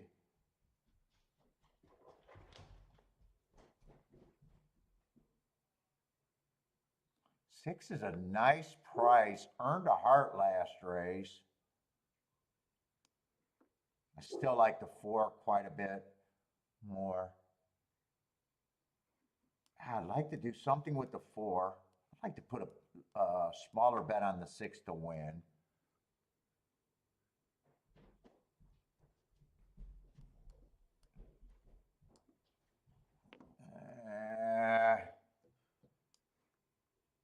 That's 4 with the 1-6.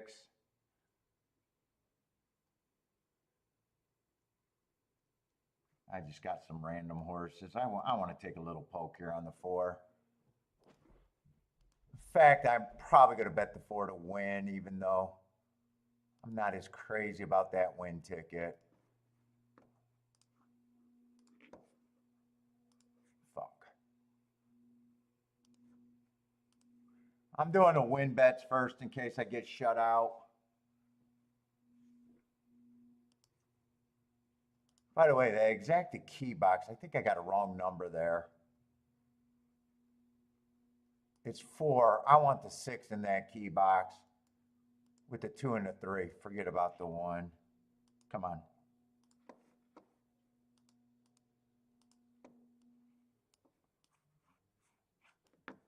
And 4, I got more than the 6 to win. Yeah, I guess I'm gonna try to do a poke to end the day.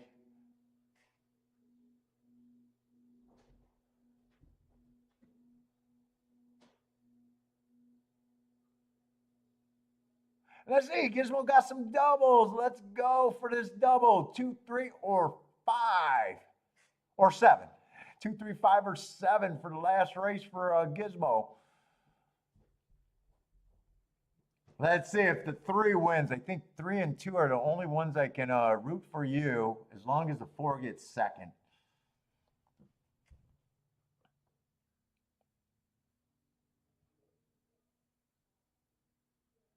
Uh-oh, 4 and 6 did. Oh, 6 is going for the lead, but he did not get the lead. 4 did not break at all. 1 ends up getting the lead.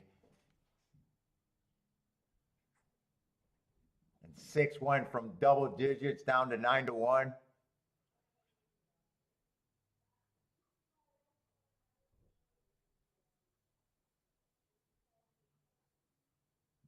Yeah, speed's holding up. I don't feel super good, although 6 is running.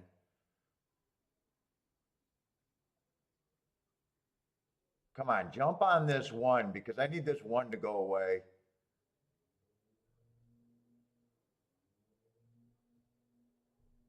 Come on, 6, jump on this 1.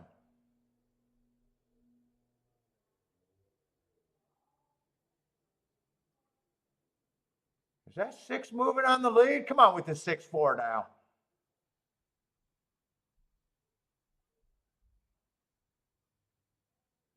Come on with this 4. Bring me a 6-4-4-6.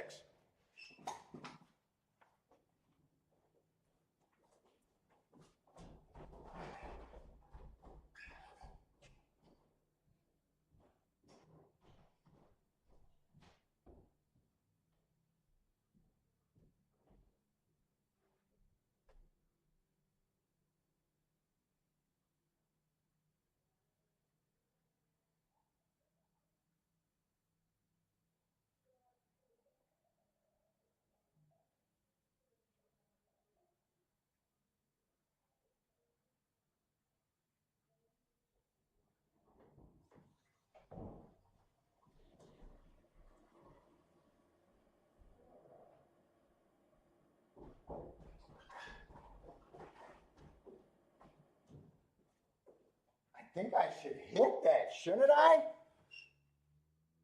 Oh shit! 5 came from 5 came to get me. Oh shit! All right, 5 came. 5 did that. I thought for sure I was going to cash that 6-4, 4-6.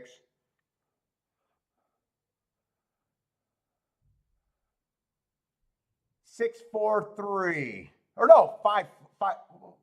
5-4-3. 5-4-3.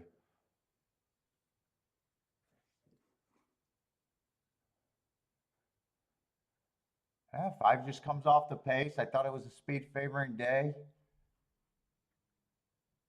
Yeah, I could have used the 5 in the exactas with that 4 and would have hit it. I could have used any of the group in the exacta. I could have used anybody really. Oh, except for the 7. 7 I had 0 interest in. 7's the only horse I couldn't have used. Yep, 5 did that. Gizmo. 5 got you. Did 5 get Gizmo too? I think she did. Oh no, 5 was good for Gizmo. 5 was good for Gizmo.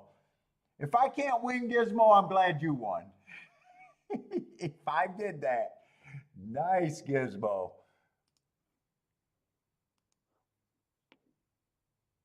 And a nice double, 51 to 1 on that double.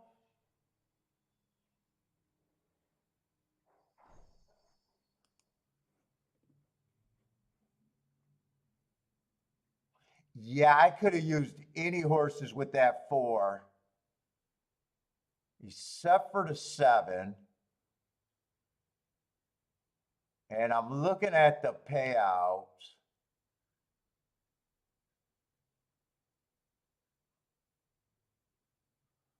Yeah, even using 1 more horse probably makes a big difference of that being a good bet or a bad bet in a way. Because 4 on top of the 2 and 3 are like 27 to 120. I probably used the right amount. Even if I used an extra horse here, would have been between the 1 and the 5. Probably more likely to use the 5. But if that's an 8-horse combination, it's not even good. In fact, with that being a 6-horse combination, they should all pay $30. It's not even that great. It's behind the math. In a way, I should have just used 2 horses there. Yeah, I didn't have. They weren't paying enough to add that 4th horse there. Nick is pretty happy with that payout. Gizmo should be happy. Got the smiley face going.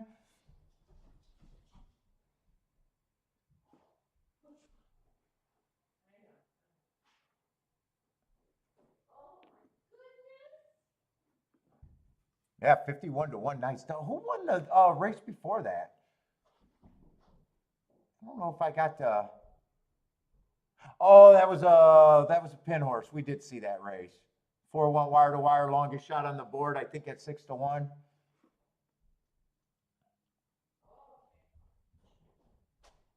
Okay, I'm 1 out of 3 hits, or 1 out of 3 today, so I know I can't mess up my day. Let me save this.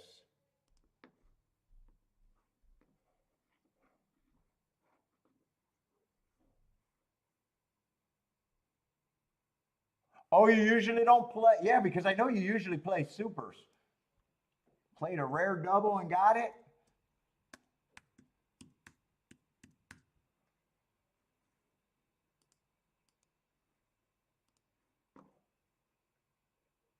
Boy, turning for home when I got up, I was like, man, just keep the 4-6 going. I was pretty sure I was going to hit that.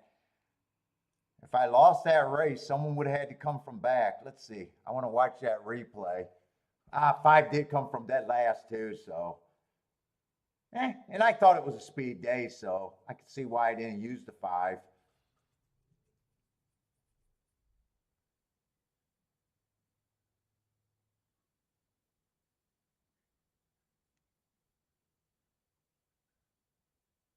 Boy, you want to talk about the most useful thing in racing is this stupid win percentage thing during the race. The one at the first turn had a 49% chance to win until he didn't. Then it goes to 0. When does it go to 0? As soon as the 6 hooked him, it should have went to 0. 6 hooks him, it goes to 44%.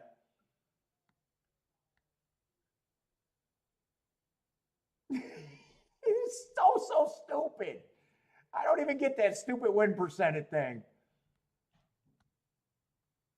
How does 6 hooks to 1 and 6 is 12 to 1 and the 1's 35% as the 1's falling backwards?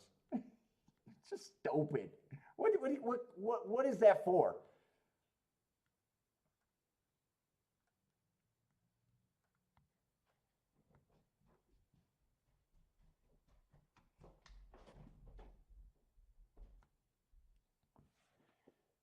Who fooled Laurel into buying that technology? I hope that was a freebie thrown in there. And then right now they got the 5 at 99% chance to win. Yeah, thank you for that. He has a 12-length lead coming for home.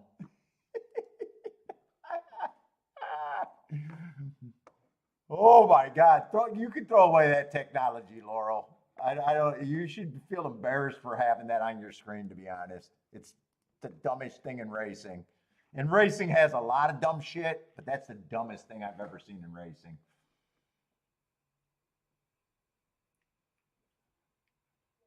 Charles is booming. All right, we got the last race for me today. If I even try to play this, let's see, 1 is scratched.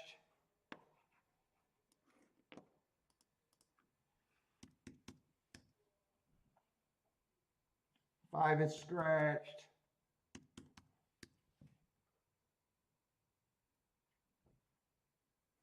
6-horse field.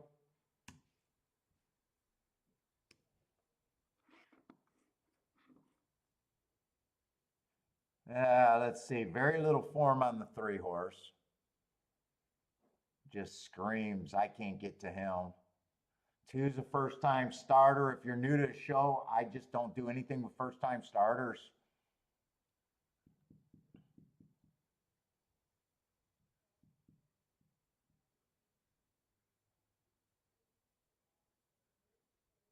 Let's see, this is a Tapeta route too.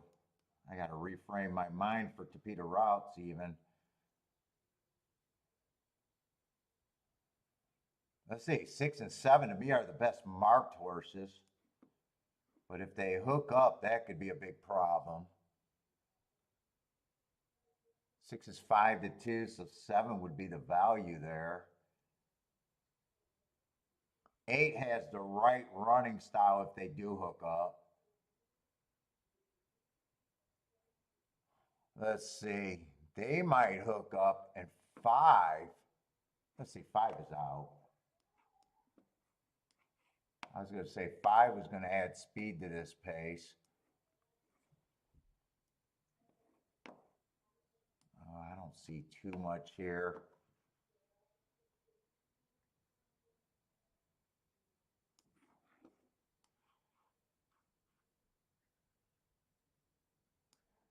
Are these 2 horses, it just depends on if these 2 horses guns or not.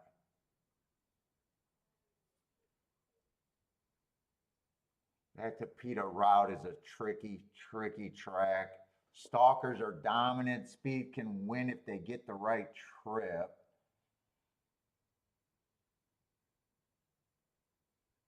Dude, really, the only horses I can make a case for, I'm not even that far outside the box, is the 4, the 7, the 6, and the 8. And these 2 horses are these 2 horses are already at anti-value in a way.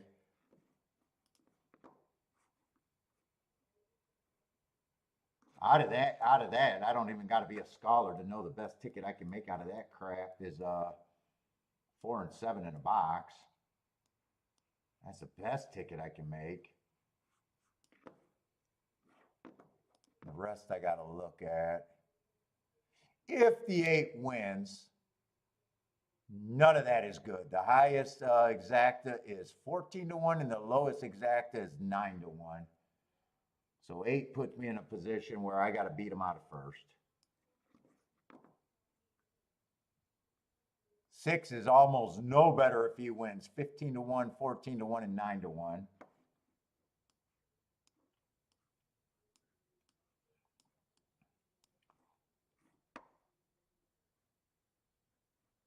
Seven four is just 25 to 1. 4-7 is 22 to 1.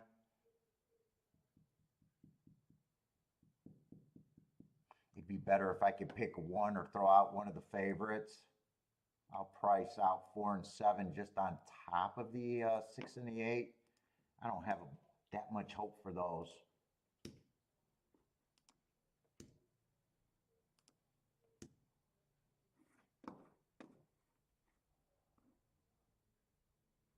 Four, 6, 16 to 1.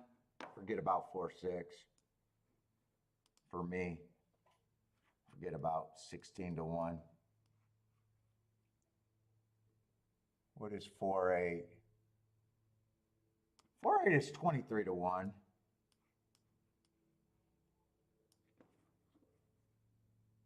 Seven on top of the 8 is 17 to 1. 7 on top of the 6 is 16 to 1. Nah, I'll throw out both of that crap. They might go up a little bit, but I got to act like they're going down. Let's see, that would be 3 combinations, so time them by 5. They're all paying over 15 to 1. They all combine to be an okay bet. But do I want to bet this crap or not?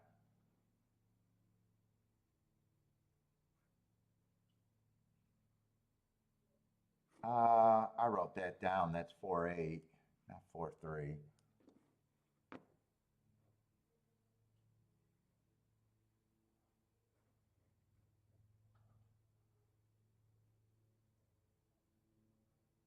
Could this try be anything?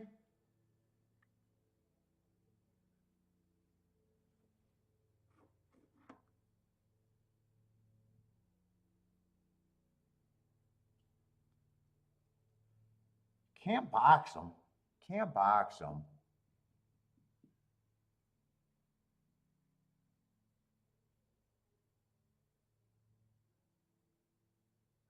Yeah, I don't know if it tries or anything. What's up, Devil Dog?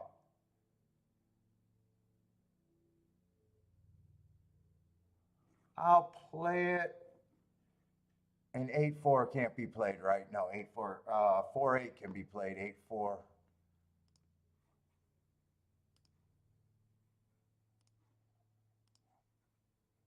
Hopefully those don't go down, or let's see, 4-7 in a box could be played. Oh yeah, K Phil, I hit my first race at pressed the shit, you know, had it pressed decent, so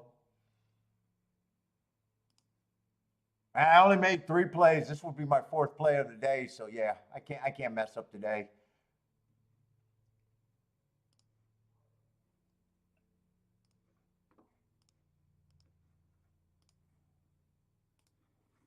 In fact, even if I hit this, it's not, it's the amount of money I put in, it would be okay to get, just be adding a bit to it.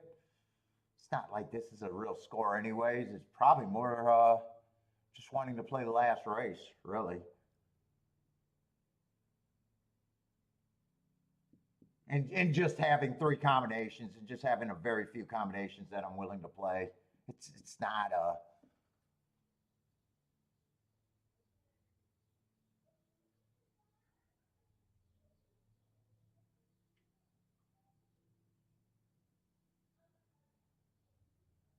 Let's see, and am I going to have super choppy video all the way through? We'll see. Yeah, we are going to have super choppy video. 6 is clear. Yeah, I can't even, I'm not even going to call it because I can see that it's choppy every 2 seconds.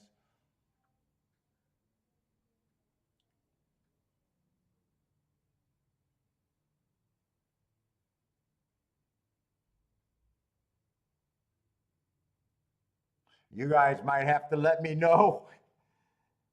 I'm probably, with the choppiness, going to be way behind the finish here.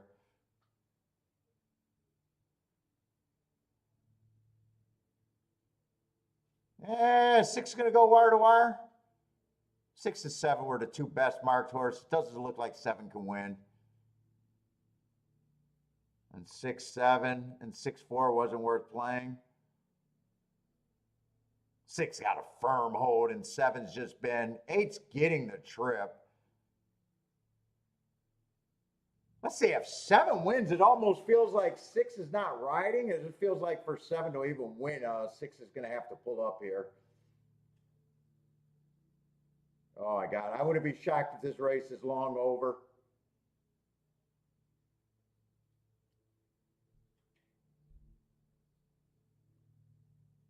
Yeah, just couldn't combine that in an exacta. 7's going to wear down the 6. I could have done a win ticket. I guess I could have done a win ticket. I didn't think of win tickets, actually. Yeah, I don't know why I didn't think to do a win ticket there, to be honest. 7 and 6 were both hard horses, and 7 was the value. I could have combined the 7-6 exacta. I think that was paying $12 when I kept looking at it. Did that go up? Ah, that went up to 22 to 1. I actually could have played it. I could have played it. That went up.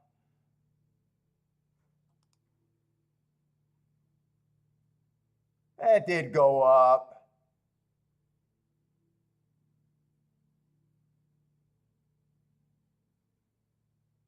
I think it was paying 15 to 1 or something like that. I think it was 6-7 that was paying 12 to 1. I think it was paying 16 to 1, so that did go up, I don't know, $5, where that would have made that playable. And I even had it. I even had written down 4 and 7 on top of the 6 and the 8. I don't really. That's not going to make a. It probably was easier just to take the 5 to 1 to win on the 7 too. Really.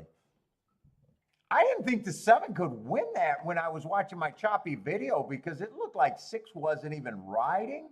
And it looks like 7 was on an all-out drive for half the race, I thought.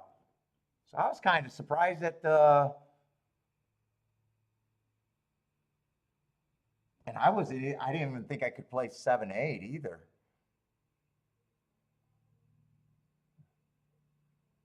Yeah, they all went up. They all went up. Bodrick's booming. Probably just as good that I played less combinations. I would have just spread out.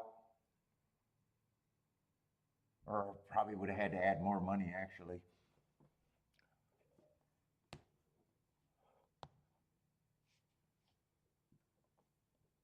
Yeah, I even thought about playing tries there, but I thought for the try to pay something, I was thinking about 7 and 4 had to win, but they also had to get either second or third. So I wouldn't have been interested in 7 on top of the 6-8. It would have been 7, 4, 6, 8, but I already thought I had that exacta. Or it would have had to be 7, 4, 6, 8, 7, 4.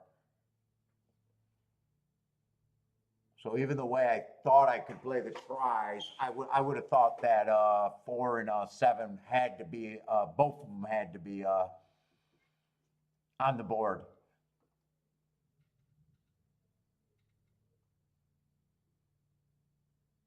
God, I hope my video is better today. I think that, or tomorrow. Man, it wasn't fun watching the choppy video for the last 2 hours though.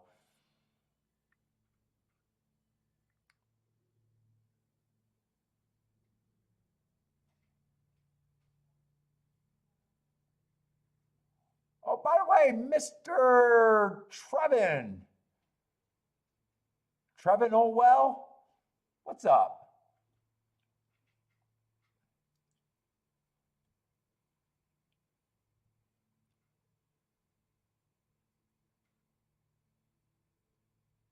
Yeah, they got the 8 getting third there. Yeah, this is official, so it's 7-6-8 if you're talking about Gulfstream. Oh, Churchill's running. You might be talking about Churchill too.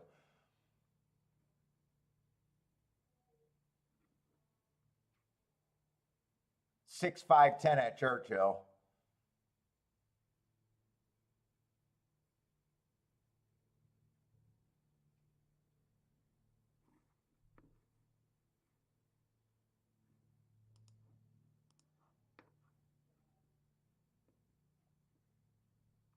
Six five is going to be a nice exacta over there.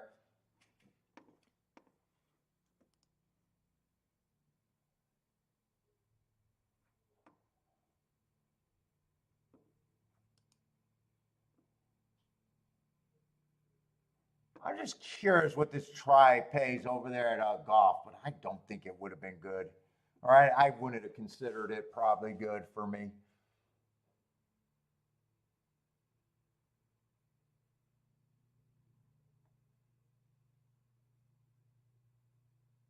And let's see, I couldn't hit the late double either because that was a double that I lost in the pick 3.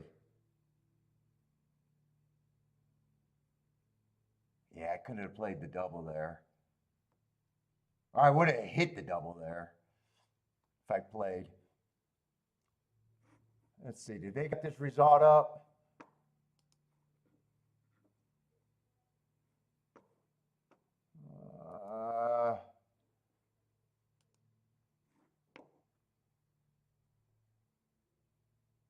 That's all I want to see is what this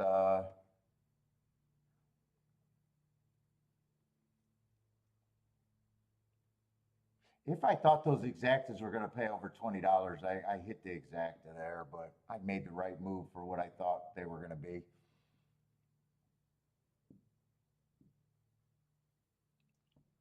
Let's see, there's a carryover on that damn rainbow.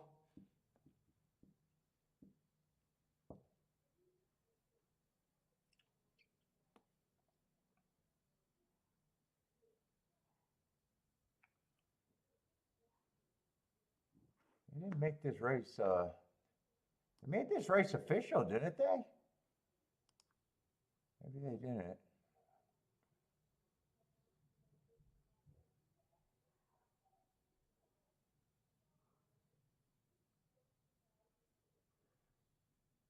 Let's see, Bodrick with the exact end try over there. So Bodrick's heating up again. No need to fade, Bodrick.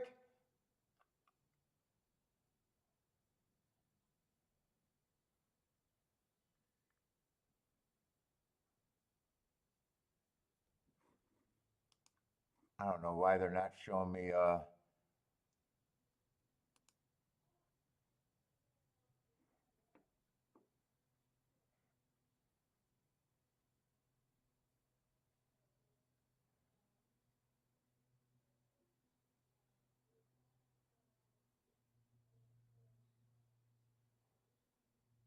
yeah, man, it just looked like 6 had a firm hold. I had choppy videos, but for some reason I thought the 7 was on a real drive for a lot of this race. I'm watching a replay at Gulfstream. I mean, 6 is so high up in the saddle, and 7's already looked like he was working.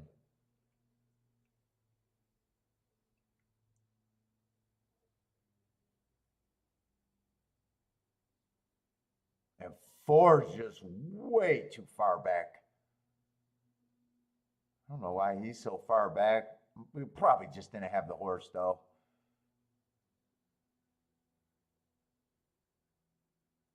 Yeah, 6 really didn't have an excuse there. Not that I care. Favorites getting beat is good for the player, so. Well, I just thought visually, I was like, yeah, 6 probably can't lose that race at the top of the turn. All right, everybody, though, that's it for me. That is it for me. We'll be back tomorrow again with Gulfstream and Pimlico. Sunday we'll have Churchill and Gulfstream. But everybody, good luck if you guys are still playing tonight. Hope to see everyone tomorrow. But I am out of here. What the fuck's going on with this?